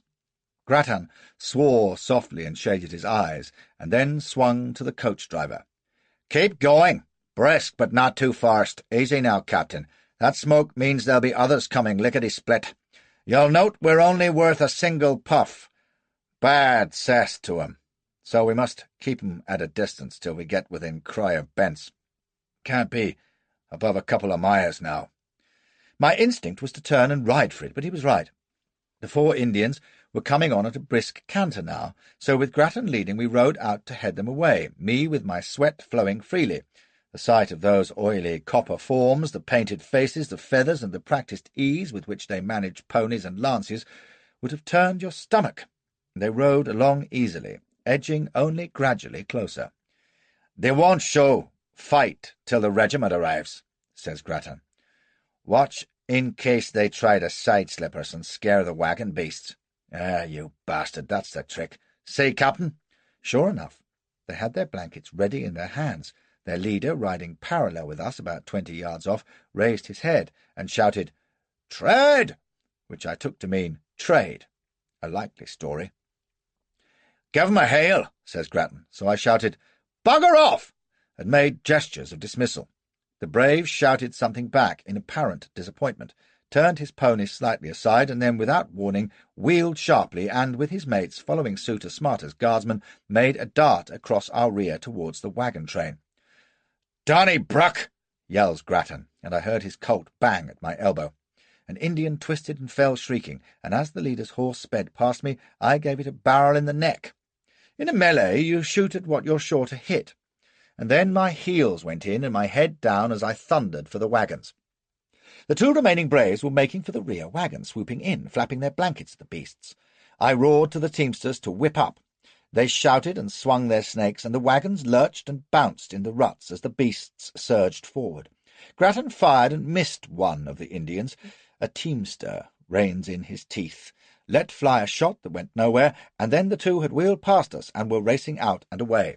I galloped up the train, all eyes to see where the next danger was coming from. By God, I didn't have to look far. On the crest to our right there was a round score of the brutes swerving down towards us.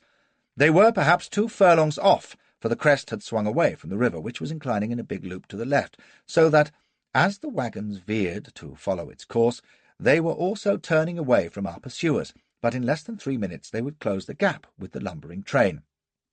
Ahead of me, Grattan was swinging himself from his saddle over the tailboard of a wagon, and further ahead the Sabaneros of the mule train were doing likewise, their mules running free. In among them came the 2 braves with blankets, screeching and trying to drive the leaderless brutes in among the wagons. Grattan's rifle boomed, and one of the braves went down. The other tried to throw himself at one of the wagon teams, but must have missed his hold, for as I galloped by he was losing an argument with a wagon wheel and being deuced noisy about it. The Sabaneros were firing now. Grattan yelled to me, pointing forward, and I was in solid agreement, for up yonder somewhere was Bent's, and I didn't mind a bit if I was the first past the post. 6 revolving rifles were letting go as I thundered up the train, which is just the kind of broadside you need when 20 painted devils are closing in. They weren't more than 200 paces off our rear flank now, whooping like bedamned and firing as they came. I was abreast the leading wagon, with only the 2 invalid carriages and Susie's coach leaping along ahead. At my elbow the sluts were squealing and cowering behind the wagon side. I saw a shaft quivering in the timber, and another hissed over my head. It's time to get off this pony and under cover, thinks I, and in that moment the brute stumbled, and I had only a split second to kick my feet clear and roll before she went headlong. It's odd what sticks in your mind. There was a grey, bearded face peering from the window of the nearest carriage, absolutely adjusting its spectacles. Then earth and sky whirled crazily as I hit the ground with a bone-shaking crash. I hadn't time to wonder if aught was broken. I grabbed at a trailing rope as a wagon wheel whirled by close to my face and managed to get the bite round my elbow. It was almost dislocated as I was hauled half upright, clawing for a hold. Female voices screamed as I was dragged staggering along, hands clutched at my arms and collar, and I was pulled bodily against the tailboard, with my legs going like pistons in mid-air. If I have a soft spot for harlots, do you wonder? Somehow they kept me aloft long enough to get an arm round a stanchion and a leg over the tailboard.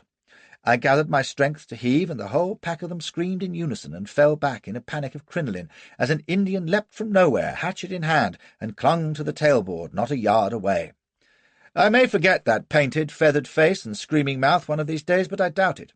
I was hanging helpless, the prairie flying along 2 yards below as he swung up the hatchet, and then there were squeals of rage, and black Aphrodite was thrashing at him with the parasol. God bless her! He clung like a leech with one hand, stubbornly determined to disembowel me with the other, but the clever, beautiful, resourceful pearl of African womanhood abandoned edge for the point and gave him the ferrule in the groin. He shrieked and tumbled off under the hooves of the team behind, and I hauled myself inboard and looked about to see what fresh horror was offering itself. It was a battle royal.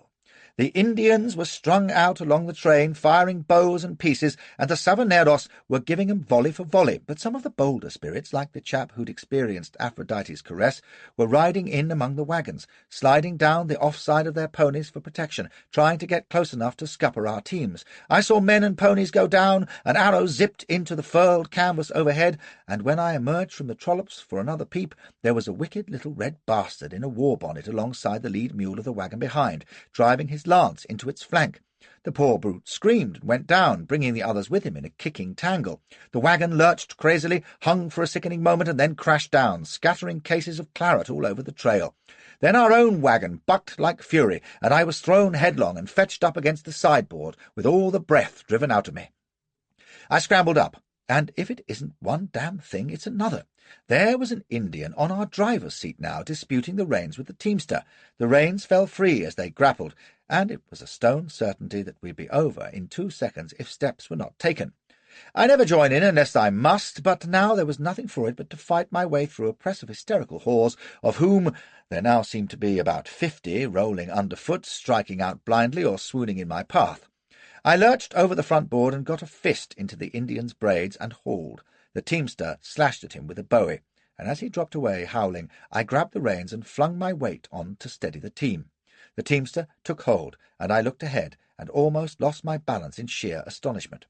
We were on open plain, with the 3 carriages flying along before us, and beyond them was one of the most beautiful and unbelievable sights I ever beheld. It was a castle, just as Grattan had said, with 2 great round towers, massive walls on what looked like brown stone, and a beetling gateway, with the stars and stripes fluttering in the breeze. I yelled with joy and amazement as we lumbered down towards it, and then became aware that the shots and yells were dying away behind. I looked back, and there were 5 wagons spread out across the plain, which meant that 2 were goners, and in their wake the Indians were slackening in their pursuit, waving their weapons and whooping. I could see some of them clustered round the wrecked wagon, no doubt preparing to sample the claret as soon as the chief had swilled the first glassful round his palate.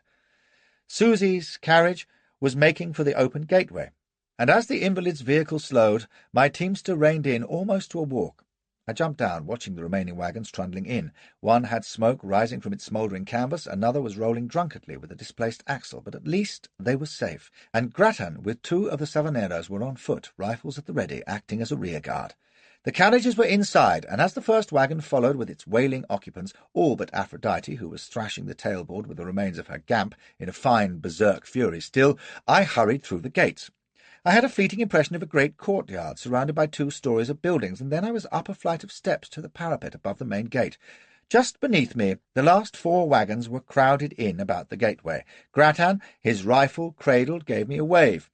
Beyond lay the empty plain for 1/4 of a mile to the bend of the river, where about a dozen Indians were milling to and fro, but making no more towards the fort.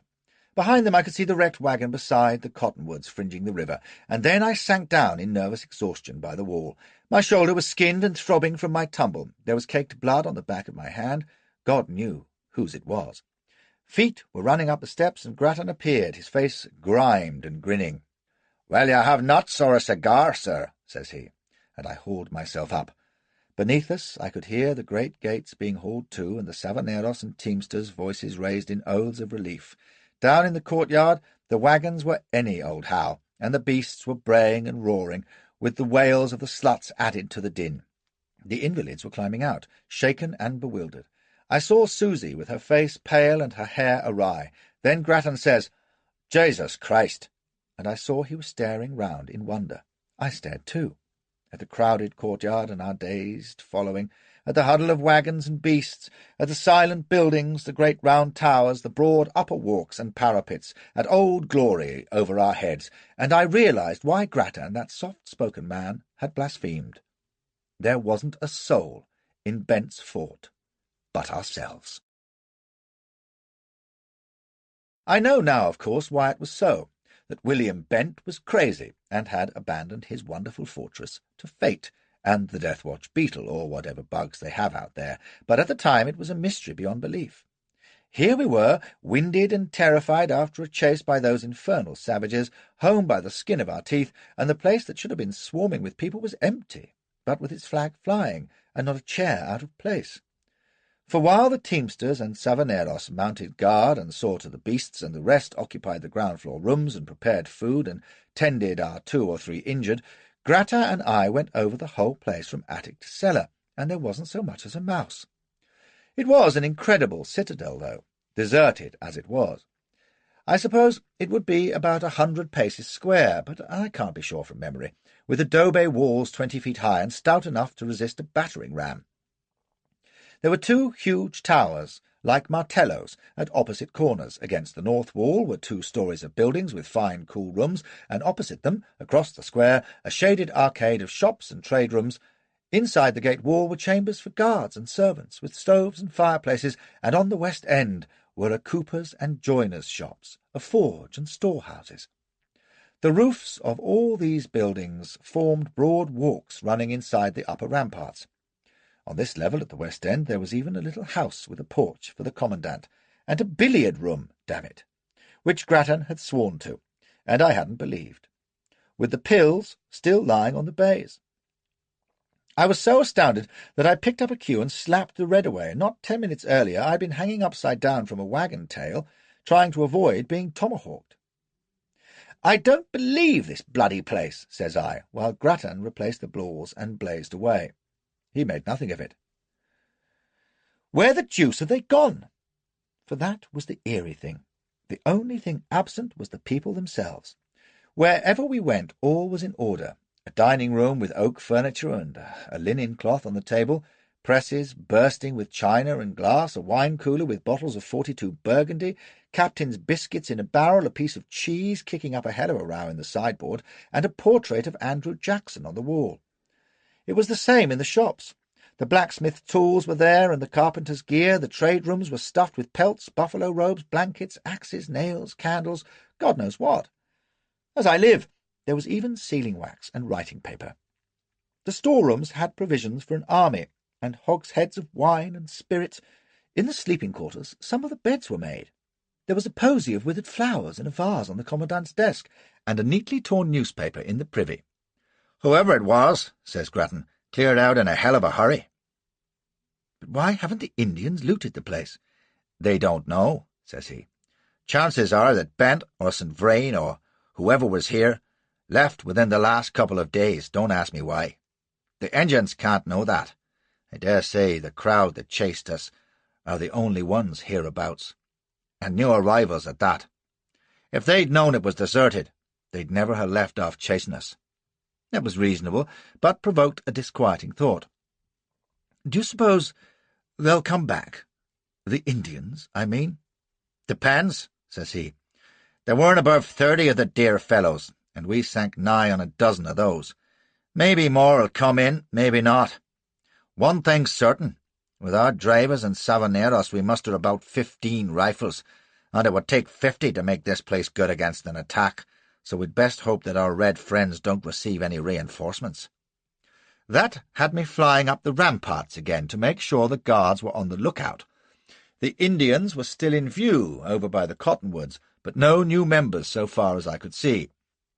There was a moon due that night, so they couldn't surprise us after dark. I took stock. At least we were inside, and the chances were that a caravan or a party of traders would heave in sight before enough Indians arrived to make the place too hot to hold. An unfortunate choice of expression, that, as you'll come to appreciate. In the meantime, we were in residence, and once I'd heard Susie's exclamations of pleasure at the amenities and the enthusiasm of the trollops as they settled themselves into quarters and started washing their clothes and chattering in the well-stocked kitchen, where our black cook had pans on the boil, I began to feel better. We didn't make use of the big corral outside the walls, but stabled the beasts in a wagon park off the main square. The teamsters had their own fires going in no time, and were breaking out supplies from the storerooms. There was laughter and singing, and the great empty place echoed with our noise. The invalids took the air on the walls, and one four-eyed idiot even proposed an evening stroll down to the river. I dissuaded him by pointing out that the locals might be taking their hatchets for a walk at the same time. Do you know, he hadn't thought of that. I suppose he imagined that the brutes who'd pursued us had been just rather persistent native hawkers trying to interest us in beads and pottery. We had the best hot meal we'd eaten in months, in the dining-room, with a pair of the tarts to wait on us, and some tolerable port and a decent cigar afterwards. I took my turn at guard that night with only middling apprehension. There wasn't a sign of Indians. The moonlit prairie was empty as far as one could see, and I was well used to the plaintive howl of the white wolves by now. I turned in shortly before dawn, feeling not half bad. It was snug and jolly to see Susie snoring away in the dim candlelight, with one fine tit peeping out among the frills. I nibbled away until she squirmed into wakefulness, whereafter we set to partners, celebrating the first civilized bed we'd occupied since the Planters' Hotel, if you like.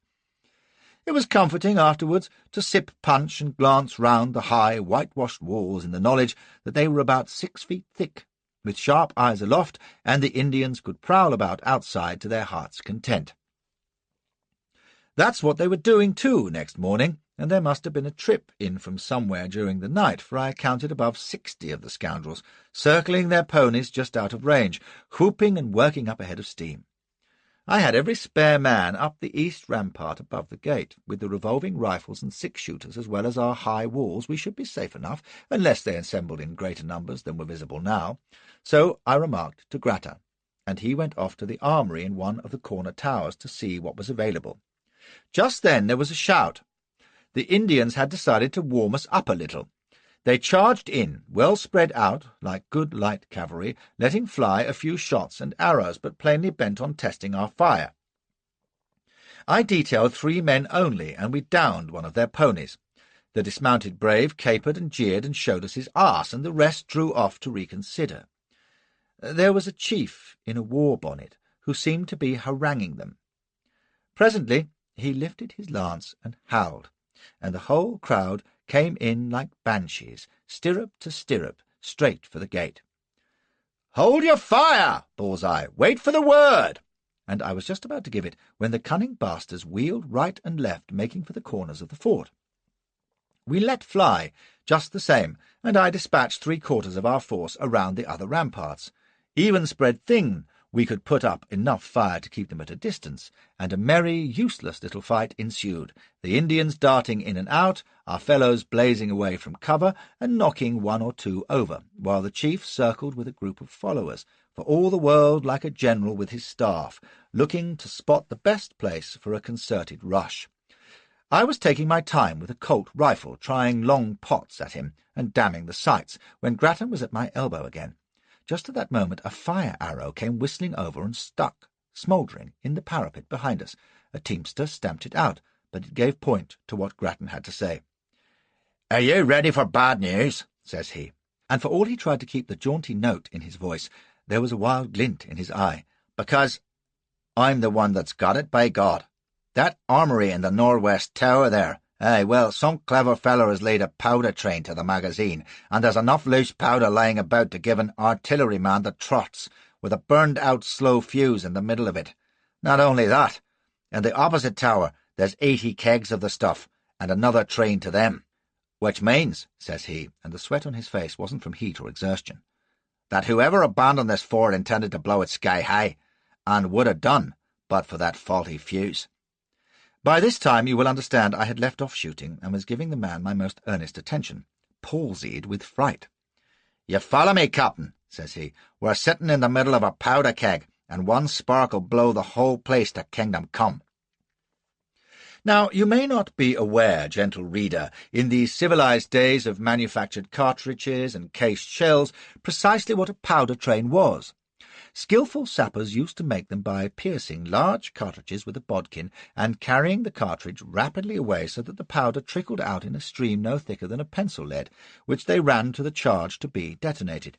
In the case of Bent's Fort, I gathered several tons of high explosive, with a similar confection in the opposite tower just for luck.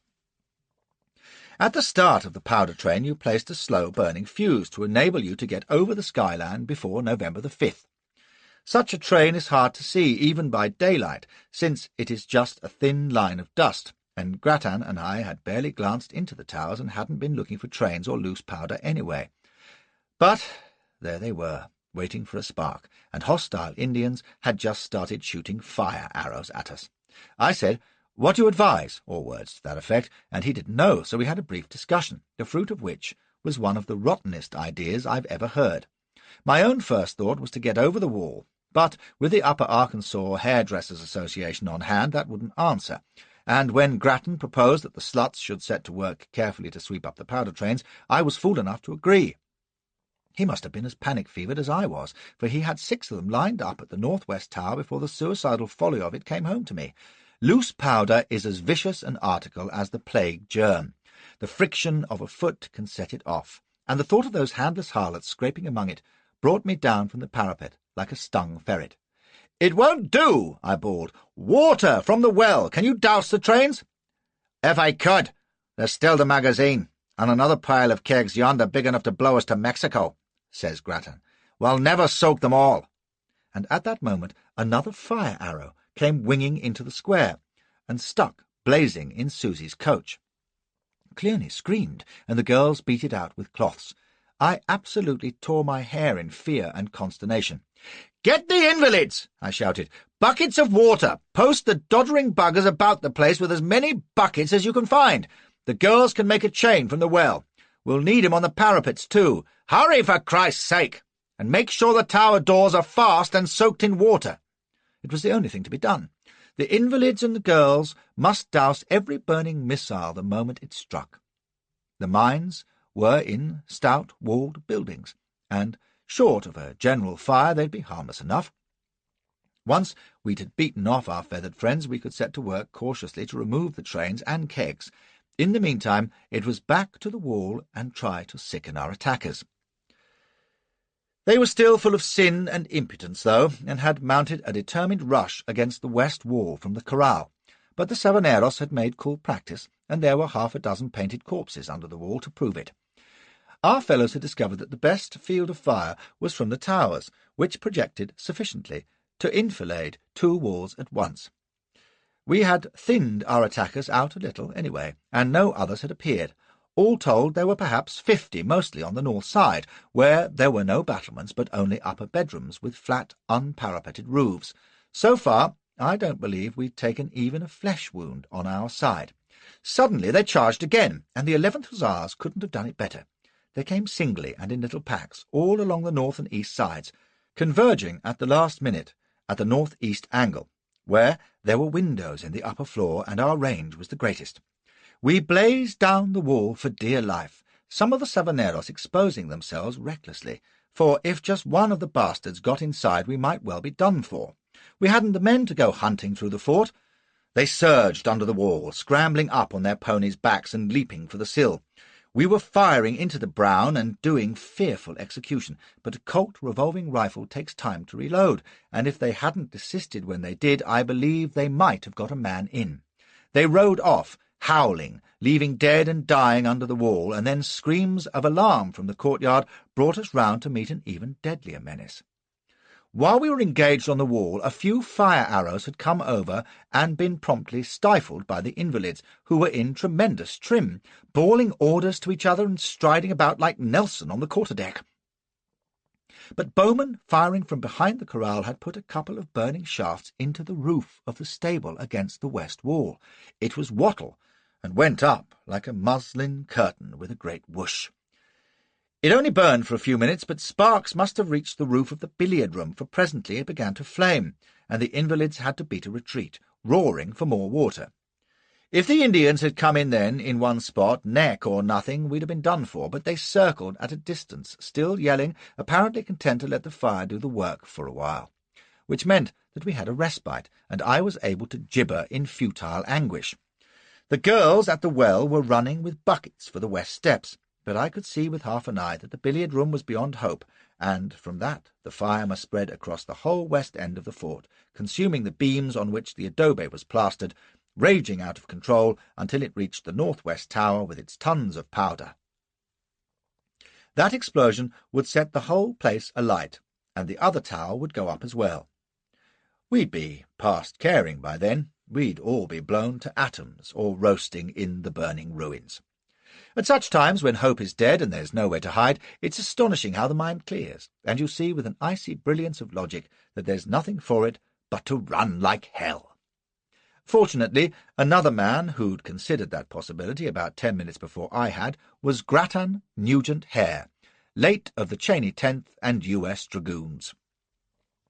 In the brief space between organising the Bucket Brigade and the Indians' attack on the north-east angle, he had been sending down every other Savanero and teamster to put to the mule teams on the 3 coaches and on a couple of the wagons in the little park behind the shops on the southern side.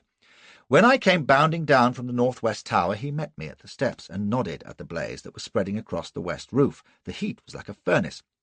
"We'll have to break out," he shouted. "We've maybe got 10 minutes before yon tower goes up. If we throw open the gates, we can make a run for it with the wagons." "Where the hell to?" I demanded. "The river. It's barely a furlong from the south wall.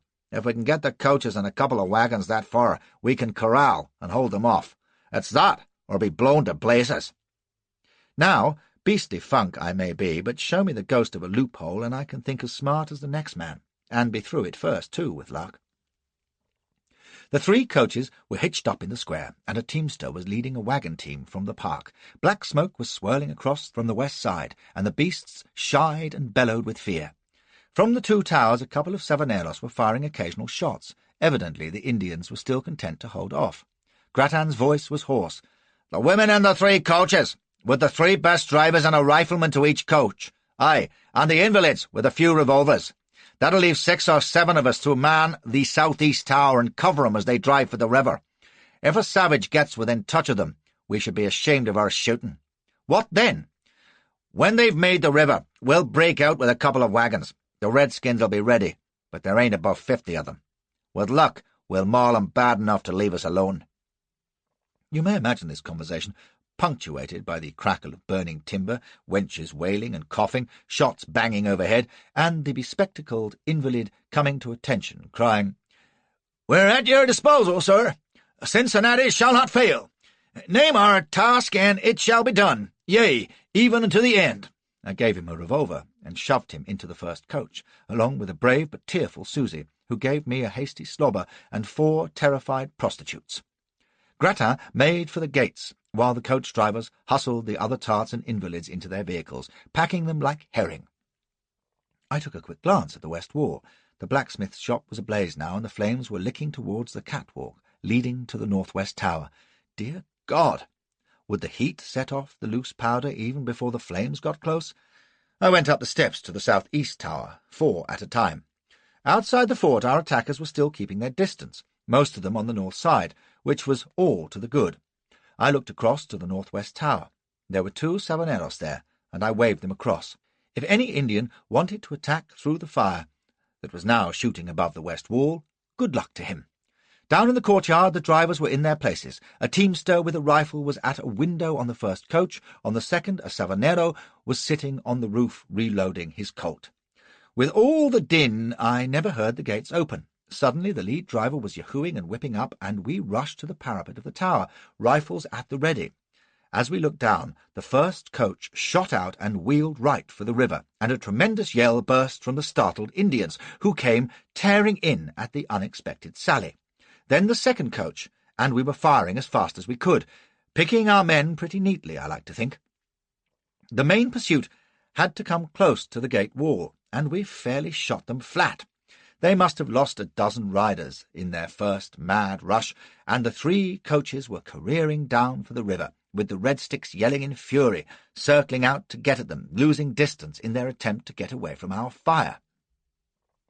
The first coach reached the river and wheeled among the cottonwoods, and then the second, lurching and bouncing on the rough prairie, lost a wheel with about 20 yards to go, but the driver must have cut the traces, for the mules ran loose, and there wasn't an Indian close enough, thanks to our shooting and the rifle in the first coach, to do any damage as the girls and their guards scrambled out and reached the safety of the trees. The third coach, with its Savanero performing like Deadwood Dick, came to rest beside the first one, and a tremendous cheer broke from our bastion. Grattan was down in the courtyard yelling to us, and our fellows fairly tumbled down the steps to the wagons.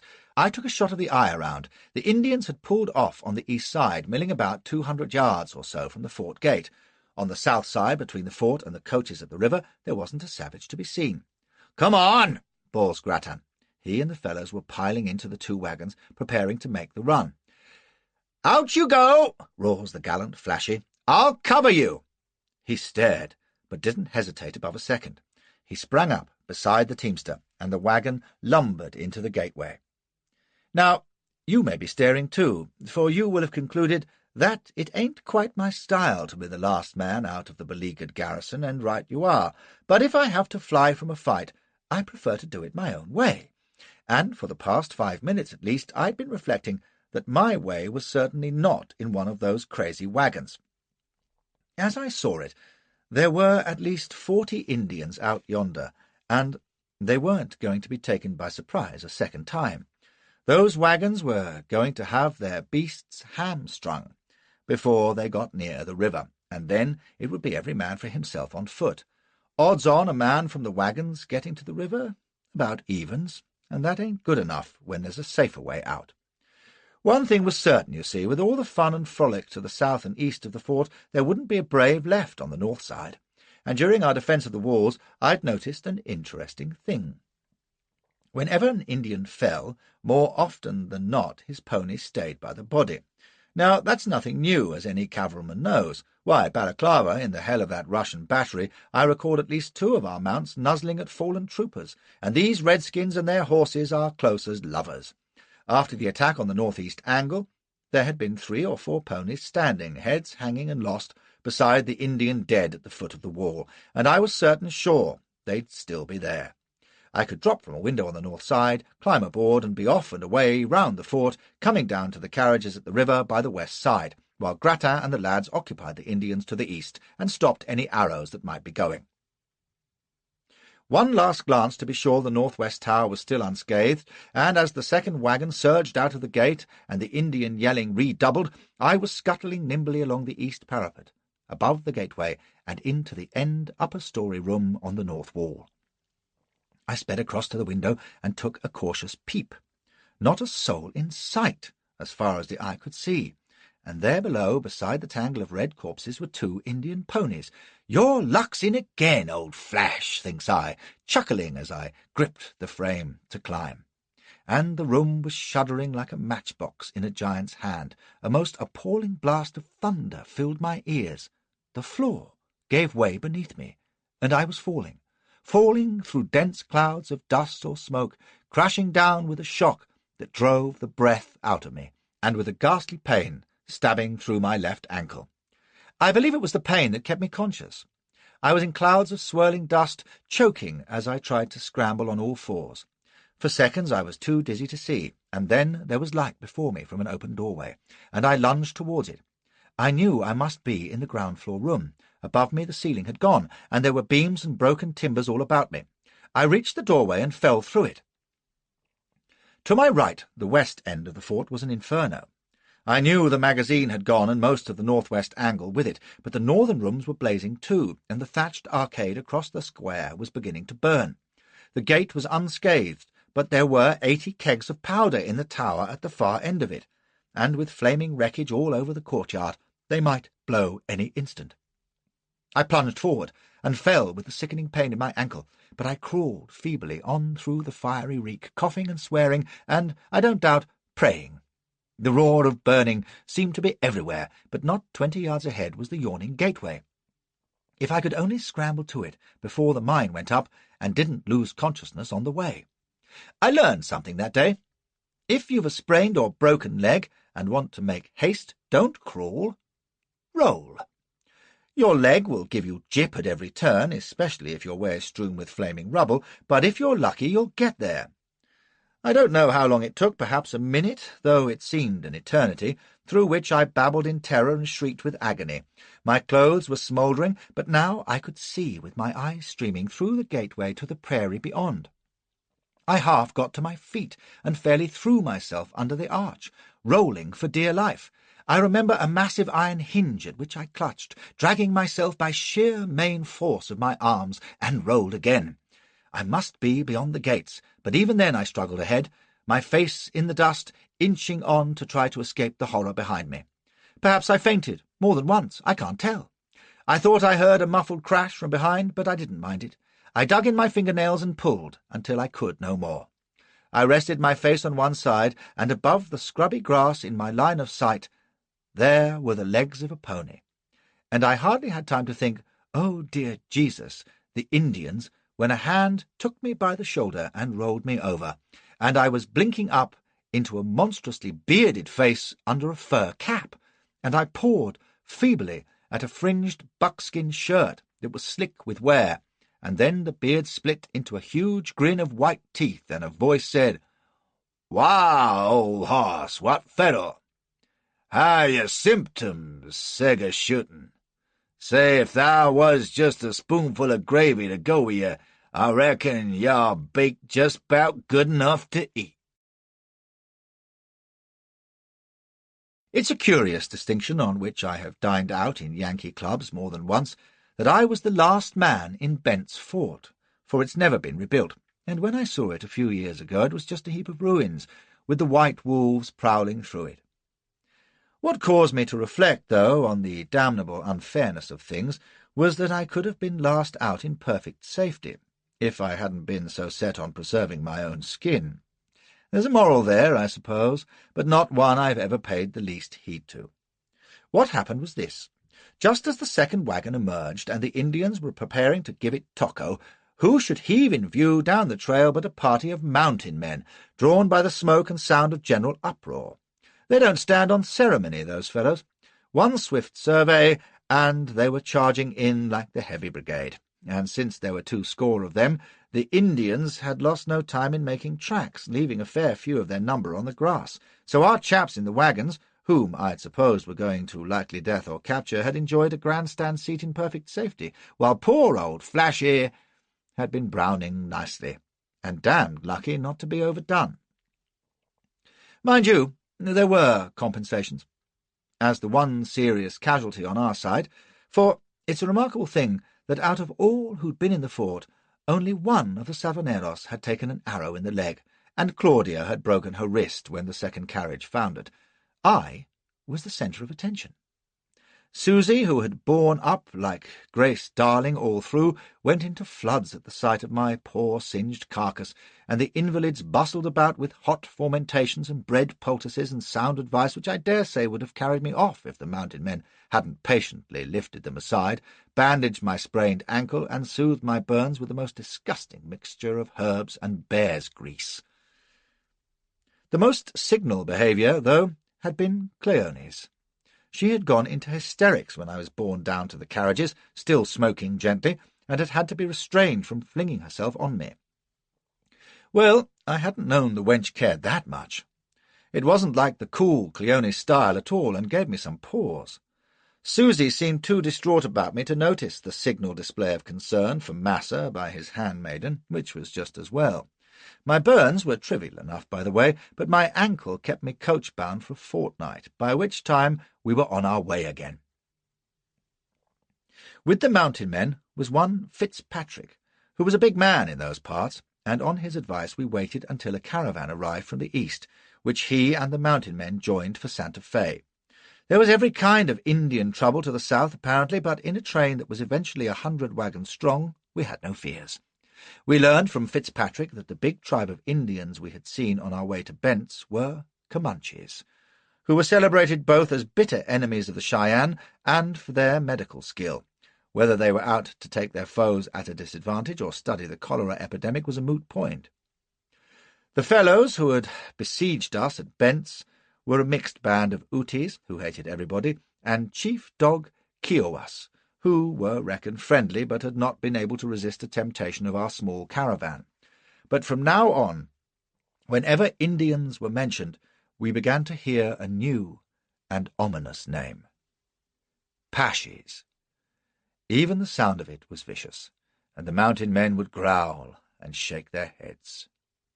I didn't care if I never saw a red hide again, but in fact Fitzpatrick swore that we'd been lucky. We'd lost 3 teamsters and 2 wagons on the mad career into Bent's, but nothing except a little gear in the destruction of the fort itself. By a freak of the explosion, the south wall had collapsed, exposing the wagon park, and the mountain men and Savanneros had taken advantage of a change in the wind to haul our last 4 wagons clear. So apart from 1 load of claret and another of food, our goods were fairly intact, much to Susie's relief. But Bent's was a sorry sight. The explosion had razed a third of it, and the fire eventually destroyed the rest, including the southeast tower and its powder kegs, which oddly enough never blew up, but burned like an enormous Roman candle that I'm told was seen by the soldiers at Fort Man more than 150 miles away. The mountain men were fearfully cut up about it. To them it was as great a thing as the destruction of St. Paul's or the Tower would be to us, perhaps even greater. I remember 3 of them talking softly near the coach at sundown, the night before we pulled out for Santa Fe, smoking their pipes as they watched the ruins silhouetted against the purple sky as the last of the light faded. "I remember when I first see Bent's, coming down with the Green River boys from South Park now 15 years ago. Didn't rightly believe my eyes. Expected a giant to come out on hollering fee, fire, foe. Didn't think nothing could tumble it down. Gonna be right lonely without the big lodge." "Lonely? Why, you jackass, how you talk. How can you be lonely for a place? Lonely is for folks." A long pause. "Maybe so. All this coon know. Even you're scraping for beaver on the Powder or bogged in Blackfeet village in the Tetons come winter, you can get right desolated. Geez, wishing you could walk in under that gate, see St. Vrain and Maxwell laughing on the veranda and smoking them big cigars, and the little white man himself sitting by the high press counting the pelts jealous-like, or old Bill cussing and yarning with the smith." "Or feel the taste of Black Sue's pumpkin pie, you mean?" "Sure enough. This child could swallow a buffalo bull, horns, tail, and snout, and still have room for that pie." "That's what I'm saying, though. 'Tain't the place you're hankering for, it's the folks. And the pie, seemingly. Well, that folks is still around, ain't they?" "Reckon. Howsomever they can't come to Bent's no more. 'Cause 'tain't here, and they won't be. Seems like 'thout Bent's." "In course they will, you damned old fool. They be until they die leastways. Can't be any longer than that." "They could be," insists the prairie Plato, "if Big Lodge was. Now it's gone, and soon nobody'll remember it. Like not many remember the old rendezvous up on the Green and Bighorn, back before the Santa Fe traders come. Why, I remember those. What's special about them? Nothing, excepting they ain't nowadays. And this old hoss can get lonely for them, too. That's my point. I reckon you could get lonely for the old price of beaver. Can that? And have done since 36. They all laughed. Get lonely for all the things that's a-changing. Why, it's getting so a cuss can't walk 50 miles without seeing a soldier or a himmigrant, but makes me feel right scary hereaways," tapping his breast. "To think of Big Lodge gone, place and folks. Seems it was kind of like home." "Home? Why, your home was in Kaintuck, till you bust the minister's window and had to vamoose. Since when home's been wherever you found a fat squaw and a good fire." "Them's the places I used to start yearning for bents," cries the old chap. "That proves it. That's my point. That's why I'm grieving to see it all broken down like that." "Well, so am I. But the way you talk, you'd have been happy if Big Lodge never been buildin' in the first place." "No, don't you see? "Then why, there'd be nothing to remember, not to forget." The grass was beginning to brown when our reinforced train rolled down the Timpass towards the distant mountains. It was a shame that our invalids, having had as much of the West's health-giving properties as they could stand, had turned back from Bent's, for there's no air in the world as invigorating as New Mexico's. We journeyed across prairie bright with flowers, and it was bliss to lie in the coach watching the girls running and laughing among them like muslin butterflies, gathering them in great armfuls and filling our coach with their fragrance. Even when we began to climb into the craggy forest hills that led up to the Raton Pass and the going got slower, the land was still beautiful, with its winding wooded valleys. There's a fine toll road now, I believe, but in my time there was hardly a visible trail, and once or twice the wagons had to be carried bodily over rocky barriers. Then it was prairie again, to the heel of the Sangre de Cristo Mountains, and since all this had recently been Mexican territory, there were more olive faces than white in the little settlements, and that unwashed languor, inseparable from Dagos, began to pervade the scene. There were other branches of the trail now, and other caravans were commonplace. At Wagon Mound, a great grassy bottom surrounded by trees, we found more than 300 vehicles assembled, some of which had come down the Cimarron route, and with them, hollow-cheeked from illness but laconic as ever, was Wootton. He had forced himself into the saddle and come on a week behind us, but a friendly Indian had misled him into thinking our whole train had crossed the river to the cut-off. He had followed, and made a dreadful discovery. Our deserters had lost the trail, sure enough, and split into two parties after a violent quarrel. Wootton came on one group, more dead than alive, and had brought them safe to the Canadian River, but the other party, including Skate and many of the Pittsburgh pirates, had been less lucky. "Peshies catched 'em on the Cimarron. Buffalo hunters seen the wagons all burned. Our folks massacred." It was a sobering reminder of what might lie over the next hill, but it would have taken every Indian in America to make an impression on the vast stream of wagons and immigrants now converging below Wagon Mound. It was an endless procession, and at Las Vegas, not to be confused with the better-known Las Vegas, Nevada, we met some of the trains which had been pouring across the southern plains all summer from Fort Smith.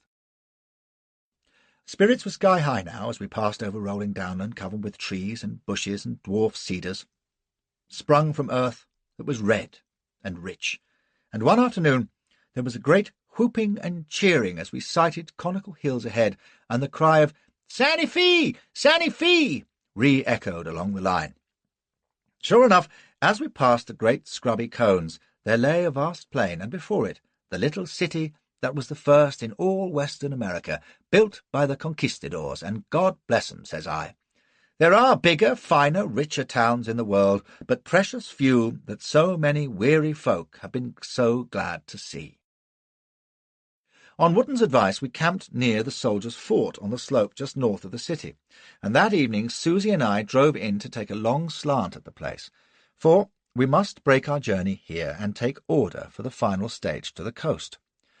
It was like Calcutta in Fair Week. The town itself was no size at all, some adobe houses and one or two fairly decent courtyards all grouped around a fine plaza containing the governor's palace, which was a long, low, colonnaded building, and the bishop's house, and dozens of stores and posadas. But to get to this you had to pass through a positive forest of wagons and shanties and huts, and the paths through, like the streets of the town itself, were swarming with people. We were told that the usual population was about 1,000. In the fall of '49, I'd wager it was 10 times that, most of them emigrants who, for one reason or another, found themselves stranded in the place, with no notion of how they were going to get out. The truth was they couldn't afford it. They had swallowed the gold bait back east, listened to the rosy lines of those who made a fortune from outfitting and transporting them, and then discovered after a journey far slower and longer and more expensive than they'd expected, 500 miles to Santa Fe, the Fort Smith sharps had told them it was 800, that they were out of cash, out of provisions, and out of luck. What little money they had left was swallowed by prices that were plain foolish. Flour at $1 for 10 pounds, sugar at 25 cents a pound, corn at $2.50 a bushel, firewood at 25 cents, even grass was being offered in the streets by peasant hawkers at 20 cents the bunch, for there wasn't a mouthful of grazing for miles, and something like 6,000 cattle to feed. So the poor emigrants were reduced to selling even their rigs to buy food and shelter, and lo, a wagon that had cost them $200 now brought $50 if they were lucky. Their horses and oxen they could hardly give away, and the household goods and mining gear they offered in desperation fetched only cents. Many were plain destitute, unable to go forward or back, for now they learned that it would take another 6 months at least to California, that the routes, which no one was clear about, lay through terrible desert alive with hostiles, and that no military escorts could be provided. This alarming news we learned from an earnest young subaltern of dragoons called Harrison, with whom we dined in the best of the plaza's restaurants, for with the press of customers it was 6 to a small table even there, and a handsome bribe to the jefe at that. "I doubt if 1 in 10 of these poor souls will ever see California," says he. "Even if they had the money and sure guides on good, well-guarded trails, it would be bad enough. As it is," he shrugged, and recommended wine of El Paso, which was excellent, and a fricassee of tender buffalo hump with fiery peppers, called Chili Colorado, also first-rate, if your belly happens to be lined with copper. If I had eaten it at Bent's Fort, I could have blown the place up without gunpowder. I asked him why no escorts when the town was filled with soldiers, and he laughed. "You hardly saw an Indian south of the Raton, I'll be bound." "No, because the trails were full. Well, in Santa Fe you're living in an armed camp with hostiles all around you, Comanches and Kiowas to the east, Utes to the north, Navajos to the west, and, worst of all, Apaches to the south. The reason we can't spare a single saber for escort is that we're never done just holding the brutes at bay, protecting the Del Norte settlements and punishing their raids when we can find them. Yesterday I came back from the Galinas, where we lost 2 troopers in a skirmish with the Blacklegs. In 3 hours' time I'll be riding out again with 50 men, because there's word of a big band of mescaleros coming up the Pecos. No, sir, there isn't much time for escorts." "Well," says Susie, "that's fine, I must say.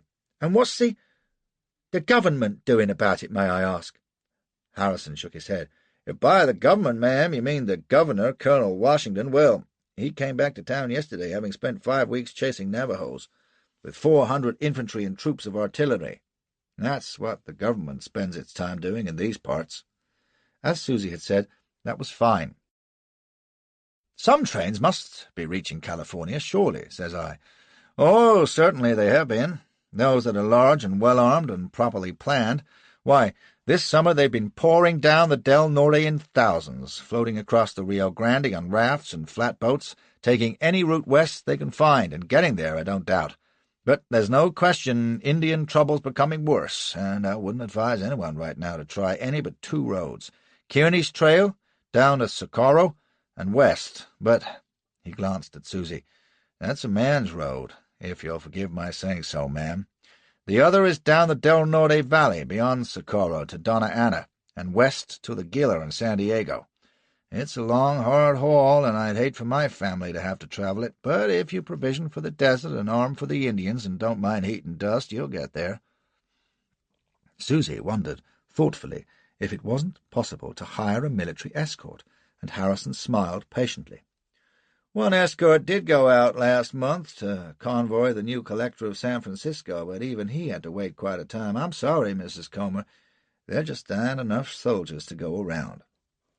The truth was, it became plain, that in taking over the vast Mexican territory, the Yanks had bitten off more than they could comfortably chew, and, like all governments, were trying to run things at the cheapest rate. Which was why this lad at table with us had lines on his face that shouldn't have been there for another 20 years, and was punishing the El Paso vintage as though it were water, without visible effect. Far from pacifying the land, American occupation had made it worse, especially now that the great immigrant incursions were making the Redskins sit up and take notice, not that they needed much encouragement. They had been ripping the country to shreds for centuries during the Spanish and Mexican rules, murdering and plundering at will, exacting blackmail, inflicting frightful tortures on prisoners, carrying off the peons as slaves and concubines, breaking treaties when it suited, and the Dagos had been powerless to stop them. They'd tried military action and been cut to bits. They'd paid Dane Geld without avail. Some Mexican officials had even been hand in glove with the tribes, abetting their raids, and the Mexican government had become callous about atrocities it couldn't prevent anyway. The war with America had made matters worse. With the land in confusion, the Indians had had a field day, and now when America couldn't or wouldn't put in enough troops, the Indians treated them with contempt and became more insolent than ever.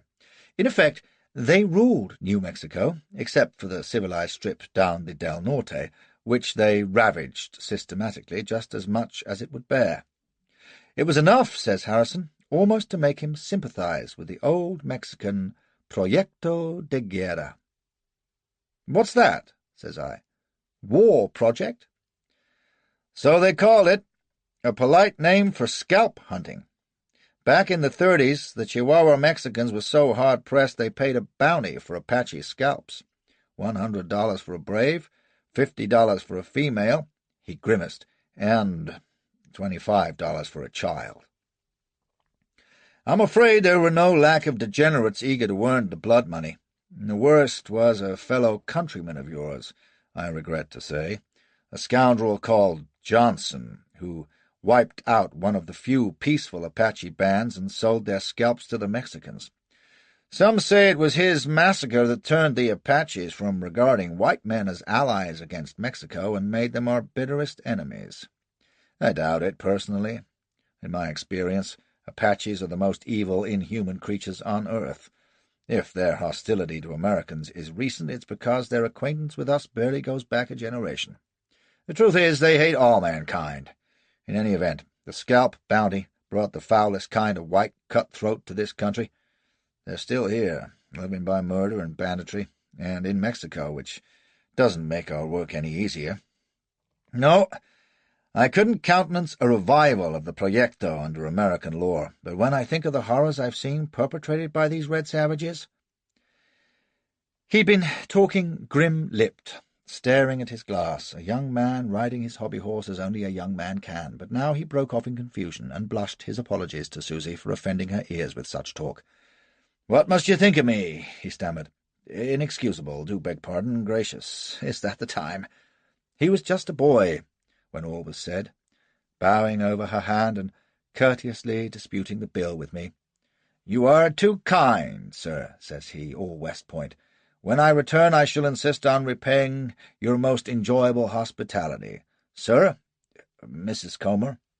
If you return, thinks I. I'd seen too many gallant pups just like him on the Afghan frontier, and I'd no doubt the mescaleros, whoever they might be, were just as adroit at subaltern eating as the Afridis. "Isn't he the sweetest little thing?" says Susie, looking after him with dewy-eyed lust. "Honest, sometimes I wish I was just starting in at the game again. I wouldn't charge him a cent." Fine talk before her lawful wedded, you'll agree. Master Harrison wasn't the only one who'd been overdoing the El Paso. "Let's have a look at the town, then." So we took a turn through the bustling, excited streets in the mellow dusk, admiring the magnificent New Mexican sunset and the colourful crowds in the plaza. Every posada and place of amusement seemed to be at full steam and packed with pleasure-seekers, for it was abundantly evident that if many of the immigrants out in the wagons and shanties were on their beam ends, there was a multitude in Santa Fe with money to burn. I'd seen nothing like it since New Orleans. The booze was flowing like buttermilk, there was laughter and music wherever you turned, and enough gold and silver and jewelry in sight to start a mint. The fashions were brilliant, in the Spanish style, tall caballeros in fancy shirts and bright mangas, their flared, calzonero pantaloons slashed from hip to ankle and held with silver buttons, puros clenched between their teeth, and embroidered sombreros hanging from their shoulders by silver cords. They sauntered arrogantly by, or lounged on the corners with the gaudy poblana wenches, or watched as the slim senoritas of the better class swirled past on high Spanish heels, their silks of every colour dazzling in the lamplight. By Jove! It was the place for wanton black eyes and sleek black hair and creamy skin and heady perfume, wasn't it, though? With a great flirting of silken ankles and gracefully held fans and fringed rebosos. Not a buckskin man or Yankee trader or vaquero, but had a slender hand on his arm and a dark, pretty head nestling against his shoulder as he strode or reeled from posada to dance-hall, roaring and singing as he went. There were plenty of wealthy Americans of good class, local ranchers and merchants, as well as mountain men, trappers and miners from the Albuquerque diggings, all getting rid of their pelf, as though it was Judgment Day tomorrow. Noisy, insistent peasant men and women who hawked Indian trinkets or shrilled and quarrelled round the lighted booths, young emigrant men who still had some cash left and were eager for the flesh-pots, and in the shadows the beggars and leperos, squatting against the walls, and the Indians. Not just your verminous indios manzos, but tall, silent figures in their blankets and serapes, own brothers to the fighting braves we'd seen on the prairies, who simply watched with blank faces or passed without word or glance through the boisterous throng. We looked in at a fandango, one of the famous public dances held in the sala or ballroom at one side of the plaza. It was simply a great hall, bare as a riding school, with benches against either wall, one side for men, t'other for women, and a dais at one end for the musicians. A demented group of grinning greasers who thrashed away on bandolins, guitars, tambourines, and drums. It was mostly that gay, heady Spanish stuff which I like. I'm not a dancer much, but I love to watch experts at work, especially female ones, and the sight of those bright-eyed, laughing poblanas in their polka jackets and short skirts, whirling as they stamped and clattered their heels, would have done you good to see. They wheeled, graceful as gulls, whoever their partners, elegant, hatchet-faced dagos in mangas, red-faced sports sodden on Taos whiskey or vino, bearded miners in slouch hats and red shirts, or great clumsy buckskin brigadiers who whooped and yelled and capered like Indians. It says a lot for the band or the liquor that there was a Latin sarabando in progress at one end of the hall, while an obstreperous bunch of trappers were performing a Virginia reel at the other, to the satisfaction of all. But even the drunkest gave room when a fat little chap in belled sleeves and sash took the floor with a tall, crazy-eyed virago in a scarlet silk manga and flounced skirt. They weren't the bonniest couple there. Her moustache was a shade thinner than mine, but she clacked her castanets and surged like a stately galleon, and the little chap, perspiring buckets, clapped and twirled and fairly rattled round her. As the pace increased, everyone yelled and stamped, "Viva! Vaya! Ole! Ho ento! Little Grisa! Hurrah! Bella Manola! Bueno!" And when they danced side by side from one end of the long sala to the other, both bolt upright and progressing at a snail's pace, although their heels drummed the floor too fast for the eye to follow, and concluded with a great flourish and stamp, the roof was like to come off. They bowed, panting, to the storm of applause, and the spectators showered them with gold and silver and even jewels. I saw one beauty undo her earrings and toss them, crying "Brava!" onto the boards, and the stout ranchero with her flung his diamond pin. "Well, now," says Susie, tapping my arm, "let's see what else they do for recreation." And we visited one of the many gaming houses off the plaza, where the punters crowded round tables heavy with doubloons, pesos, and dollars, staking on faro, 21, and every other fool's game you could think of. I'd gathered Santa Fe was an extravagant, wide-open community, but even I was astonished at the amounts I saw change hands that night. The gamblers of Santa Fe, whether they were drunk traders, flash greasers, desperate immigrants, cold-eyed swells with pistols prominently displayed in their waistbands, or even the couple of tonsured priests who had an apparently bottomless satchel of coin and crossed themselves before every cast of the dice, were evidently no pikers. They were artfully encouraged by the croupiers, many of whom were Mexican belles in low-cut bodices who took care to bend low over the table when gathering in the stakes, which always makes the loss seem lighter. Presiding was the celebrated Donna Tules, a Juno with long dark red hair and splendid shoulders, who smoked a cigarro and lounged among the tables with a court of admirers in tow. "Cheap and showy," sniffed Susie, "and her padding shows too. Well, that only leaves one other entertainment, doesn't it?" So, to my embarrassment, we sought out the best bordello in town. "You want me to go in?" says I, taken aback. "What, you're coming too?" "Here, they'll charge me corkage." But she told me not to be lewd and shoved me inside. It was a poor enough place, with a slatternly madame who eyed Susie suspiciously but drummed up her tarts on request, and an indifferent lot they were. "I see," says Susie. "No, thank you, dear. The gentleman's not staying. He's a clergyman seeing the world." When we were back in the coach and rolled out to camp, she said suddenly, "Well, that settles it. They can keep Sacramento for the present anyway. Why, there's more loose money and good custom in this town than ever I hoped to see in California, and I'm about sick of wagons and Indians and travelling, aren't you? 1,000,000, did I say? With girls like ours, and the kind of style we can show 'em, it'll be like picking it off the trees. I think we'll just settle down for a spell," says she, to my consternation. She patted my knee with a plump hand and settled back contentedly. "I think we're going to like Santa Fe, dearie." There was no sense in arguing, so I didn't. For one thing, I had no wish to plunge ahead into the kind of horror we'd experienced on the plains, and the prospect of a brief rest in Santa Fe was welcome. On the other hand, I'd no wish to linger in America, and was determined to get out of Susie's fond embrace as soon as the chance arose. One pressing need would be money. Like so many of my women, including my dear Elsbeth, I regret to say, she seemed devilish reluctant to let me get my paws on the purse strings. They're a mean sex, you know. So I had to take stock and see what offered, while pretending a great interest in the establishment of our brothel.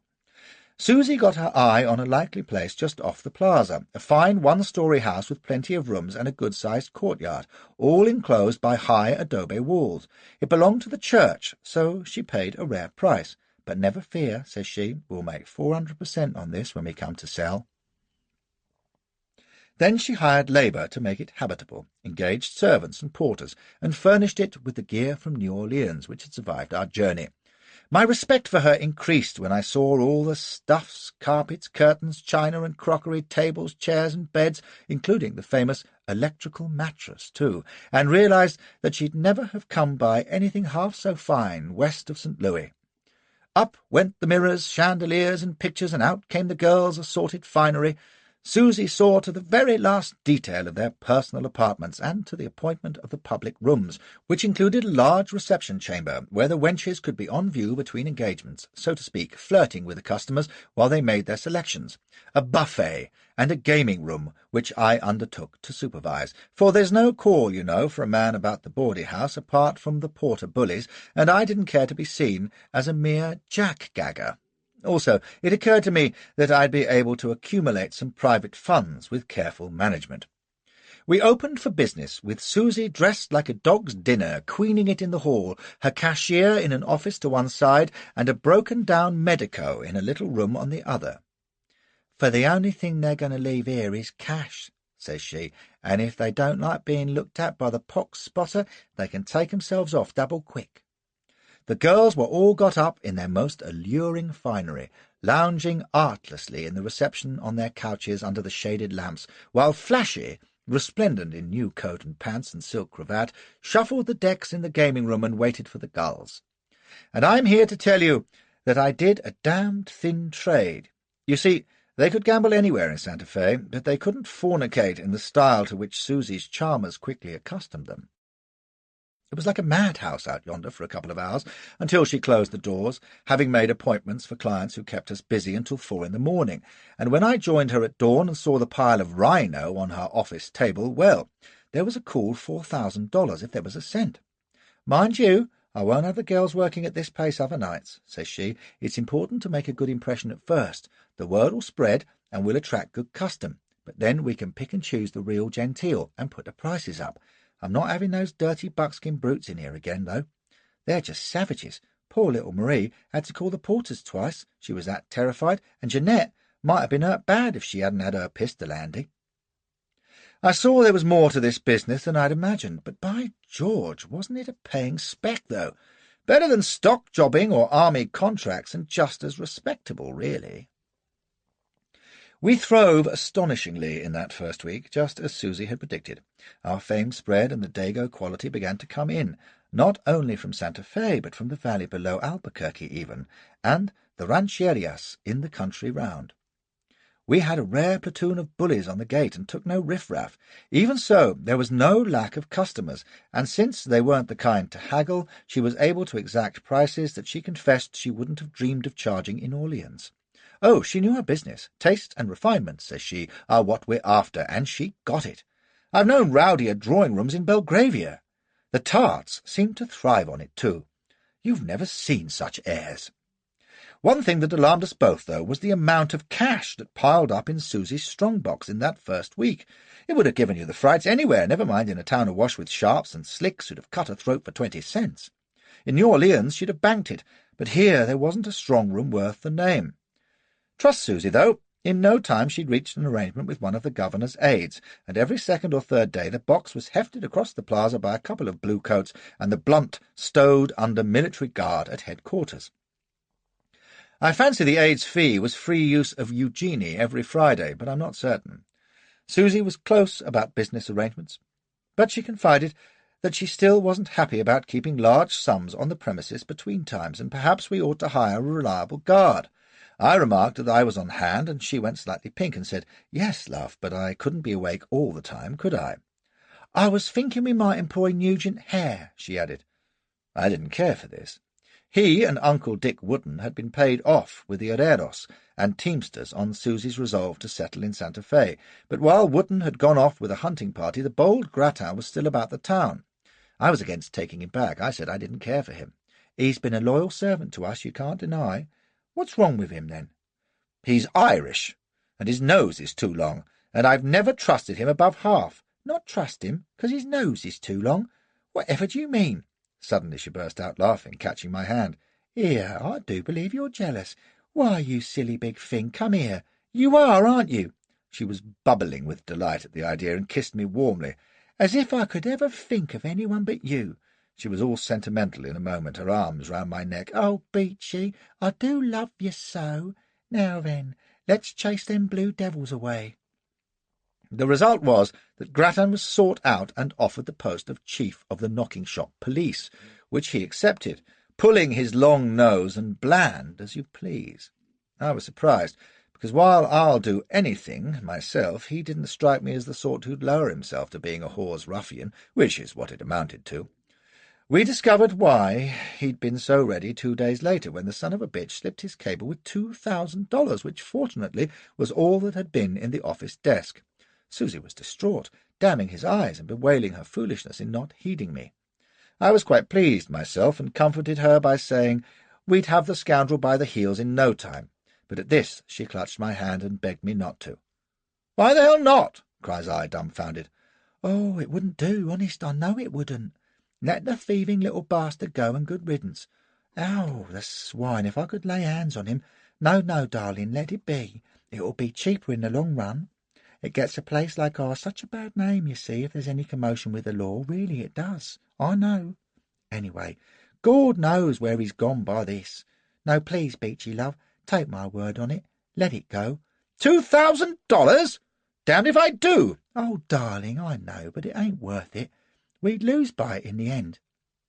Please, I know it's my fault, and I should have listened to you and not trusted the long red snake that he is, but I'm soft and silly. Please, let it alone for my sake." She was so insistent, in the end I shrugged it away. It wasn't my pelf, anyway. But I kept my thoughts to myself, and she calmed down presently and promised that we would make it back 100-fold in no time at all, which I could well believe, seeing how business was in the second week. Our clients were more numerous than ever, and their enthusiasm showed itself in an entirely unexpected way, to me at any rate, although Susie said it had been common enough in New Orleans, and was regarded as a great compliment to the establishment. For now we began to receive repeated offers from the wealthier patrons who wanted to buy one or other of the girls outright.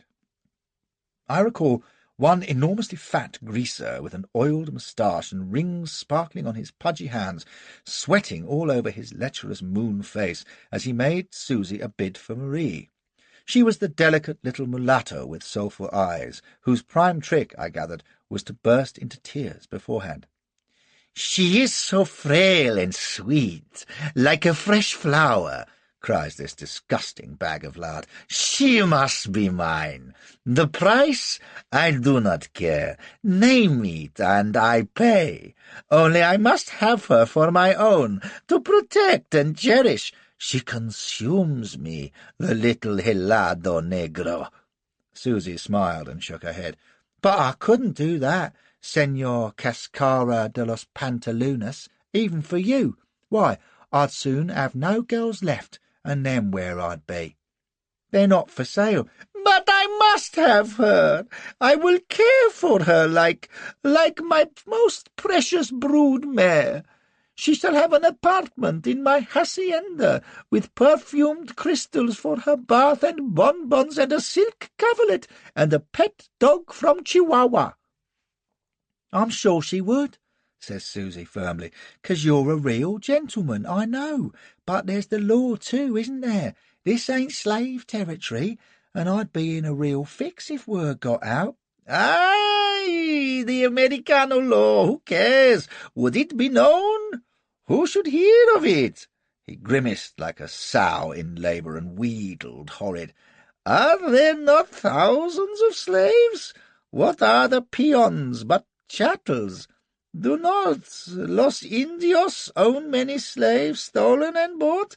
And what does the law know about them? Please, Miss Coomer, I beg of you. Free, $4,000 even. What you will, por Dios, so I may possess my pure, my delicious, angelic Marie." But she wouldn't have it, for all his groans and entreaties, and he went off lamenting to console himself on rented terms with his little black ice-cream, as he called her. Susie sent all other would-be buyers the same road, including one I'd not have credited if I hadn't been present as translator. Believe it or not, he was a priest. Aye, from the mission just up the Santa Fe Trail, a spruce little runt of impeccable address who came in secrecy after dark and hastened to explain that he wasn't a customer personally, but acting on behalf of an important client. "He has heard, as who has not, of the beauty and refinement of the young ladies who are here, under the Senora's care," says he, and from his very smoothness I scented a wrong un from the start. "I must make it clear immediately that my patron's intentions are of the most honourable. Otherwise it is unthinkable that I should act as his intermediary. But he is of consequence, and wishes to take the young lady to wife. He understands the Senora's position, and is prepared to pay substantial compensation." When I'd recovered and translated for Susie, she was so took aback that she didn't offer her usual polite refusal, but asked who the patron was, and which gal did he want, for Gord's sake. I passed it back, and the pimping padre shook his head. "I should not divulge his name. As to his choice, he knows of your ladies only by report, and is indifferent. He would prefer, however, that she is not too black." Susie, hearing this, said she was prepared to wager it was his bloody bishop. Staunch Church of England was Susie. "Tell him we regret our girls ain't for sale, whatever name he gives it," says she. "Compensation, indeed, and marriage, a likely tale." He was a persistent little terrier, though, and urged the importance of his patron, the unspecified amount he would cough up, and, as a last resort, the desirability of giving a poor whore the chance to go straight in wedlock. He didn't put it like that, quite. Susie shook her head grimly and repeated her line about the law being the law and the girls not being in the market anyway. He took himself off poker-faced, and Susie was remarking that it was all this celibacy that made him randy as stoats, when I voiced a doubt that had occurred to me before. "Hold on," says I. "If it's true what you've been telling them, is this free territory? Because if it is, what's to hinder one of the girls from marrying a suitor, or little Marie going off with old Pantaloonus, or whatever he's called? I mean, maybe they'd rather jolly a single party with all home comforts as wives or mistresses than be thumped by 4 different Randys every night. And if slave law don't run here, why, the whole pack of 'em could walk out and leave you flat." "You think I'm simple, don't you?" says she. "Why, I knew all of that afore I left Orleans. Leave me flat? Why should they do that? And where'd they go, silly little sluts that don't know nothing except how to prop a man up? Trust themselves to some oily villain like old Cascara chops, who'd turn 'em out as soon as he'd tired of 'em. That much they do know now, and they haven't the wit to work their own lay, unprotected. They wouldn't last a week. With me, they're well off, well fed, and I treat 'em fair. They're never driven or ill-used, and they know that when they're past their prime, I'll see 'em set up proper, yes, or married to some steady fellow that I approve of. How many whores do you know in England with prospects as good as my girls? That's another thing. They are my girls, and they'd not leave me, not for 20 Pantaloonuses. You see, law or no law, they're still slaves in here," and she tapped her forehead, "and I'm Miss Susie, and always will be." Well, she was the best judge, but I had doubts. I could think of one, at least, of her houris who was not a silly little slut, and who could see horizons wider than those visible in the ceiling mirrors of Susie's private salons. One Cleone, to wit, who had been more passionately attentive to me than ever since our arrival in Santa Fe. There was a little summer-house hidden deep in the pines near the back gate, and when occasion offered, she and I would repair to it for field exercises. Since I was preparing to bid Susie adieu, I didn't heed the risk, but Cleone's eagerness astonished me. I'd have thought she'd have enough of men to sicken her, but apparently not. I discovered why one afternoon when everyone else was at siesta, and I was sitting meditating in the dim, stuffy little summer-house, with Cleone astride my lap, going like a drunk jockey and humming "Il était une bergère," when she panted her soul out, and I'd got a cheroot going. She suddenly says, "How much do you love me, chérie?" I told her oceans, and hadn't I just proved it? But she kept asking me, teasing at me with her lips, her eyes alight in the shadow, so I reassured her that she was the only girl for me, no error. She considered a moment, with a little smile. "You do not love Miss Susie, and soon you will be leaving her, will you not?" I started so hard I nearly unseated her, and she gave a little laugh and kissed me again. "There's no need to be alarmed, only I know it, and that because I had a Haitian mother, and we can see. I see it in the way you look at her, just as I see what is in your eyes when you look at me. Ah!" And she shivered against me. "Why should you love her? She is fat and old, and I am young and beautiful, n'est-ce pas?" If, when you're 50, you can light my fire half as well as Susie can, thinks I, you'll be doing damned well, my conceited little fancy. But of course I told her different. She'd given me a turn with her prophecy, and I guessed what was coming next. "When you go," she whispers, "why do you not take me with you? Where will you go? Mexico? We could be very happy in Mexico for a while. I could make money for us there, and on the way with you to protect me. If you love me as you say you do, why do we not go together?" Who says I'm going, though? I haven't, and if Miss Susie heard one word of this, and what you've said about her, well, I think caning was the least you could expect. She'd sell you down the river, my girl. "Poof! She cannot sell me. This is free soil. You think we don't know, and that she has said as much to those who came to buy us? Oh, yes, we know that, too. Already Black Aphrodite is listening to that fat man. What is his name? Pantaloon? He who wished to buy Marie, only Marie is silly and timid. Aphrodite is not timid. She is of a force, as I am, even if she is black and rank and lacks education. I think she will go." So much for loyalty to the dear old brothel, thinks I. What about the others? She shrugged. "Stupid little whores. What do they know? They would be lost without the fat Miss Susie to waddle after them like a foolish old hen. She giggled and arched that superb body. "I shall go, whether she like or not. With you, because even if you do not love me as you say, you enjoy me, and I enjoy you as I have never enjoyed any man before. So I think we will march well together to Mexico, eh? And there, if you please, I shall make an establishment, even as fat Susie has done, or if I wish, I may find a wealthy man and marry him. When will you go?" It wasn't such a bad notion when I thought of it. Not unlike my flight with Cassie along the Mississippi. But this one, while she might lack Cassie's iron will and resource, and I wouldn't have bet on that, had advantages Cassie had lacked. She was educated, highly intelligent, a linguist, a lady when she chose, and was ready to work her passage. That would see me right for cash, which had been vexing me. And she could keep me warm at nights, too, even better than Cassie, who'd been a cool fish when all was said. And when we decamped, dear Susie could do nothing about it. Cleone was free as air.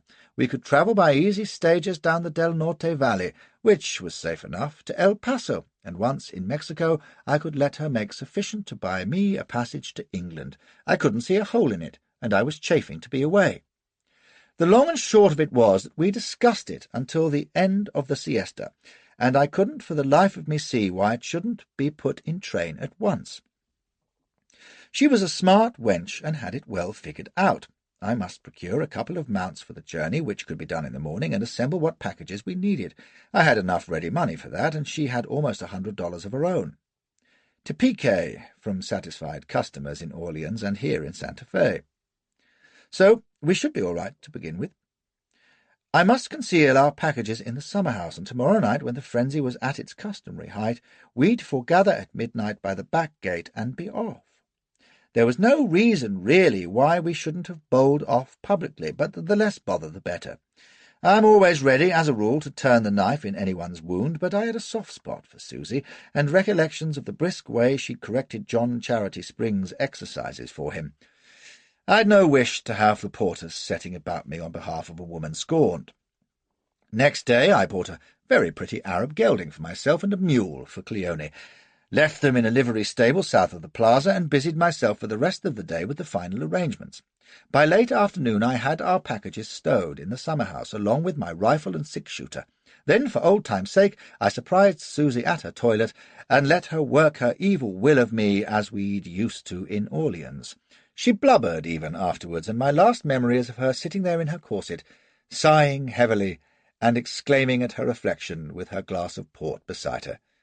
"I'll have a drink in the cider cellars for you," thinks I, and closed the door. It was a slow night in the gaming-room, but all hands to the pumps in the bedrooms by the sound of it. At a few minutes to 12 I got up and sauntered through the grounds to the summer-house, and for some reason my heart was beating 50 to the dozen. I got my hat and slipped my revolver into its holster. There was a rustle through the pines and the patter of feet, and Cleone was beside me, a cloak over her head, held at her throat, her eyes shining in that lovely face pale in the darkness. She threw her arms around me, fairly sobbing with excitement, and I kissed her with some ardour, and gave them a loving squeeze. Goodness, it was all there, though, and as I'd done at every assignation with her, I shivered in anticipation. From the distant house came the strains of music and the faint sound of laughter. I cautioned her to wait, and slipped out through the back gate to see that all was clear. It was an alley leading at one end to a street which ran to the plaza. Up there were lights and folk and traffic passing by, but down here all was in dark shadow. Something rustled under the wall behind me, and I whirled and froze in my tracks, my hand fumbling for the butt of my pistol, but checked by sheer terror as a figure moved out from the wall, lean and lithe as a cat, and I gasped as the light fell on the tight-stretched skin of a painted face, with eyes like coals, and above the double feathers of a Navajo Indian. Before I could move, there were two others, twin spectres on either side of me, naked to the waist, but I hadn't had time even to think of screaming when a voice whispered behind me, and I turned with a sob of relief to see the little priest. He held out a leather satchel to me. $2,000, as agreed. Where is she? I was so stricken I could only nod at the gate, and then I found my voice. Indians? For Christ's sake! Did you not say this afternoon that men would be needed to carry her off in silence?" He gestured to the Navajos, and they slipped silently through the gate. There was a muffled gasp and a small clatter, as though a chair had been disturbed, and then they were in the alley again, one of them carrying Cleone's squirming figure over his shoulder, while a second brave held her ankles, and the leader kept a heavy blanket close wrapped round her head. He grunted at the priest, and the three melted noiselessly into the dark, while I held the wall and babbled at the priest. "My God! Those brutes gave me a turn. I thought you'd bring your own people." "I told you today, since you insisted, that my patron was Jose Chuchillo Blanco." "Jose Whiteknife. What more natural than that he should send his own bravos to take her? Why, does the sight of them alarm you on her behalf? Let me point out that you have had several hours to reflect on it, and on her fate as the wife of a Navajo chief." "I wasn't expecting those painted horrors to be lurking in the dark, that's all," says I, pretty warm. "Look here, though. Will he really marry her, do you think?" "After their fashion, does it matter? For $2,000, perhaps you should count them. Oh, and the receipt, if you please. So help me, the little bastard had a document and a pencil. In case the sale should ever be questioned, it is improbable. The wife of Whiteknife is not likely to be seen in Santa Fe again, or indeed anywhere." I scribbled a signature, B.M. Coomer, R.N., retired.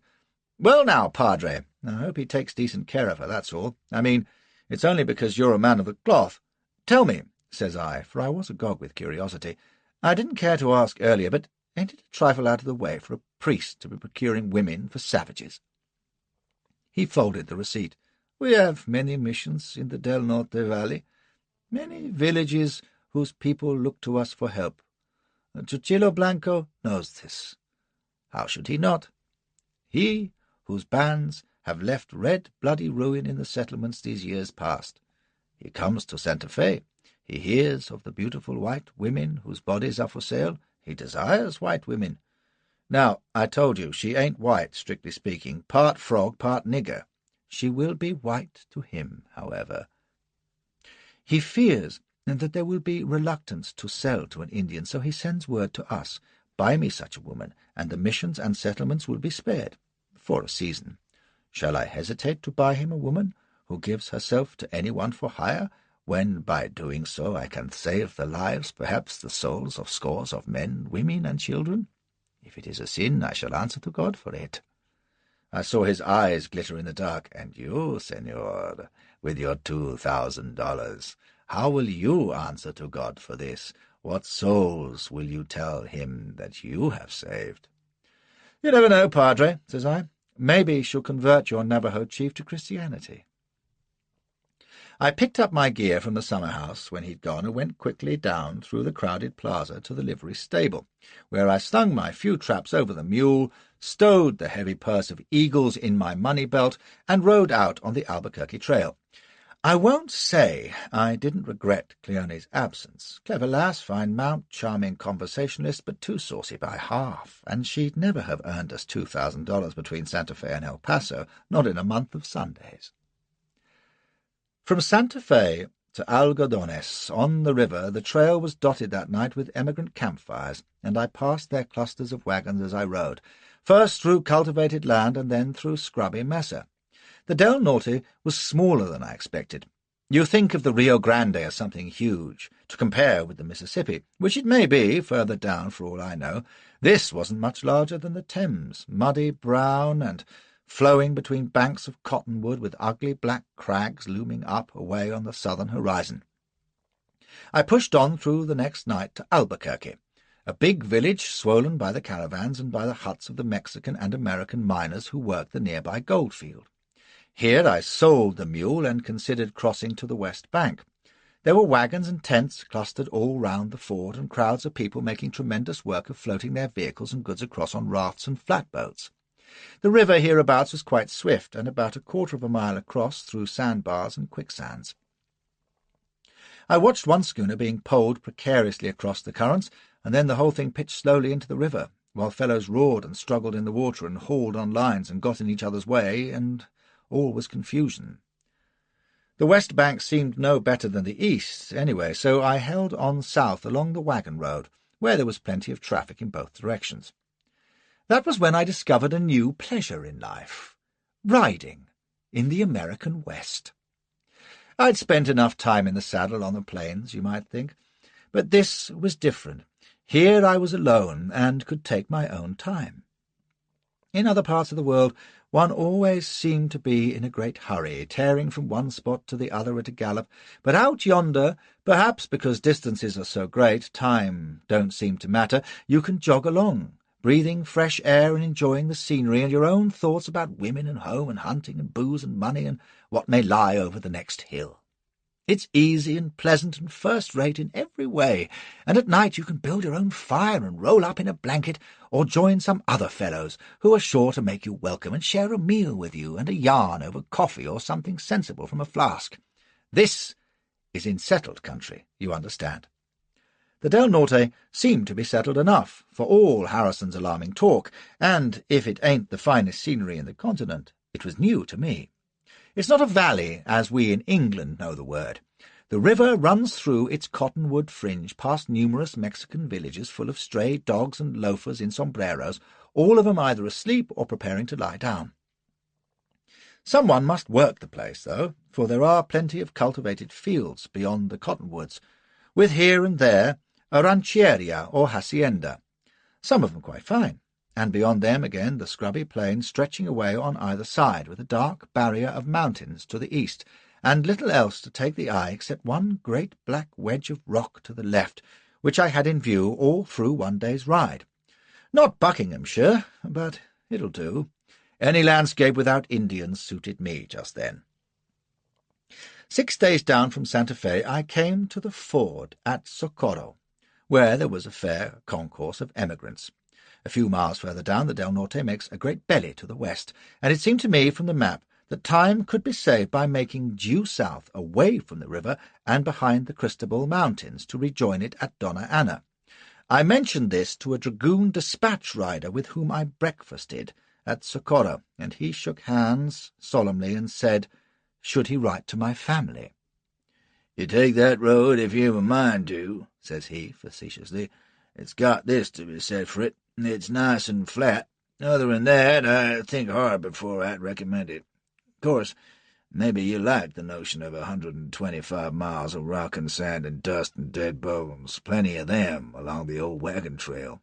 No water, though, unless you happen to find a rain pool at the Laguna or Point of Rocks, which you won't this time of year. But you won't mind, because the Apaches will have skinned you by then, anyway, or rather they won't, because before that you'll have died of thirst. That, says this wag, is why it's called the Jornada del Muerto, the dead man's journey. There's only one way across it, and that's to fill your mount with water till he leaks. Take at least 2 canteens, start at 3 in the morning and go like hell, because if you don't make it under 24 hours, you don't make it. Staying with the river, are you? That's your sort, old fellow. Good day to you. So I crossed the river, like most of the emigrants, and kept to the trail along its west bank. Some of them struck out due west, God knows where, too. There was less traffic now, and by the time I came to Fra Cristobal I was riding more or less alone. I passed the occasional hamlet and small party of emigrants, but by afternoon of the second day after leaving Socorro it was becoming damned bleak. I pushed on with a great sinister black rock looming across the river to my left, scrubby bushes and hills to the right, and devil a sign of life ahead. For the first time since Santa Fe I began to feel a chill down my spine.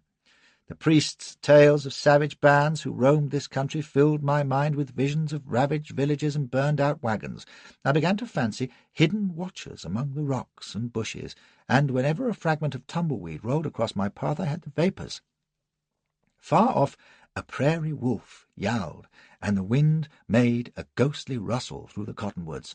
Dusk came down, my spirits sank with it, and then it was dark, and the chill of the night air sank into my bones. There was nothing for it but to stop where I was, curl up under a brush, and wait for morning. Not for the life of me was I going to light a fire in that desolation, and on the heels of the thought I caught a glimpse, far off through the gloom, of what might have been a spark of light. I gulped, and slowly went on, leading my horse, The chances were that it was emigrants or hunters. Then again, perhaps not. It was a light, sure enough, a campfire, and a big one. I stood irresolute, and then from the dark ahead a voice made me leap 3 feet. "Hola. ¿Qué quiere usted? ¿Quién es usted?" I fairly shuddered with relief. "Amigo, no tiras. Soy forastero." A shape loomed up a few yards ahead, and I saw it was a Mexican in a poncho, rifle at the ready. "Venga," says he. So I came forward, and he fell in behind as I led my horse into a clearing under the cottonwoods, where the great fire blazed, with what looked like an antelope roasting over it. There were groups of men seated around smaller fires, some of whom glanced in my direction. Buckskin hunters, Mexicans, 2 or 3 Indians in shirts, but mostly rough traders or hunters, so far as I could see. Close by the main fire stood a group of 3, headed by a burly fellow with feathers in his hat and 2 pistols belted over his frock-coat. When he turned, I saw he had a forked beard and a great red birthmark over half his face. A Sunday school teacher, devil a doubt. "Who are you?" grunts he in English, and for some reason or other I replied, "Flashman.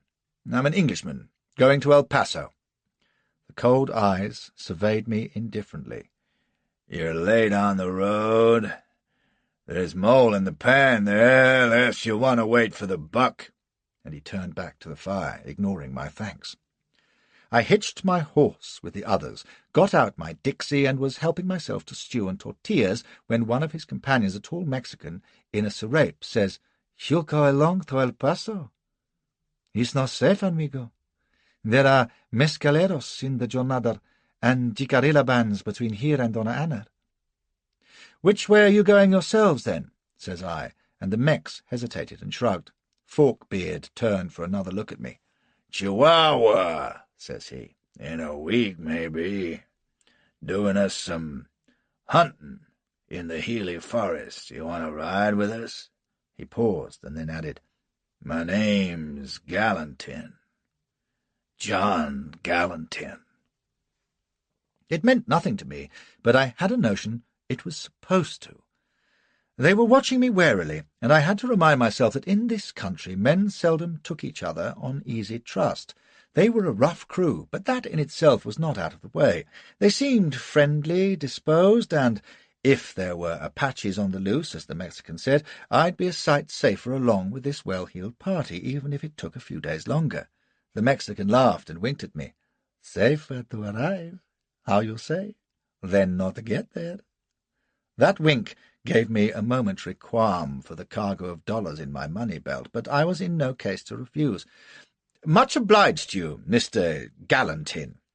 I'll ride along with you."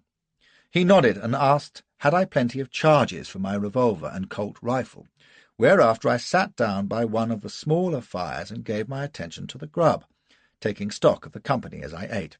No, they were more like hunters than bandits at that. Some sober citizens among them, mostly American, although as much Spanish as English was being spoken. But it was English with a nice soft brogue that broke in upon my thoughts. "I'd have sworn the last time I saw you the name was Comer. Flashman, is it? And where have I heard that before now?" says Grattan Nugent Hare. Since I had my mouth full, it wouldn't have done to speak, but for a moment I had difficulty swallowing. There he stood, large as life, pulling at his nose, and then he snapped his fingers. 11th Hussars? That duel at Canterbury, was it? And then Afghanistan? 7-8 years back? You're that Flashman?" My indiscretion could hardly matter down here, so I admitted it, and he gave that slow, foxy grin, but with a harder eye than I remembered, and there was nothing lazy about the set of him either. "Well, well, wonders never cease. Didn't I know you were cavalry, travelling incog, too? And what might you be doing down this way so far from Santa Fe? Not looking for me, I hope."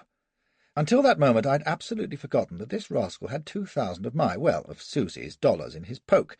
Plainly this called for tact. "Far from it," says I. "Have you spent it yet?" He took a sharp breath, and his hand moved on his belt. "Let's say it's cached in a safe place," says he softly, and there it'll stay. But you haven't answered my question. What's your purpose here? Don't tell me you've left that old strumpet. What's it to you if I have? Faith, you might have given me warning, and I'd have stayed on, so I would. The grin was decidedly unpleasant now. She'll be needing a man about the place. I chewed and looked him up and down, but said nothing, which stung as it was meant to. He gave a bark of a laugh. "Aye, look how you like," says he. "It's not that kind of look she'd be giving me at all, or did, while I rogered her fat bottom off all the way from Council Grove. Didn't guess that, did you? Well, you had taken the tail of every black wench in sight, more shame to you." He sat down beside me, well pleased with what he supposed was his bombshell.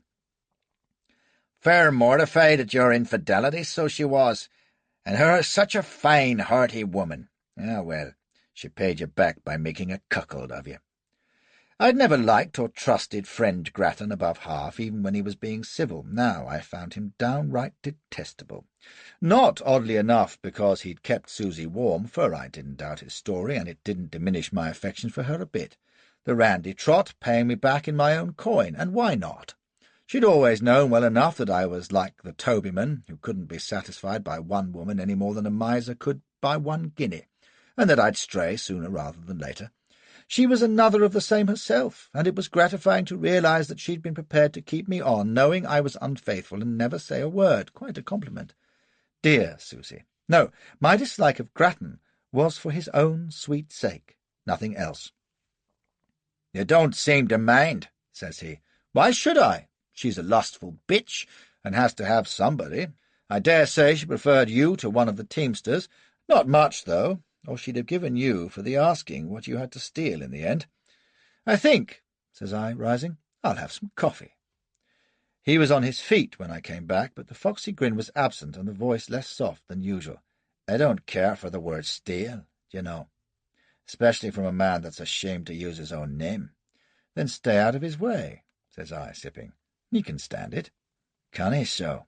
Well, and he'd better stay out of mine," says he nastily. "And if he has any clever ideas about a certain sum of money, he'd best forget 'em, do you see? I've seen you in action, my Afghan hero, and I'm not a bit impressed." He tapped his colt butt.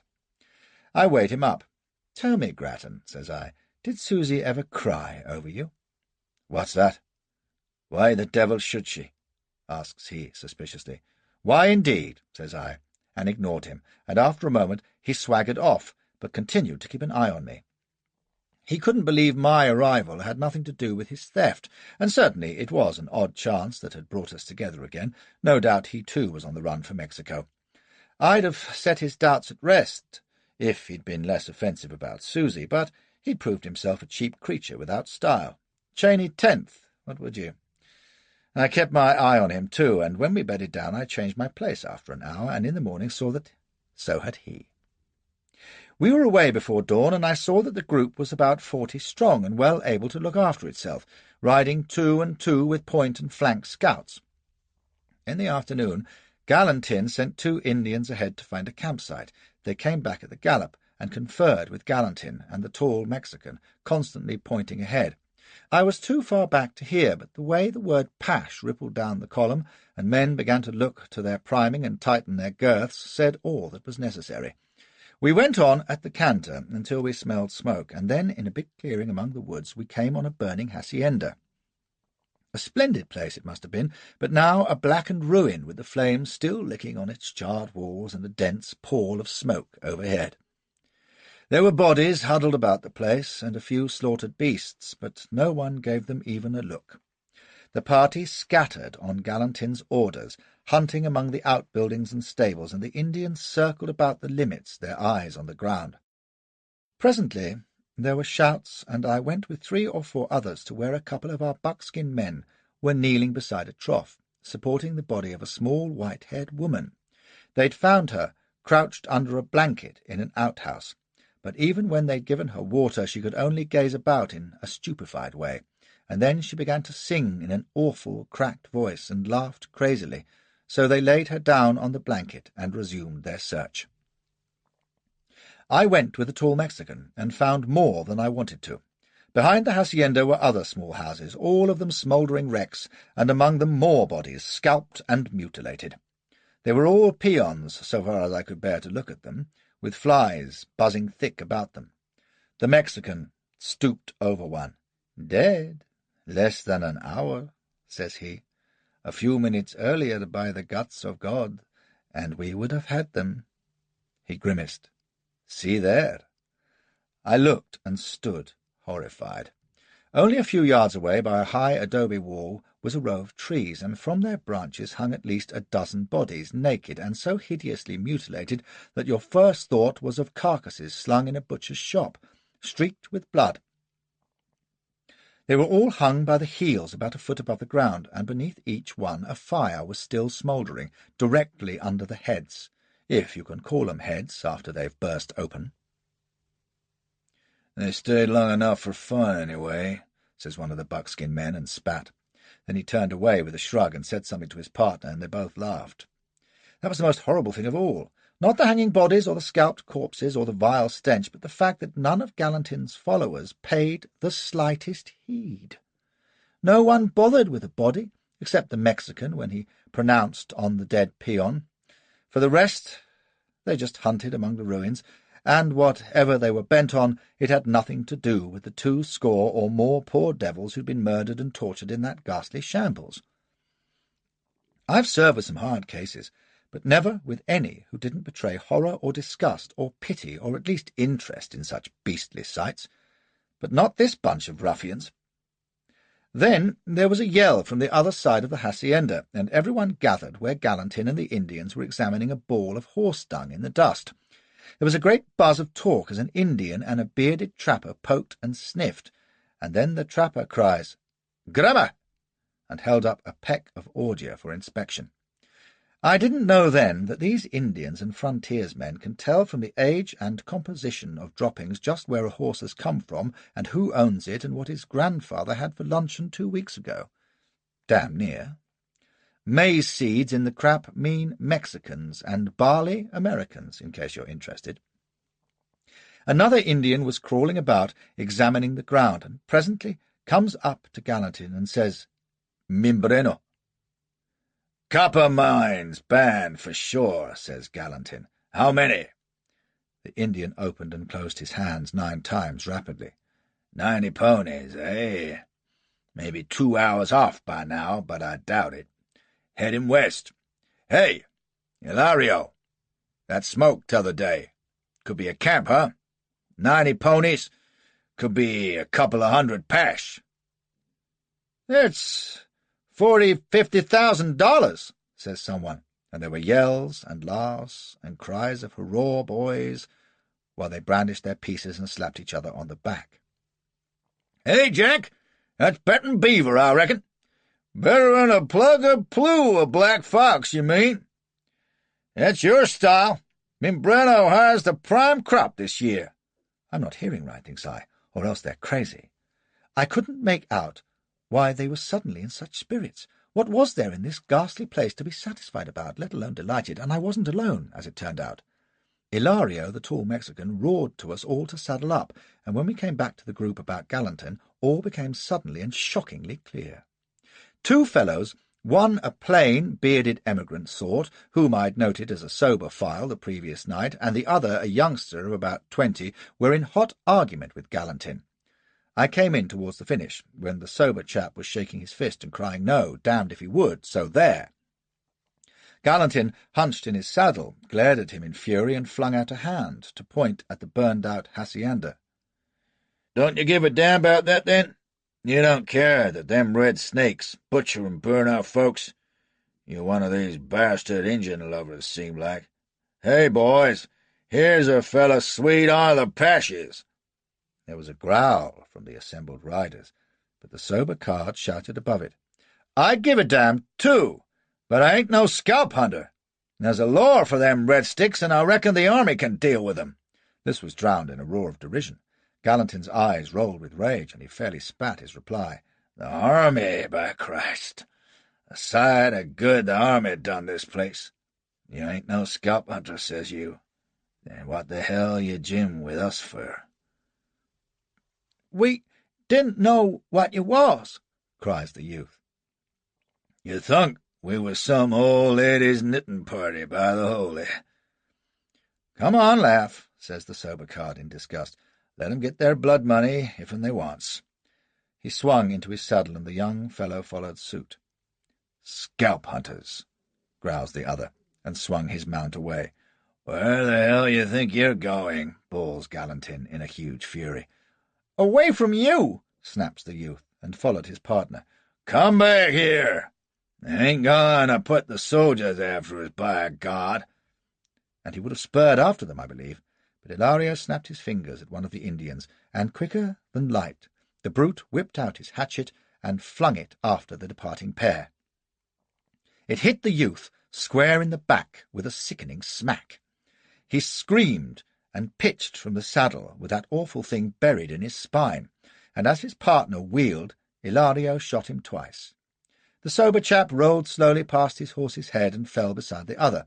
His horse whinnied and bolted.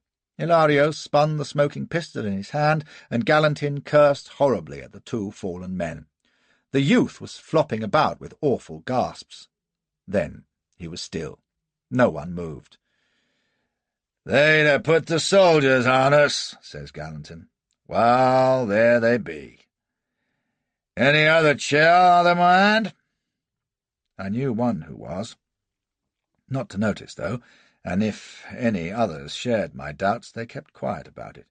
It had happened with such fell speed, and now it was done, there was only stony indifference on the bearded, savage faces of the band. Not all were indifferent, though. The Indian retrieved his hatchet and called an inquiry to Hilario, who nodded. The Indian drew his knife, stooped over the youth, grunted with disgust, and stepped instead to the corpse of the older man. He knelt, seized the hair, made one swift circle with his point, and dragged off the scalp with brutal force. He stuffed the awful bloody thing into his belt, and then one of the hunters, a huge pock-marked ruffian, slipped from his saddle. "This coon don't see $300 going to waste," cries he, and no one said a word while he scalped the dead youth. "Reckon it's good as membrana, huh, boys?" He grinned round, bloody knife in one hand and dripping scalp in the other. "Good as squaws, maybe," cries another. "Kind of fine, Bill." Few of the others laughed, and I noticed Grattan was wearing that foxy half-grin as he sat and tugged at his long nose. Myself, I reflected that here was another good anecdote for the next church social, and studied to look unconcerned. What else was there to do? For, like it or not, I was fairly stuck, and while I had much food for thought as we headed westward into the evening sun, there could be only one conclusion. Here I was, by the most awful freak of chance, among a band of those scalp hunters of whom young Harrison had spoken, but whom I had supposed no longer existed now that American law governed the land. It was flattery of a kind, I supposed, that Galantin had looked me over and thought me worth recruiting. I recalled our brief conversation of last night, and the way he had spoken his name. He wasn't to know that he was addressing perhaps the one man in New Mexico to whom it meant nothing. I'd ride along with him, I'd said, in my innocence, and there was nothing else for it. Even without the fearful example of those two scalped deserters, I'd never have dared to quit, in a countryside alive, apparently, with the kind of fiends who had wrought the destruction of the hacienda. It was an irony that I was too terrified to appreciate that my one hope lay in the company of these foul brutes who were carrying me mile by mile closer to battle, murder, and sudden death, which I could only hope would not be mine. We rode the sun down and pushed on into steep country, of hills covered with pine and cedar, with only the briefest of halts while Galantin and Hilario conversed with our Indians. Mile after mile we went through that fragrant maze, and the order came back to eat from our saddlebags as we rode, for Galantin had the scent and knew exactly where he wanted to go. God knows how many miles it was, or how he and the others were so sure of the way. I can night foray as well as most by the stars, but in those dense bottoms and ravines, or along those precipitous hillsides thick with trees, I lost all sense of direction. But I know we rode 14 hours from the hacienda, and I was beginning to believe my Arab must founder under me when a halt was called. But even then it was only to take to the woods on foot, groping through the night, with your hand at one man's belt while another held you behind, trying for dear life not to thrash about like a mad bear in a cane-brake, gripping your rifle and gritting your teeth against the pain of saddle-sore buttocks. I became aware that the sky was getting lighter, and Ilario, who led my line, urged us on with whispers. Once he stopped and pointed, and over the bushy ridge ahead was a dim reddish glow that was not of the dawn. Oh, Jesus, thinks I, now for it, as we pressed forward slowly up the slope, testing each step before we took it, no longer in touch, but each for himself with Ilario ahead. Then it was down on our bellies and crawl. The dark was thin enough to see the man either side, and Ilario in front as he motioned us forward. We reached the summit of the ridge and lay screened among the bushes, drenched in sweat and like to drop, but in no danger, I assure you, of dozing off. To explain, as I understood the thing later, Galantin had identified the marauders as Mambrino Apaches of the Santa Rita copper mines, which lay some distance to the south. He had suspected the presence of a camp of them in this fastness of the Gila forest, a sort of temporary base to which this particular band had moved, no doubt for game. Apaches, you must know, are almost entirely nomadic, and will move on after a week or a few months as they feel inclined. They build no permanent houses. Their home, as they say, is their fireplace.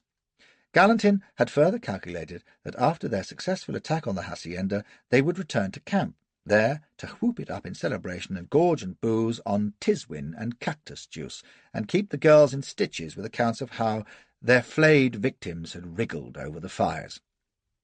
By dawn, he reckoned they would be well under, and here it was dawn, the rays striking down through the trees into the little valley, and on the heights about Galantin and Co. were ready to go into business. I wondered if Lieutenant Harrison knew that the going rate for Apache hair was now $300 a pelt, better than beaver indeed. Beneath us was a narrow rocky defile with a brook running through it, broadening into a goodish stream at a point where the defile itself opened out briefly into a level space of about an acre before it closed again to a rocky gorge. On the level space was the Indian village, and behind it rocks rose almost sheer for 70 feet to a forested lip. On our side the slope down was steep and studded with bushes. The ends of the defile were thick wooded clefts. A splendid lurking place, in fact, provided it was never found. Galantin had found it, and so it had become a death trap. If the Apaches had posted sentries, I suppose they had been dealt with, but I doubt if they had.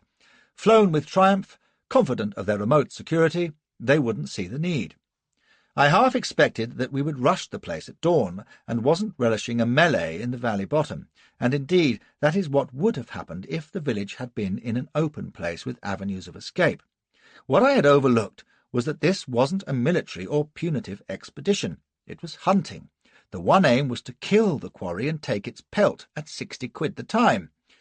If your game can scatter, you must pounce and take it by surprise. When it's fish in a barrel, your best road is to sit safe on the edge and destroy it at leisure.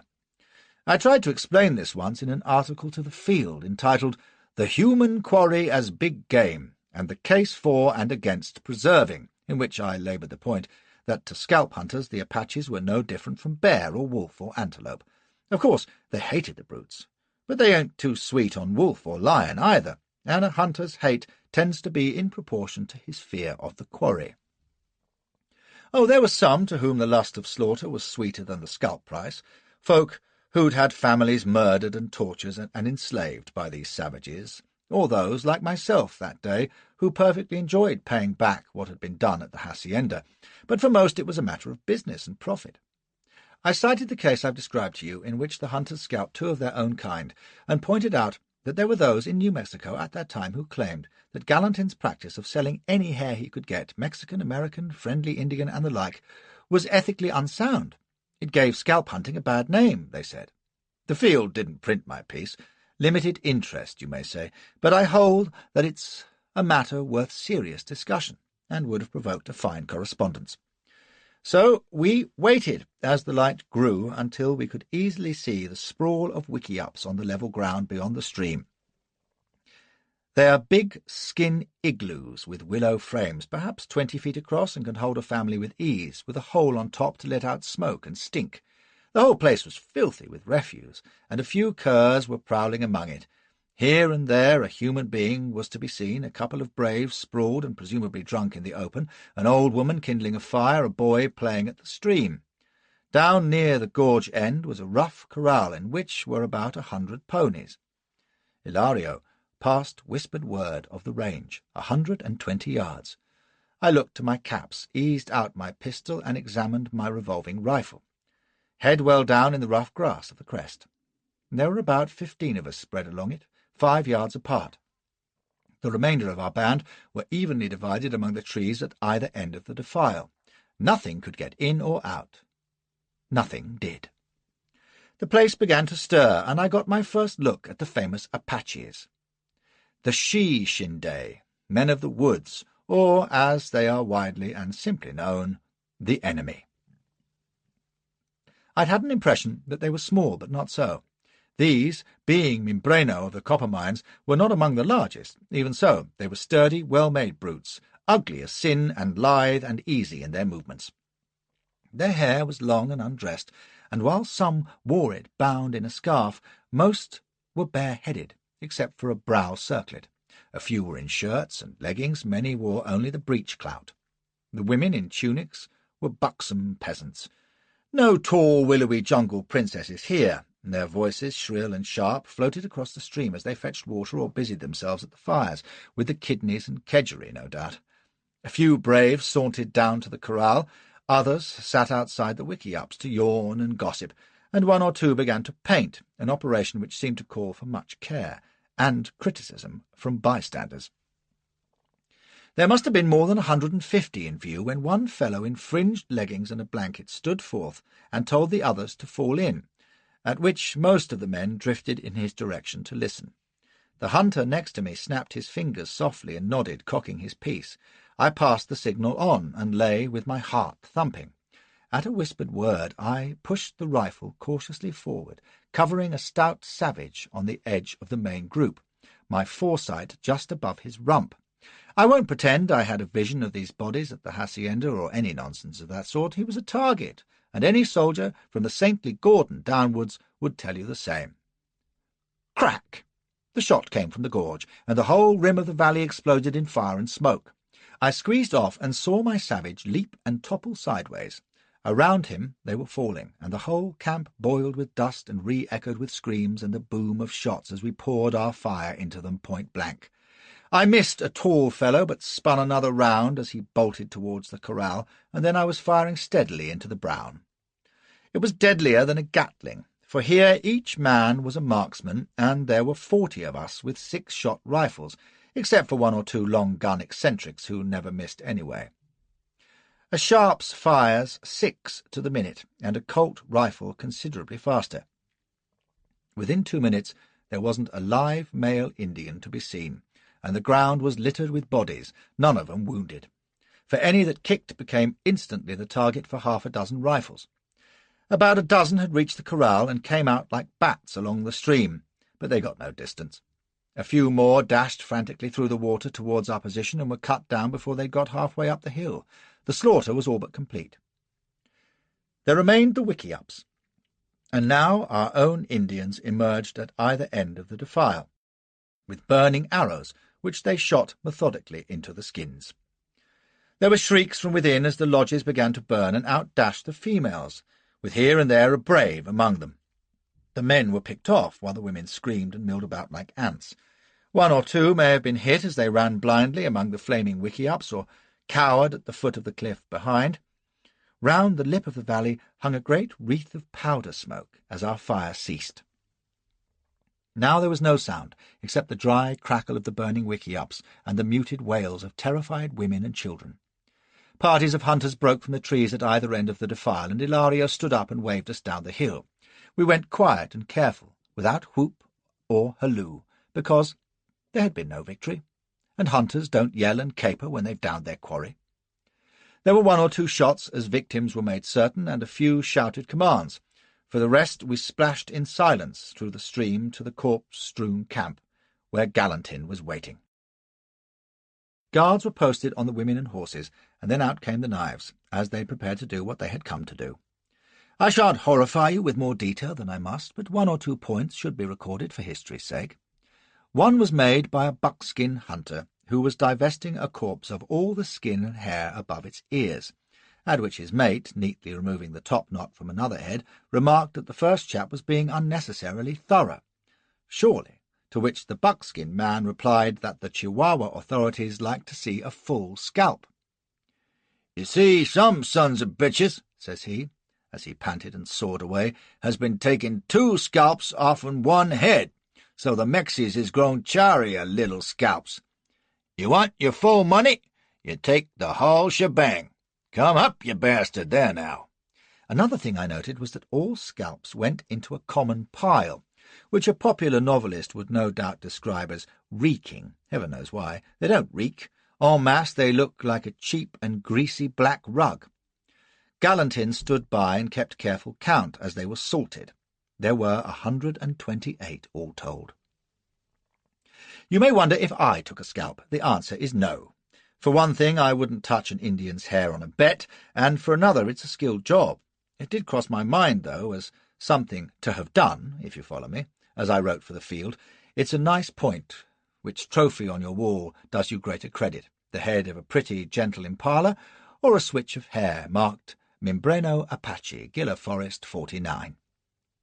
I even wandered across the stream to one of the bodies that had fallen on the hillside and considered it a moment, and then came away quickly. He must have been all of 8 years old.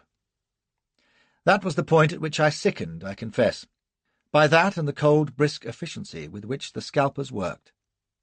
There were a few crazy ones who obviously enjoyed it. I was intrigued to see Grattan red to the wrists with a wild look in his eye, but for most of them it was no more than chopping wood.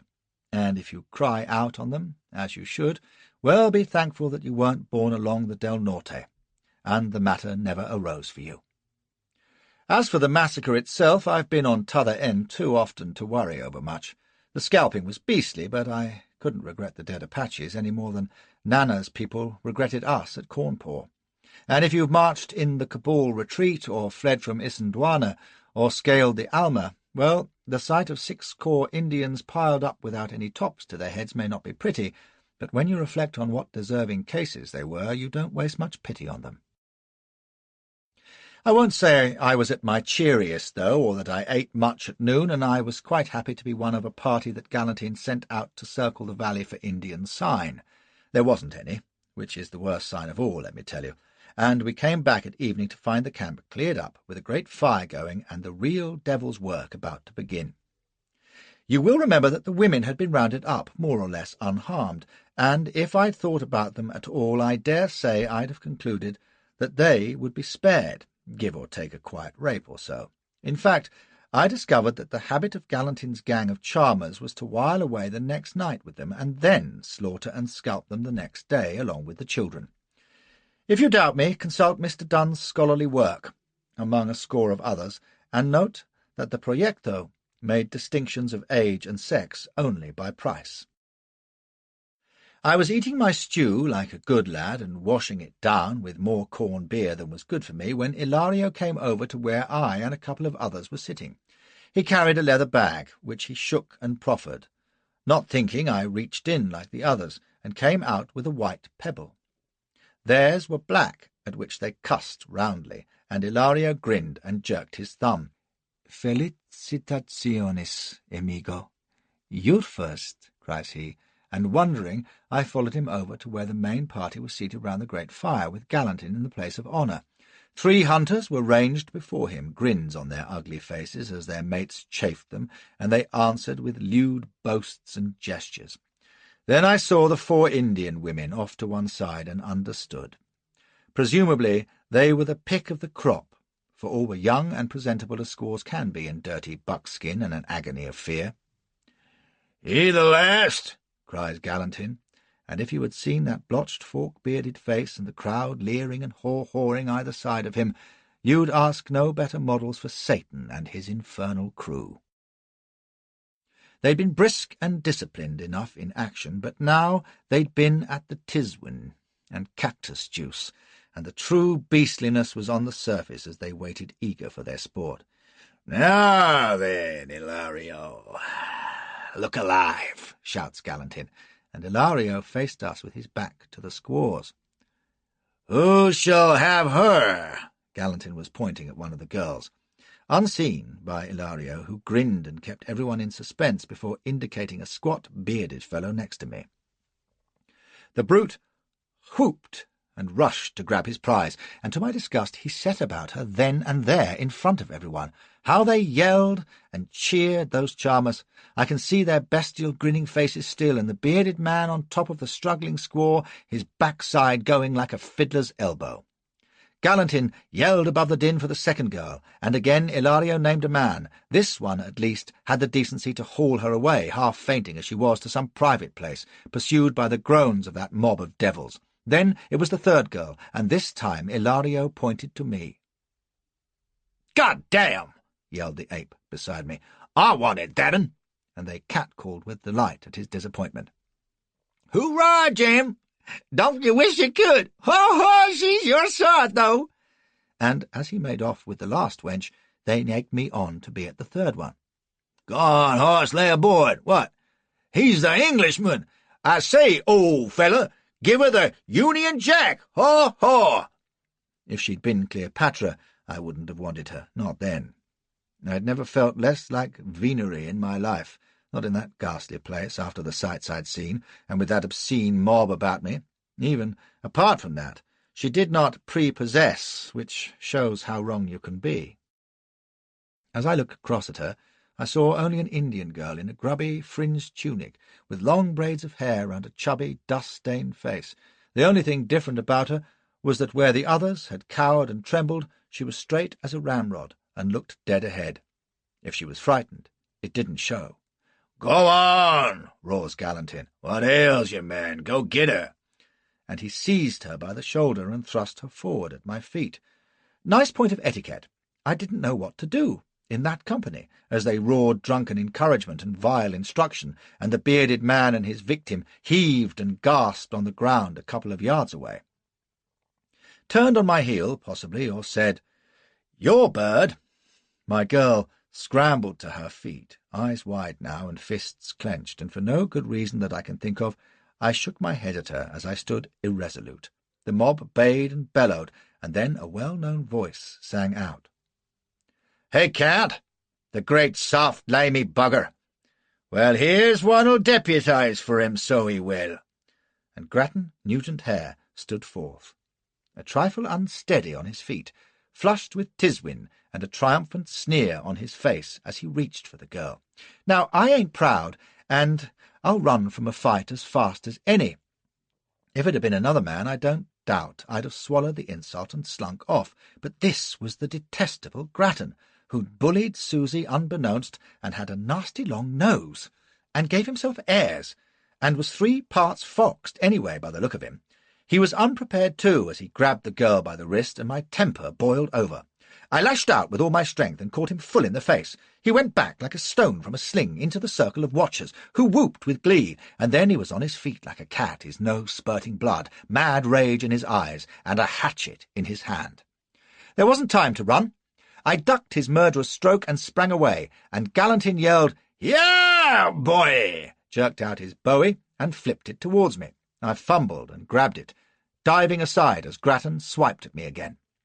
His hatchet head nicked the very edge of my left hand, and enraged by pain and terror, I hacked at his face. A bowie is not a knife, by the way, but a 2-foot pointed cleaver, and if I'd got home it would have been brains for supper, but he caught my wrist.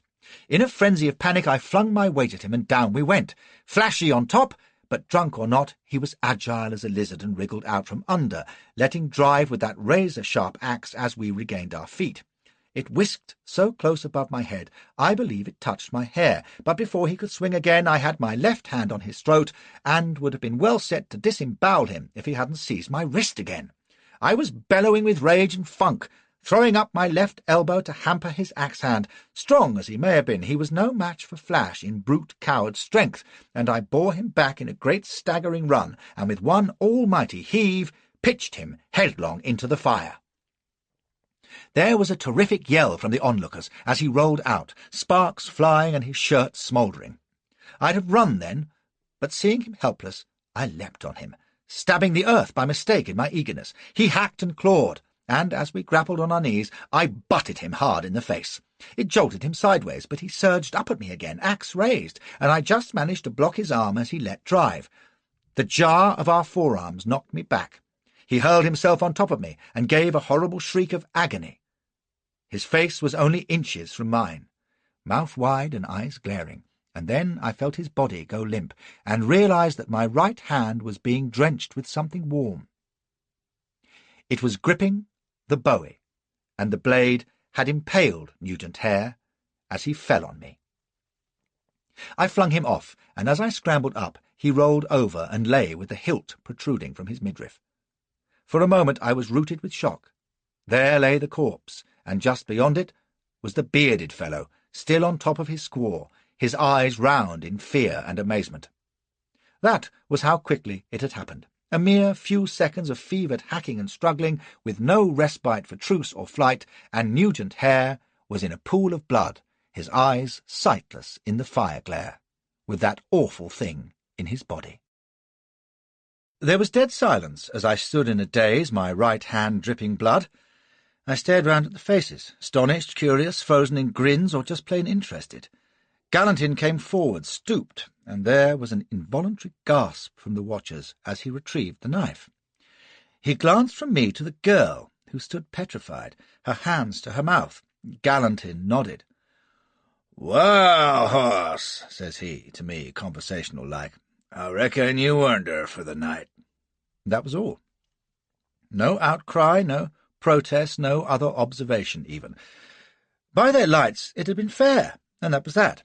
I put it to a good silk years later, and he said a civilized court would have given me 2 years for manslaughter. At the time I was numb. He wasn't the first I'd killed hand-to-hand, by any means. There had been Iqbal's nigger at Magala, a Hova guard in Madagascar, and dear old de Gautet dipping his toe in the water at Jottenschluscht. But they'd been with my eyes open, so to speak, not in a mad sudden brawl that was over, thank God, before it had well begun. Stupefied as I was, some instinct must have told me not to refuse Galantin's invitation a second time.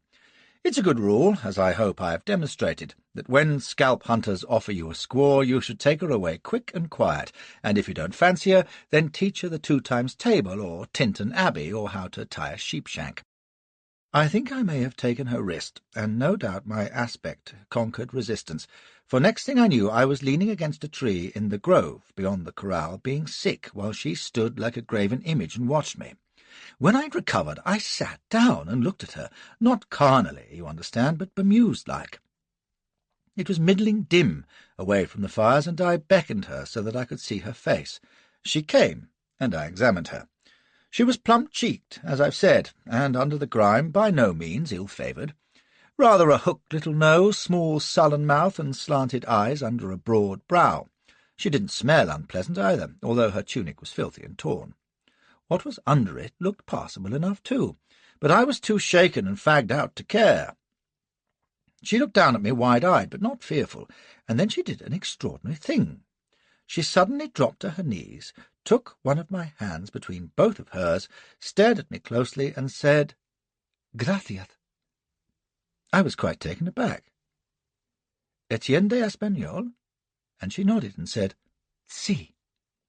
Then, after a moment, she looked back towards the firelight and shivered, and when she turned her face again there were tears in her eyes, and her mouth was open and tremulous. "Muchas gracias," she sobbed, and dropped her head on my knees, and clung to my legs, and had a fine bawl to herself. Well, one likes to be appreciated, so I patted her head and murmured some commonplace, at which she raised her face and looked at me dumbly. Then she heaved a great sniffing sigh, but rather spoiled the effect by turning aside to spit copiously. She mopped at her tears and continued to watch me very grave, so to cheer her up I tapped her cheek and gave her the polite smile I reserve for females on whom I have no designs. She smiled back timidly, showing rather pretty teeth. It occurred to me that when washed and combed and stripped she'd be perfectly presentable, and since I was feeling rather more settled now, I placed a hand gently on her shoulder. Her eyes widened a fraction, but no more, so I gave her my impish grin, and very slowly slid my hand inside her tunic neck, so that she had every opportunity to start or shudder. She didn't. Her eyes were as solemn as ever, but her lips parted on a little gasp, and she kneeled upright as I took hold. By Jove! It was A1 material, and quite restored me. I squeezed and stroked her lightly, asking myself was she all for it or merely steeling herself for the inevitable. I do prefer 'em willing, so I kissed her lightly and asked, "Con sur permiso?" She stared at that, quite bewildered for a moment. Then her eyes lowered, and I'll swear she stifled a smile, for she glanced at me sidelong and gave that little lift of the chin that's the coquette's salute from Tunbridge Wells to Pago Pago, as she murmured, "Como quiero usted?" I pulled her onto my knee and kissed her properly. And if you've been told that Indians don't know how, it's a lie. And I was just slipping her tunic from her shoulders when an odd movement in the distant firelight caught my eye through the thin branches which partly shielded us. A man appeared to be dancing beside the fire, and then I saw it was not a dance, but an agonized stagger, as he clutched at something protruding from his neck. His scream echoed through the trees, to be drowned in a crash of gunfire and whistles of shafts. Figures leapt up around the fire, men shouted and ran and fell in confusion, and my pearl of the forest was hurled aside as I sprang to my feet. From the woods all about sounded blood-freezing whoops. Shots boomed and echoed along the valley. Bodies were rushing through the thickets. All this in a second. I could see Galantin by the fire, rifle raised, and then he and the whole scene before me slowly turned upside down and slid from view. My body shook, and a numbness in my head turned to a blinding pain as I fell forward into darkness.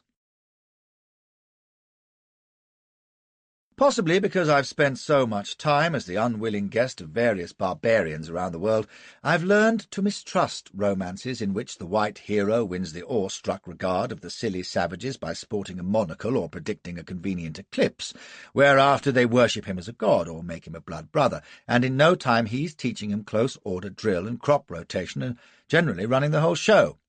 In my experience, they know all about eclipses, and a monocle isn't likely to impress an aborigine who wears a bone through his nose. So don't imagine that my tent-pegging had impressed the Apaches overmuch. It hadn't. I was alive because Sonsi Array fancied me and was grateful, and also because she was just the kind of minx to enjoy flouting tribal convention by marrying a foreigner. I'd come creditably out of the Vasco business. Nobody mourned him, apparently, and Mangus had given me the nod, so that was that. But no one made me a blood brother, thank God, or I'd probably have caught hydrophobia. And as for worship, nobody gets that from those fellows. They were prepared to accept me, but not with open arms, and I was in no doubt that my life still hung by a hair on Sonsi Array's whim and Mangus's indulgence, so I must try to shut my mind to the hideous pickle I was in, recover from the shock to my nervous system, and play up to them for all I was worth, while I found out where the devil I was, where safety lay, and plotted my escape. If I'd known that it would take me 6 months, I believe I'd have died of despair. In the meantime, it was some slight reassurance to find that, however unreal and terrifying my plight might seem to me, the tribe were ready to take it for granted, and even be quite hospitable about it, white-eye though I was. For example, the Yawner made me free of the family pot and a blanket in the wickiup which he shared with his wife Alope, their infant and her relatives. It stank like the nation and was foul, but Alope was a buxom, handsome wench who was prepared to treat me kindly for Sonsi Array's sake, and the Yawner himself was more friendly now that he'd saved my life. Have you noticed? The man who does a good turn is often more inclined to be amiable than the chap who's received it. He'd evidently been appointed my bear leader, because although he wasn't a true Mimbreno, he was related to Mangus, and trusted by the chief. He was as much jailer as mentor, which was one reason it took me such a deuce of a time to get out of Apacheria. Having taken me on, though, he was prepared to make a go of it, and that same evening he inducted me into a peculiar Apache institution, which, while revolting, is about the most clubbable function I've ever struck. After we had supped, he took me along to a single adobe building near the fort, like a great beehive with a tiny door in one side. There were about 40 male Apaches there, all stark naked, laughing and chattering, with Mangus among them. No one gave me a second glance, so I followed the Yawner's example and stripped, and then we crawled inside, one after the other, into the most fetid, suffocating heat I'd ever experienced. It was black as Egypt's night, and I had to creep over nude bodies that grunted and heaved and snarled what I imagined was, "Mind where you're putting your feet, damn you." I was choking with the stench and dripping with sweat as I flopped on that pile of humanity, and more crowded in on top until I was jammed in the middle of a great heap of gasping, writhing Apaches. I felt I must faint with the pressure and the atrocious heat and stink. I could barely breathe, and then it seemed that warm oil was being poured over us from above, but it was simply reeking sweat trickling down from the mass of bodies overhead. They loved it. I could hear them chuckling and sighing in that dreadful sodden oven that was boiling us alive. I hadn't even breath enough to protest. It was as much as I could do to keep my face clear of the rank body beneath me and drag in great laboured gasps of what I suppose was air. For half an hour we lay in that choking blackness, drenched and boiled to the point of collapse, and then they began to crawl out again, and I dragged my stupefied body into the open more dead than alive. That was my introduction to the Apache sweat bath, one of the most nauseating experiences of my life, and an hour later, I don't know when, I felt so splendidly refreshed. But what astonished me most when it sank in was how they had included me in the party as a matter of course. I felt almost as though I'd been elected to the Apache Club, which in other respects proved to be about as civilized as White's, with fewer bores than the Reform, and a kitchen slightly better than the Athenaeum's. I had a further taste of Apache culture on the following day, when, with the rest of the community, I attended the great wailing funeral procession for the deceased Vasco, and for the victims of Gallatin's massacre, whose bodies had been brought down from the valley and the hills. That was a spooky business, for there were 2 or 3 of my own bagging on those litters, each corpse with its face painted and scalp replaced. I wonder who'd matched 'em all up, and its weapons carried before. They buried them under rock piles near the big hill they call Ben More, and that gave me a jolt, if you like, for you know what Big Hill is in Gaelic? Ben Muir. God knows if there's a tribe of Scotch Apaches. I shouldn't be surprised. Those tartan buggers get everywhere. They lit purification fires after the burial and marked the place with a cross, if you please, which I suppose they learned from the Dagos. Speaking of scalps, I discovered that the Mimbrenos had no special zeal for tonsuring their enemies, but they brought back a few from those of Gallatin's band they'd killed, and the women dressed and stretched them on little frames to brighten up the parlour, I dare say. One scalp was pale and sandy, and I guessed it was Nugent Hare's. Meanwhile, no time was lost in bringing me up to scratch. After the funeral, the Yawner told me I must take my pony to Sonsi Array's wickiup and leave it there, so I did, watched by the whole village, and Madam ignored it. "What now?" says I, and he explained that when she fed and watered the beast and returned it, I had been formally accepted. She wouldn't do it at once, for that would show unmaidenly eagerness, but possibly on the 2nd or 3rd day. If she delayed to the 4th day, she was a proper little tease. Do you know, the saucy bitch waited until the 4th evening, and a fine lather I was in by then, for fear she'd changed her mind, in which case God knows what might have happened to me. But just before dusk there was a great laughter and commotion, and through the wickiup she came, astride my Arab, looking as proud and pleased as Punch, with a crowd of squaws and children in tow, and even a few menfolk.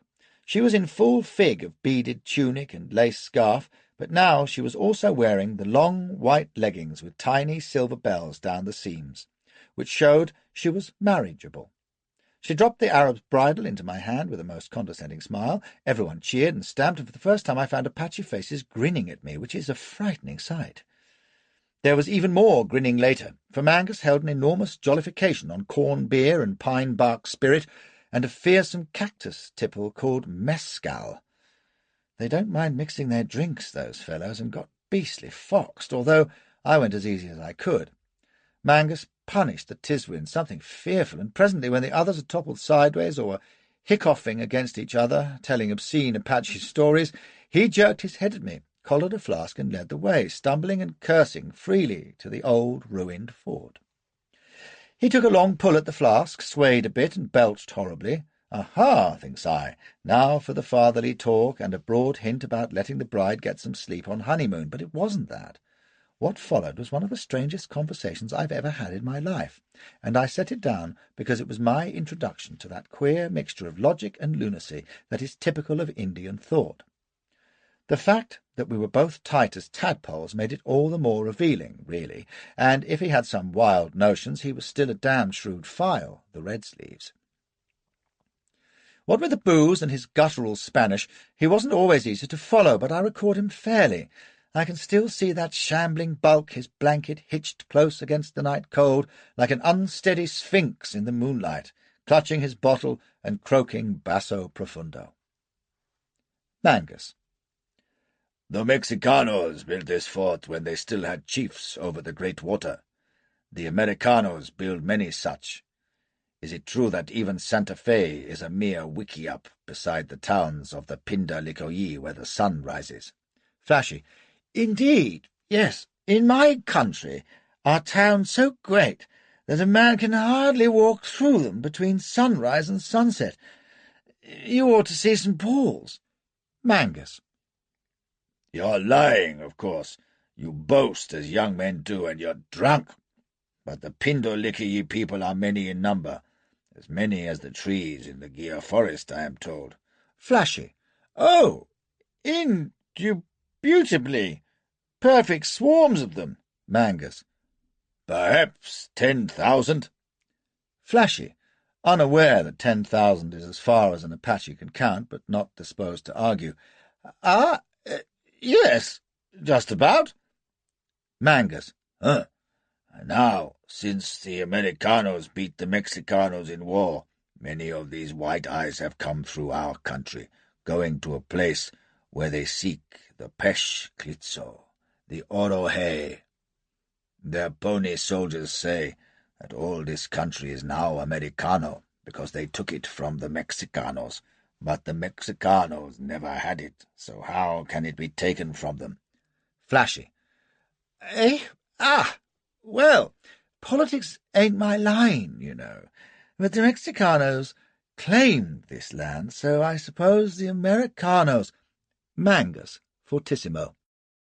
It was never Mexicano land. We let them dig here at Santa Rita for the Tla Klitso, until they turned on us treacherously and we destroyed them.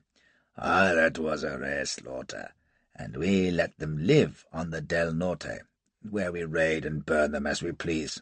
Soft, fat, stupid Mexicano pigs. What rule had they over us or the land? None. And now the Americanos treat the land as though it were theirs because they fought a little war in Mexico. They say, a chief of their pony soldiers told me this, that we must obey them and heed their law. Flashy. Did he, though? Impudent bastard. Mangus. He came to me after we Mimbreno rode a raid into Sonora with Hashkila of the Coyoteros, who is husband to my second daughter. She is not so fair as Soncierre, by the way. You like Soncierre, don't you, Pindalicoyi Flashman? You truly love my little gazelle. Flashy. Mad about her. I can't wait. Mangus, with a great sigh and belch. It is good. She is a delightful child, wilful, but of a spirit. That is from me. Her beauty is her mother's. She was a Mexican lady, you understand, taken on a raid into Coahuila. So many years ago. I saw her among the captives, lovely as a frightened deer, and I thought, that is my woman, now and forever. I forgot the loot, the cattle, even the killing. Only one thought possessed me in that moment. Flashy. I know what you mean. Mangus. I took her. I shall never forget it. Then we rode home. Already I had 2 wives of our people. Their families were enraged that I brought a new foreign wife. I had to fight my brothers-in-law, naked, knife to knife. I defied the law for her. I ripped out their bowels for her. I tore out their hearts with my fingers for her. I was red to the shoulders with their blood. Do they not call me the Red Sleeves? Mangus, Colorado. Ah! Flashy, faintly. Absolutely. Bravo, Mangus. May I call you Mangus? Mangus. When my little dove, my dear Sonsiere, told me how you had fought for her, how you sank your knife in the belly of the Pinda-Likoyi scalp hunter and tore and twisted his vitals and drank his blood, I thought, there is one with the spirit of Mangus Colorado. Gripping my shoulder, tears in his eyes. Did you not exult as the steel went home for her? Flashy. By George! Yes, that'll teach you, I thought. Mangus. But you did not take his heart or scalp. Flashy. Well, no. I was thinking about looking after her, you see, and... Mangus. And afterwards you did not... with her. Flashy, quite shocked. Heavens, no. Oh, I mean... I was in a perfect sweat for her, of course, but she was tired, don't you know, and distressed, naturally. Mangus, doubtfully. Her mother was tired and distressed, but I had only one thought. Shakes head. But you, Pindoliki, have different natures, I know. You are colder. Flashy. Northern climate. Mangus, taking another swig. What was I saying when you began to talk of women? Ah, yes. My raid with Hashkila 6 moons ago, when we slaughtered in Sonora and took much loot and many slaves, and afterwards this Americano fool, this pony soldier, came and told me it was wrong. He told me, Mangus Colorado, that it was wrong. Flashy. He never. Mangus. Why, fool, I told him. These Mexicanos are your enemies. Have you not fought them? Yes, says he. But now they have yielded under our protection at peace, so we cannot suffer them to be raided. Look, fool, I told him. When you fought them, did you ask our permission? No, says he. Then why should we ask yours? I said. Flashy. Damn good. Mangus. It was then. He said it was his law, and we must heed it. I said, we Mambrino do not ask you to obey our law. Why, then, do you ask us to obey yours? He could not answer except to say that it was his great chief's word, and we must, which is no reason. Now, was he a fool, or did he speak with a double tongue? You are Pindalikoyi, you know their minds, tell me. Flashy. May I borrow your flask? Thanks. Well, you see, he was just saying what his great chief told him to say, obeying orders. That's how they work, you know. Mangus. Then he and his chief are fools. If I gave such an order to an Apache without good reason, he would laugh at me. Flashy. I'll bet he wouldn't. Mangus. Huh? Flashy. Sorry. Wind. Mangus. Why should the Americanos try to force their law on us? They cannot want our country. It has little or no hay, and the rocks and desert are no good for their farmers. Why can they not leave us alone? We never harmed them until they harmed us. Why should we, with the Mexicanos to live off? At first I thought it was because they feared us, the warrior Apache, and would have us quiet. But other tribes, Arapaho, Cheyenne, Shoshone, have been quiet, and still the Pindalikoyi force law on them. Why? Flashy. I don't know, Mangus Colorado. Mangus. You know. So do I. It is because their spirit tells them to spread their law to all people, and they believe their spirit is better than ours. Whoever believes that is wrong and foolish. It is such a spirit as was in the world in the beginning, when it was rich and wicked, and God destroyed it with a great flood. But when he saw that the trees and birds and hills and great plains had perished with the people, his heart was on the ground, and he made it anew. And he made the Apache his people, and gave us his way, which is our way. Flashy. Yes, I see, but, greatly daring, he made the Pinder Licker Ye, too, didn't he? Mangus. Yes, but he made them fools to be destroyed. He gave them evil spirit, so that they should blunder among us. Perhaps he designed them for our prey, I do not know. But we shall destroy them if they come against us, the whole race of Pinder Licker Ye, even all 10,000. They do not know how to fight. They ride or walk in little lines, and we draw them into the rocks, and they die at our leisure. They are no match for us. Suddenly. Why were you among the Americanos? Flashy, taken aback. I told you I was a trader. Mangus, grinning sly and wicked. An Inglesi trader among the Americanos. Strange. For you hate each other because you once ruled their land, and they were your slaves and rose against you, and you have fought wars against them. This I know. For are there not still chiefs among the Dakota of the north who carry Pesh Klitso pictures of the Snow Woman's ancestors given to their fathers long ago when your people ruled? Ah, I think you were among the Americanos because you had angered the Snow Woman, and she drove you out because she saw the spirit of the snake in your eyes and knew that you did not speak with a straight tongue. Fixes, terrified Flashy with a glare, then shrugs. It does not matter. Sometimes I have a forked tongue myself. Only remember, when you speak to Sonsi Array, let it be with a straight tongue. Flashy, petrified. Rather. Mangus. Ah, good. You will be wise to do so, for I have favoured you, and you will be one of the people, and your heart will be opened. When we fight the Americanos, you will be glad, for you are their enemy as we are. Perhaps one day I shall send to the Snow Woman, even as the Pinder Licker Ye of Texas sent messages to her with offers of friendship. Fear not.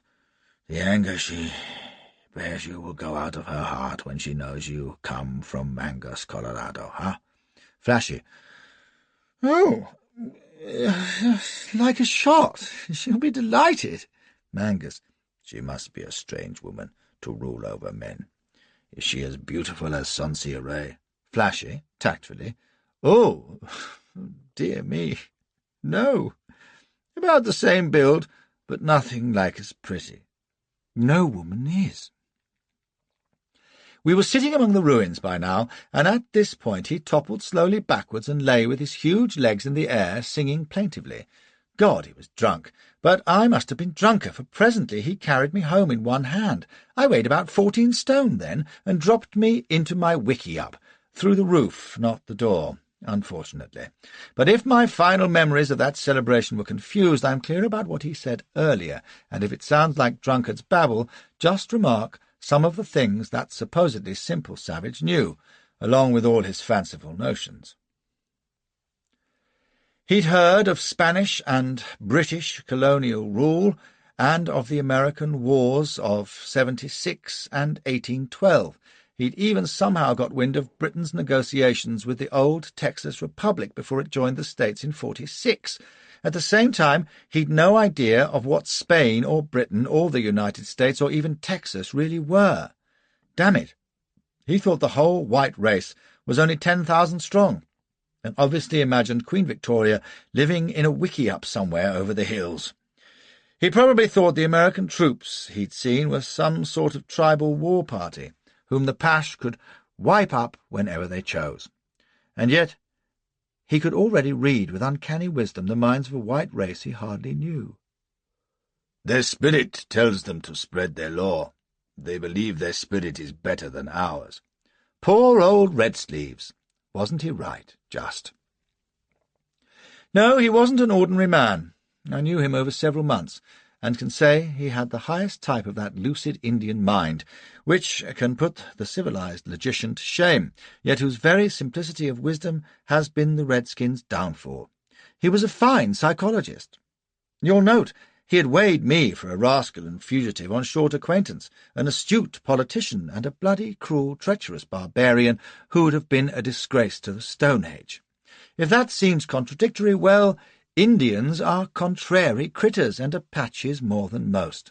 Mangas, Colorado, taught me that and gave me my first insight into the Indian mind, which is such a singular mechanism, and so at odds with ours, that I must try to tell you about it here.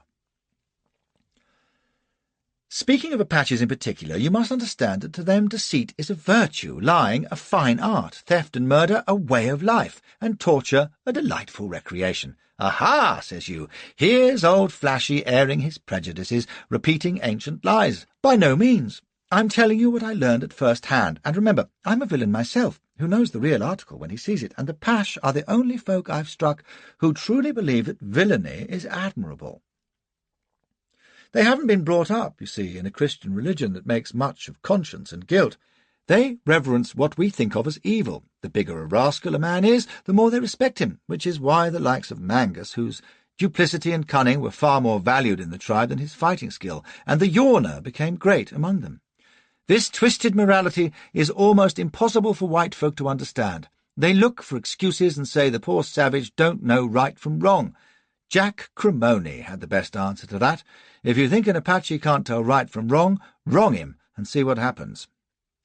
At the same time, these Apaches, of whom there may be a few thousand at most, who live in some of the poorest land in the world in the most primitive state, who are savage by nature, foul in habit, degraded of appearance, although some of their women are deuced handsome, who are backward and inferior in every outward respect, are nevertheless the most arrogant and self-satisfied people on God's earth. Their conceit makes the Chinese look modest. They don't merely pretend or think they're superior, they know it, like Lord Cardigan. The hatred which they feel towards all other folk springs from no sense of jealousy or fear or unworthiness. On the contrary, they truly despise white civilization and want none of it, because they know absolutely that their own prehistoric ways are better. They hold the world in contempt, as prey to be lived off. In some respects, you see, they're not unlike Britons or Americans. Now, this ingrained redskin conceit for other tribes had it, too, if not as extremely as the Pash, is something the American government has never understood and probably never will, and it's been at the root of the whole Indian question. I don't blame Washington. What civilized white with his electric and gaslight and huge cities and flying machines and centuries of art and literature and progress could believe that this smelly, wicked, illiterate savage, who looks like a cross between a Mongol and an ape, absolutely thinks he is superior to them? It flies in the face of civilized reason, but not of Indian reason. They know they're better, and no demonstration or comparison will change their minds, you see, because their whole system of thought and philosophy is upside down from ours. You could take my old pal the Yawner and show him Paris or London, and it still wouldn't convince him. He'd say, you can build great things and we cannot, but are they worth building? You can fly, but who needs to fly? I'd rather have my wiki up. And it wouldn't be sour grapes. The proud, stubborn, dear old bastard would rather have that wretched, stinking, flea-ridden hovel. Lord, I itch just to think of it. But I've been less hospitably used, mind you, and felt less honoured in some ducal mansions.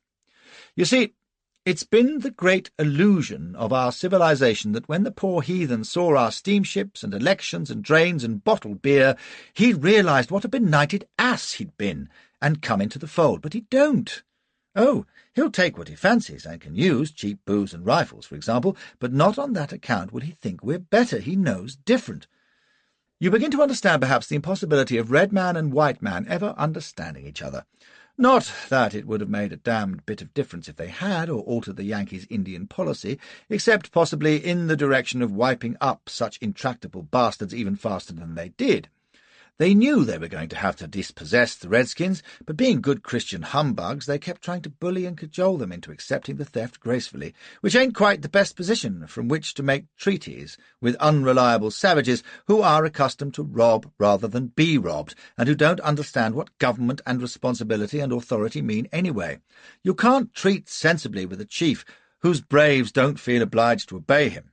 Contrariwise, if you're an Indian, worse luck, there's no point in treating with a government which is eventually going to pinch your hunting grounds to accommodate the white migration it can't control. And it doesn't help when the two sides regard each other respectfully as greedy, brutal white thieves and beastly, treacherous red vermin. I'm not saying either was wrong. The Indian's tragedy was that being a spoiled and arrogant savage who wouldn't lie down, and a brave and expert fighter who happened to be quite useless at war, he could only be suppressed with a brutality that often matched his own. It was the reservation or the grave. There was no other way. My little anthropologist would say it was all the white man's fault for intruding. No doubt. But by that logic, Ur of the Chaldees would be a damned crowded place by now. The morning after Mangus's Tiswin party, I was rousted out at dawn by a foul-tempered yawner who took me miles off into the hills, both with our heads splitting, to prepare for my honeymoon. We must find a pretty, secluded spot, he snarled, and build a bower for my bride's reception. We lit on a little pine grove by a brook, and there we built a wickiup, or rather he did, while I got in the way and made helpful suggestions, and he damned the day he'd ever seen me, and stored it with food and blankets and cooking gear. When it was done he glared at it, and then muttered that it would be none the worse for a bit of garden. He'd made one for Alapai, apparently, and she thought highly of it. So now I sweated, carefully transplanting flowers from the surrounding woods, while the yawner squinted and frowned and stood back considering. When I'd bedded them around the wickiup to his satisfaction, he came to give them a final pat and smooth, growling at me to go easy with the water. We got it looking mighty pretty between us, and when I said Sonsia Ray would be sure to like it, he shrugged and grunted, and we found ourselves grinning at each other across the flower-bed. Odd, that's how I remember him, not as the old man I saw last year, but as the ugly, bow-legged young brave, all Apache from boots to headband, so serious as he arranged the blooms just so, cleaning the earth from his knife and looking sour and pleased among his flowers. A strange memory in the light of history, but then he's still the yawner to me, for all that the world has learned to call him Geronimo. The wedding took place 2 days later, on the open space before the old fort at Santa Rita, and if my memories of the ceremony itself are fairly vague, it's perhaps because the preliminaries were so singular. A great fire was lit before the old fort, and while the tribe watched from a distance, all the virgins trooped out giggling in their best dresses and sat around it in a great circle. Then the drummers started as darkness fell, and presently out shuffled the dancers, young bucks and boys dressed in the most fantastic costumes, capering about the flames. The only time, by the way, that I've seen Indians dancing round a fire in the approved style. First came the spirit-seekers, in coloured kilts, with Aztec patterns and the long Apache leggings. They were all masked, and on their heads they bore peculiar frames decorated with coloured points and feathers and half-moons, which swayed as they danced and chanted. They were fully armed, and shook their stone clubs and lances to drive away devils, while they asked God, Montezuma, I believe, for a blessing on Sonsia Ray and, presumably, me. It was a slow, rhythmic, rather graceful dance, except for the little boys, whose task seemed to be to mock and tease the older men, which they did with great glee to the delight of all. Then the drumming changed to a more hollow, urgent note, and all the girls jumped up in mock terror, staring about and cowering as out of the darkness raced the buffalo dancers in coloured, fearsome masks surrounded by animal heads, scalps of bison and wolf and deer and mountain lion. As they leapt and whooped about the fire, all the virgins screamed and ran for their lives, but after a while, as the drumming grew faster and faster, they began to drift timidly back, until they too were joining in the dance, circling and shuffling among the buffalo men in the fire-glow. All very proper, mind you, no lascivious nonsense or anything like that. Then the drums stopped abruptly. The dance ceased, and the first spirit dancer took his stance before the fire and began to chant. The yawner tapped me on the shoulder. I was in my buckskins, by the way, with a garland round my neck, and he and another young brave called Quick Killer conducted me forward to stand before the spirit chief. We waited while he droned away, and presently out of the darkness comes Mangus, leading Sonsia Ray in a beautiful long white robe, all quilled and beaded, with her hair in 2 braids to her waist.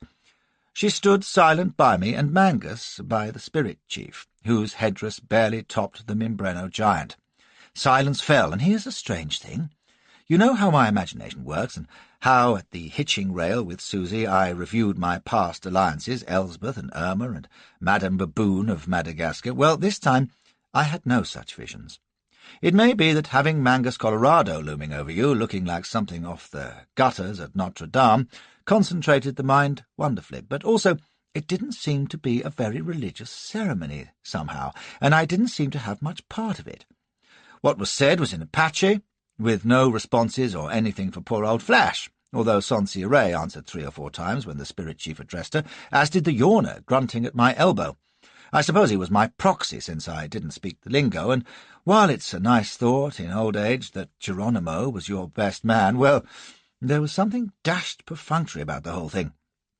I don't even know at what point we became man and wife.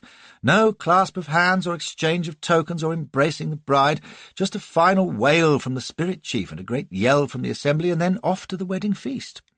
There, I admit they do it in style. That feast lasted 3 days, all round the fire, stuffing down the sweet roasted agave leaves from the mescal pits and baked meats, cornbread, chili, pumpkins, and all the rest, with vast quantities of a special wedding brew to wash it down. And you know, they don't let you near your bride in all that time. We sat on opposite sides of the fire in a great circle of relatives and friends, with the lesser mortals pressed behind. I suppose we must have left off feasting from time to time to sleep or relieve ourselves, but I swear I don't remember it, and she never looked in my direction once. Myself, I think they're damned cunning, the Apaches. You may know that in Turkey, at wedding feasts, they have a plump and voluptuous female who rides about half naked in front of the groom to put him in trim for the wedding night. It's my belief that the Mimbreno are far subtler than that. Maybe there's something in the drink. Maybe it's the repetition of the dancing that goes on during the feast, with those bucks in their animal heads chasing but never catching the young females who flee continually but never quite out of reach. Perhaps it's just the 3 days' delay in getting down to business. Whatever it may be, I found myself eyeing that white figure through the flames and starting to sweat something frightsome. I know she was no great beauty, not to compare with Elsbeth or Lola or Cleone or the Silk One or Susie or Nareem or Fetnab or Lakshmi Bai or Lily Langtry or Vala or Cassie or Irma or the Empress Tsutsi or that big German wench off the Haymarket whose name escapes me. By Jove, I can't complain at the end of the day, can I? But by the time the 3rd evening was reached, if you had asked me my carnal ideal of womanhood, I'd have described it as just over 5 feet tall, sturdy and nimble, wearing a beaded tunic and white doe-skin leggings, with a round, chubby face, sulky lips, and great slanting black eyes that looked everywhere but at me. God, but she was pleased with herself, that smug, dumpy, nose-in-the-air wench, and I must have been about to burst when the yawner tapped me on the shoulder and jerked his head, and when I got up and panted my way out of the firelight, no one paid the least notice. Possibly I was drunk with liquor as well as lust, for I don't remember much except riding into the night with the yawner alongside and the shadowy form of Quick Killer ahead. The night wind did nothing to cool my ardour either, for it seemed to grow with each passing mile through the wooded hills, and by the time we dismounted and they and the ponies had faded tactfully into the darkness, I could have tackled the entire fair sex, provided they were all short and muscular and apple-cheeked. Through the trees I could see the twinkle of a fire, and I blundered towards it, disrobing unsteadily and staggering as I got my pants off. And there was the little Wickiup, and no doubt the flowers were flapping about somewhere, but I didn't pause to look. She was reclining on a blanket at the door of the Wickiup, on one elbow, that sturdy little brown body agleam in the fire-glow, as though it had been oiled, and not a stitch on except for the patent headband above the cinnamon eyes that gleamed like hot coals, and the tight white leggings that came up to her hips. She didn't smile either, just gave me that sullen stare and stretched one leg while she stroked a hand down the seam of tiny bells, making them tinkle softly. My stars, I thought, it's been worth it coming to America. And that's when I remember the pine needles under my knees, and the smell of wood smoke and musk, and deliberately taking my time as I stroked and squeezed every inch of that hard, supple young body, for I was damned if I was going to give her the satisfaction of having me roar all over her like a wild bull. I'd been teased and sweated by her and her blasted tribal rituals too long for that, so I held off and played with her until the sulky pout left her lips and those glorious eyes opened wide as she forgot she was an Apache princess and became my trembling captive of the scalp hunter's camp again, and she began to gasp and squirm and reach out for me with little moans of querido, and hoarse Apache endearments, which I'm sure from her actions were highly indelicate, and she suddenly flung herself up at me, grappling like a wrestler, and positively yowled as she clung with her arms round my neck and her bells pealing all over the place. "Now, that's a good little Indian maid," says I, and stopped her entreaties with my mouth while I went to work in earnest, but very slowly, Susie fashion, which was a marvel of delightful self-restraint, and I am sure did her a power of good, for as the warm dawn came up and I was drowsing happily under the blanket and deciding there were worse places to be than the Gila forest, there were those little lips at my ear and those hard breasts against me and the tiny whisper, "Make my bells ring again, Pinda-Likoyi." So we rang the changes for breakfast. There's nothing like teaching a new bride old tricks, and by the time our forest idyll was over, I flatter myself Sonsi Array was a happier and wiser woman. 10 days was enough of it, though, for she was an avid little beast who preferred quantity, not quality, unlike Elsbeth, for example, whose beguiling innocent masked the most lecherously inventive mind of the last century, and whose conduct on our honeymoon would have caused the good citizens of nearby Troon to burn her at the stake if they'd known. No, young Sonsi Array was more like Duchess Irma, who on discovering a good thing couldn't get enough of it. But where Rogering had melted Irma's imperious nature to the point where she was prepared to await her lord's pleasure, my spirited Apache knew no such restraint. When she wanted her bells rung, she said so. She was tough, too, and discovered a great fondness for committing the capital act standing up under a waterfall in our stream. No wonder I've got rheumatism today, but it's worth it for the memory of that wet brown body lying back in my supporting arms while the water cascaded down over our upturned face, with me grinding away up to my knees in the shallows. For the rest, she was an affectionate, cheerful little soul so long as she got her own way, for she was damnably spoiled and immensely vain of her Spanish blood, regarding the true-bred Mimbrenos with great condescension, even her terrible father. I remember the contempt with which she spoke of his habit of calling her by the pet name of Takes-Away-Clouds woman, which she said was just what you might expect of a sentimental old savage, instead of by her proper name, Morning Star, which she thought much more fitting for an Apache princess. "But it suits you," says I, stroking away at her leggings. "You take away my clouds, I can tell you. Besides, I like your fanciful Indian names. What's mine, by the way, apart from White-Eye?" "Don't you know? Why, ever since you rode with your lance at the pegs, everyone calls you by a fine name. White Rider goes so fast he destroys the wind with his speed." It sounded not bad, if a bit of a mouthful. "They can't call me all that every time," says I. "Of course not, foolish one. They shorten it. He who breaks the wind, or just windbreaker." She was in dead earnest, too. "Why, don't you like it?" "Couldn't be better," says I. "Just my luck to get one of their names that contracts to something frightful when translated. I knew an Oglala once whose full name was Brave Pursues Enemies So Fiercely He Has No Time to Change His Clothes, that came out as Stinking Drawers, and I can give you chapter and verse if you doubt it. I said I'd rather she chose me a pet name. "Let me think," she says, nestling. "A name. You should win it by some great and wonderful deed." She giggled, and her hand strayed mischievously. "I know. It should be Man Who Rings Her Bells Makes Her Heart Melt." Her mouth trembled and her lids narrowed. "Ah, yes. Win your new name. Please, now, Windbreaker." I reckon I did, too, so far as she was concerned, but the yawner was still calling me Windbreaker last year, damn him. Sonsi Array and I returned to the copper mines just as the community was moving into winter quarters in the hills, and if you wonder why I hadn't taken advantage of our solitary state on honeymoon to make a break for freedom, well, I still didn't know where I was, even, and although we'd been undisturbed, I'd had a shrewd idea that the yawner and Quick Killer were never far away. Now, to make matters worse, the tribe moved about 30 miles southwest, farther than ever from the Del Norte in safety, into a mountainous forest where, if I'd been fool enough to run, I'd have been lost and recaptured in no time. So there was nothing for it but to settle down with a heavy heart and wait through those awful months, telling myself that the chance of escape must come in the spring. When I thought back to the snug billet I'd abandoned at Susie's in Santa Fe and the foul luck that had led me to Galantin and this nightmare, I could have wept. But at least I was still whole, and no worse off than I'd been in Madagascar, and I'd got out of that in the end. Now as then I forced myself to remember that there was a world outside this stinking collection of native huts and Neolithic brutes, a world with Elsbeth in it, and white faces and beds and houses and clean linen and honest food and drink and civilized whores.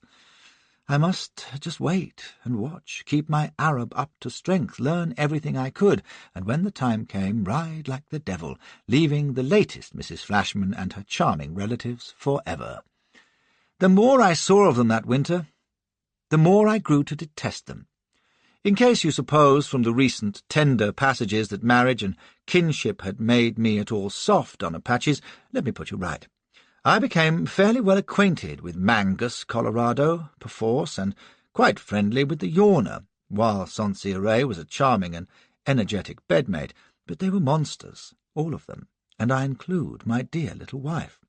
Loving and even captivating she could be, with her pretty ways and fluent Spanish and a few civilized habits, like washing regularly, picked up from her unfortunate mother, but at heart she was as vicious and degraded an Apache as any of them. I shan't forget the night when she snuggled up telling me Indian legends, like the boy who could not go west, and some reference to a villain's sticky end reminded her of the fate of those members of Galantin's band who'd been taken prisoner. There'd been 15 of them, and the Mimbreno Ladies' Sewing Circle had held a contest to see who could keep a victim alive longest under torture. The other women's patients, Sansieray told me, proudly, had all expired after a few hours, but she had kept that poor devil Ilario lingering in unspeakable agony for 2 solid days. She described it in gruesome detail, chuckling drowsily, while I lay listening with the sweat icy on my skin. Having known Nareem and good Queen Ranavalona and Gesso's Amazons, I had no illusions about the fair sex talent for tickling up the helpless male, but this was the sweet child of 16 whom I'd married and sported with in sylvan glades like Phyllis and Corydon. I topped her with no great ardour that night, I can tell you. But it was of a piece with all that I knew, and was still to learn that winter of the Apache. They truly enjoy cruelty for its own sake, and incidentally they are a living contradiction of the old fable, although it happens to be true in my own case, that a bully who delights in inflicting pain is invariably a coward. For if they have a virtue, in most folks' eyes anyway, it is courage. You never saw a scared Apache yet. It's been their downfall. Unlike the other tribes, they never knew when to quit against the pony soldiers. My old pal Yawner fought on until there was only a tattered remnant of his band left to be herded onto the reservation, which, be it noted, was more mercy than ever he'd shown to a beaten foe. If Apache custom had been applied to the Pash, there wouldn't be one left. They knew how to fight, too, after their fashion, far better than the Plains tribes. Given numbers, they might be holding out in Arizona yet. For bar the Pathans, they were the best guerrillas ever I saw. They train their boys from infancy in every art of woodcraft and ambush and decoy and theft, which is the way they love to make war, rather than in open battle. That winter in the Gila Hills, I saw lads of 6 and 7 made to run up and down mountains, lie doggo for hours, spend nights half-naked in the snow, track each other through the brush, run off horses, and exercise constantly with club and knife, axe and lance, sling and bow. Damned good they are, too, but best of all, they could vanish into thin air. The Yawner himself showed me this one day, when I'd admired his skill in stalking a deer. He said it was nothing, and if I wanted to see how good he was, let me turn my back and count my fingers 10 times. So I did, and when I looked round, the little bastard had simply disappeared. This on a bare plain without a scrap of cover for half a mile. He absolutely wasn't there. Until he stood up at my elbow, with his huge gaping grin, and showed me the shallow trench he had scraped in silence and in less than 2 minutes, within a few yards of me. He'd pulled tufts of grass and earth over his body, and although I'd looked directly at the spot, I'd seen nothing. No one ever believes that story, but I've watched as many as 20 Pash at a time vanish in that way, and there are U.S. Army scouts who'll vouch for it. It's one of the first lessons they teach their boys. It was after seeing it that I began to suspect that they might give the Yanks a run for their money, and they did, didn't they? Apart from these warlike activities, I learned many curious things about them that winter. Their love of sports, such as running and swimming, horse racing and shooting, or throwing lances at rolling hoops. The women have a game much like hockey, at which Sonsiere excelled, but the great pastime is dice. For all Apaches are inveterate gamblers. They are also highly superstitious. An Apache will never speak his name. I'm told the Chiricahua never speak to their mothers-in-law either, sensible chaps, or hunt a bear, and they think rattlesnakes are inhabited by lost souls. They regard fish as unclean meat, never drink milk, can't multiply or divide, although some of them can count higher than any other Indians I met, and speak a language which I never mastered. That was partly because most of them spoke Spanish, more or less, but also because it's damned complicated, with 5 times as many vowel sounds as we have, and the Pash, unlike most Indians, are the worst mutterers you ever heard, and 19 to the dozen at that. But the main reason I never learned Apache was that I disliked them, and everything about them too much to want to. From all this you'll gather that it was a damned long winter, and made no easier by the fact that a male Apache does nothing in all that time except a little light hunting. For the rest he loafs, eats, sleeps, drinks, and thinks up devilment for the spring, so that in addition to being miserable and fearful I was also bored. When you find yourself glad even of Mangus, Colorado, to talk to, by God you're in a bad way. The only worthwhile amusement was teaching Sonsiere new positions, for there was no question of so much as looking at another female, even if I dared or wanted to. They're fearfully hot against adultery, you see, and punish it by clipping the errant female's nose off. What they do to the man, I was careful not to inquire. But one thing that interminable season of waiting certainly did accomplish, they got used to me, and by the time the snow melted in the lower valleys, I doubt if it occurred even to the shrewd, suspicious Mangus that I might be preparing to slip my cable. I'd been a model, if reserved, son-in-law. Sonsiere was clearly infatuated, and what Pinder Likoyi, honoured by admission to the Mimbreno and marriage to the Morning Star, would be so half-witted as to want to return to his own people? At any rate, when the first big war party was formed to open the season with a descent on the Del Norte, it was simply assumed that I would take my part. Mangus even returned to me the revolver I'd lost when I was captured, and Sonsiere herself painted the white stripe across my nose from ear to ear and gloated at the thought of the booty I'd bring home. Jewellery was what she wanted, but silk or lace would be acceptable too, and a couple of Mexican boys as domestic slaves. I can't think why she didn't ask for girls. "And some new bells for my moccasins," says she, with that slow, pouting smile that was the only thing that had made life endurable through that awful winter. To make her heart melt? Do you know, it was ridiculous, but as I took my arm from round her waist, mounted the Arab, and looked down into those lovely cinnamon eyes for what I hoped to God would be the last time, I felt a pang. There were great tears in them, and I don't care. It may be as hellish a place as that camp was, with those painted ape-men jabbering as they swung aboard their ponies, the women clustered round the hovels, the place foul and stinking with the winter's filth, the dogs yapping among the piles of refuse, the acrid smoke of the morning fires catching at your throat, and the horror of that captivity burned into your mind. But when your woman sees you away and cries over your departure and reaches up to catch your hand and press it to her cheek, and you look back and see the little white figure among the pines waving you out of sight, well, I thought, I've ridden worse, waterfalls or not, and the next buck that gets you is going to be a lucky man, for you're the best-trained red romp in North America. There were perhaps 100 of us setting out from the hill camp that day, including all the principal men of the tribe, Mangus himself, Delgadito, Black Knife, Iron Eyes, Ponce, the Yawner, and Quick Killer. Every horse in the valley had been pressed into service, for the Apaches were by no means so flush of horseflesh then as they became later, and about a quarter of our command were afoot. The medicine men inspected us to make sure we had our talismans and medicine cords, and that the younger fellows had their scratching tubes. Then they threw pollen at the sun, chanting, and off we went in 5 groups as we left the hills, which is the Apache style on the warpath. the separate bands scouring the country and converging on the main objective. My heart leapt as I heard Mangus shouting in their dialect to the infantry groups as they branched off north-east across the plain, and I caught the name Fra Cristobal, for that lay north on the Del Norte, not far south of Socorro, and if I couldn't win to safety between here and there, well, there would be something far wrong. Needless to say, there was.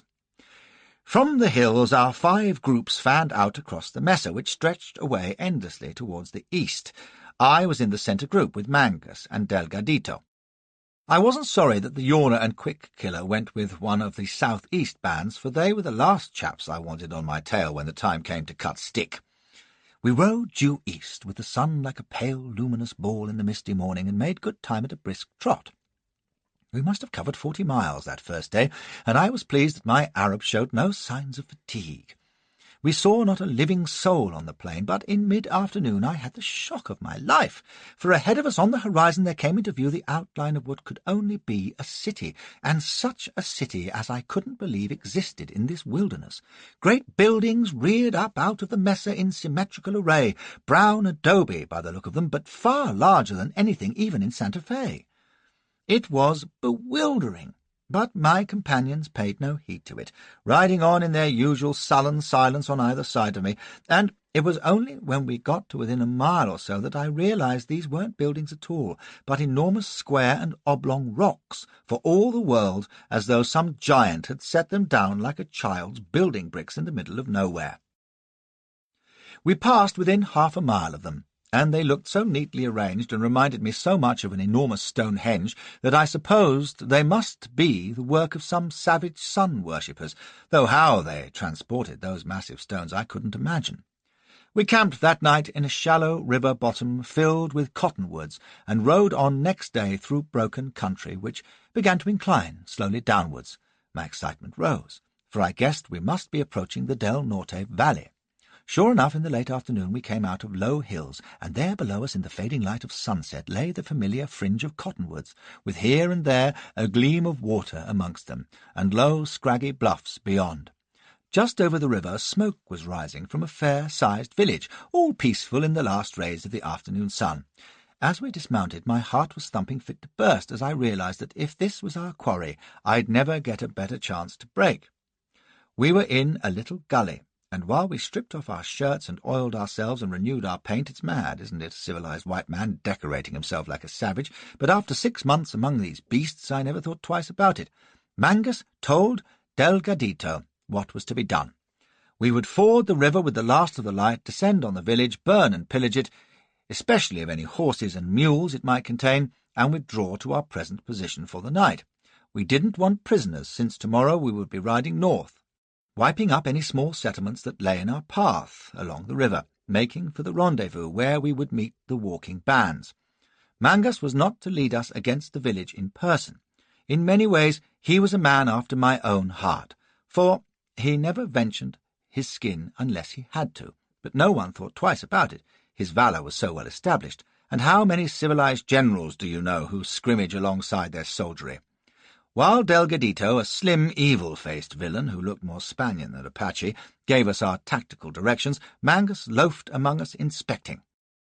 I can still see that huge, stooped, untidy figure in the gloaming as he stopped before me, the black eyes glinting beneath his hat brim, and feel his coarse thumb as he wiped a smear of paint from my cheek and patted my shoulder, and smell the rank odour that I associate forever with the word Apache. "Softly across the ford, then scatter and ride straight in," growls Delgadito. "First kill, then plunder, then burn, all except for Iron Eyes, Windbreaker, and Cavallo, who ride round for the far side and secure the corral." Very neat and professional, thinks I. Right, Membreno. Let's go. I've ridden in some odd company in my time. Light Brigade at Balaclava, Ilderim's Pathan Irregulars, Yakub Beg's Kokand Horde under Fort Rame, to say nothing of Custer and that maniac Jeb Stewart. But that descent of the Apaches across the Del Norte must have been the strangest of all.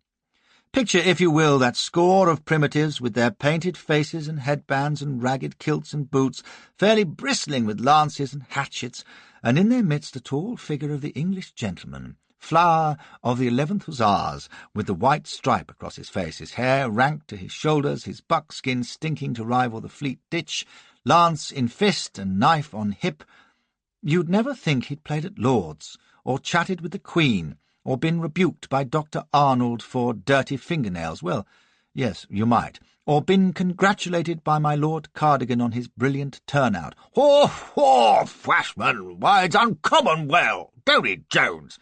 And there was his pride and joy, as foul an aborigine as any of them, picking his way through the shallows and sandflats and breaking with a whoop and a scream as the first yell of alarm rose from the village.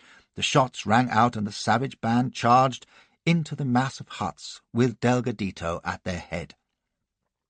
I swerved after Iron Eyes under the cottonwoods behind the village, and my eyes were already straining ahead towards the low bluffs beyond. If I could drop out of sight in the confusion and make my way through the dusk, it might be hours before they realized I'd gone, and by that time I'd be flying north along the east bank of the Del Norte.